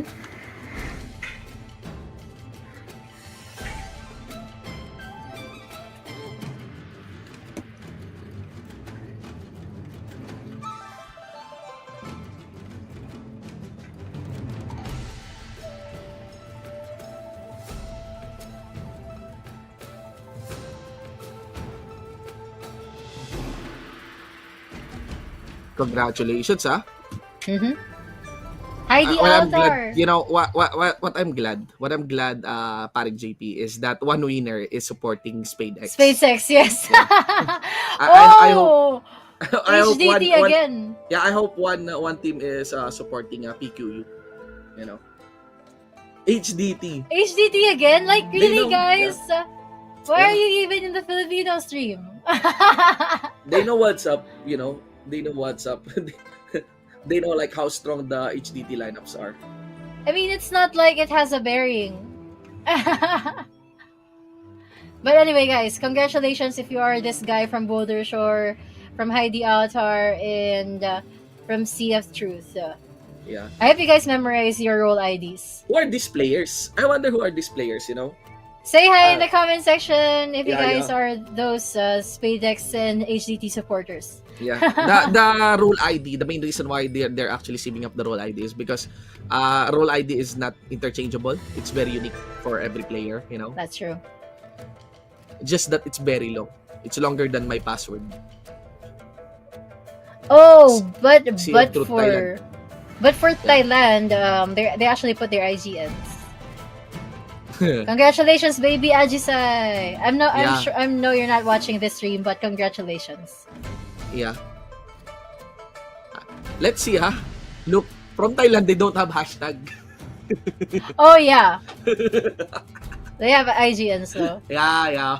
So what they get from the Thailand is the IGN. They and you included guys the can IGN. also join this Oms! Thailand Lucky Wheel. I just Oms, don't know man. how you're gonna get that what do you call this merchandise set? Yeah. By the way, OMS already won way back in the Blaze of Glory. Really? Yeah, I You do recall the remember name. that? Yeah. Oms. I swear, my memory is like a hard drive. You need to clean it from time to time. It needs that maintenance, you know. But I do remember the OMS, you know. On our Blaze of Glory raffle. We did roll a lot of prizes during the Blaze of Glory tournament. But don't worry, guys. We still have our quiz for tomorrow. I think we still have raffles and codes also for tomorrow. Day number 2. The best part is we will know. So now at least I know how the other players are seeing the teams, you know. HDT. HDT seems to be the heavy contender, you know. Seems Yep. to be the heavy contender or like the expected team to win on this tournament. Lots of fans here for HDT. I First ban know. from RR. Like HDT better show us like why a lot of people are rooting for them.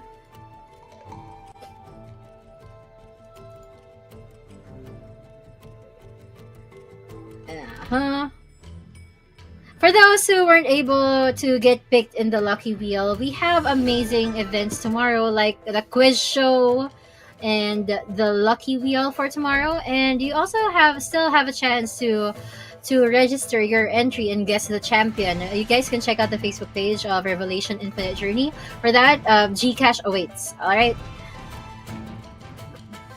If you're able to guess correctly who the champion is. What server is the most populated right now? I have no idea. I think they're all equally populated, but I'm just not sure who what server has the most champions. Yeah, the tournament here, the Blaze of Glory, Revelation Global Championship, they have a very balanced tournament system. It does feel like the game overall is also a balance in terms of PvP. But don't worry, there's still more. You know, there's still more.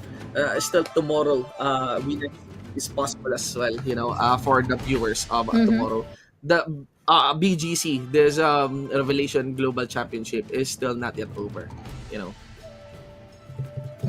So guys, those are the winners of the Lucky Wheel. If you guys weren't able to get it tonight, you guys can try again tomorrow. Okay, it's not at the end.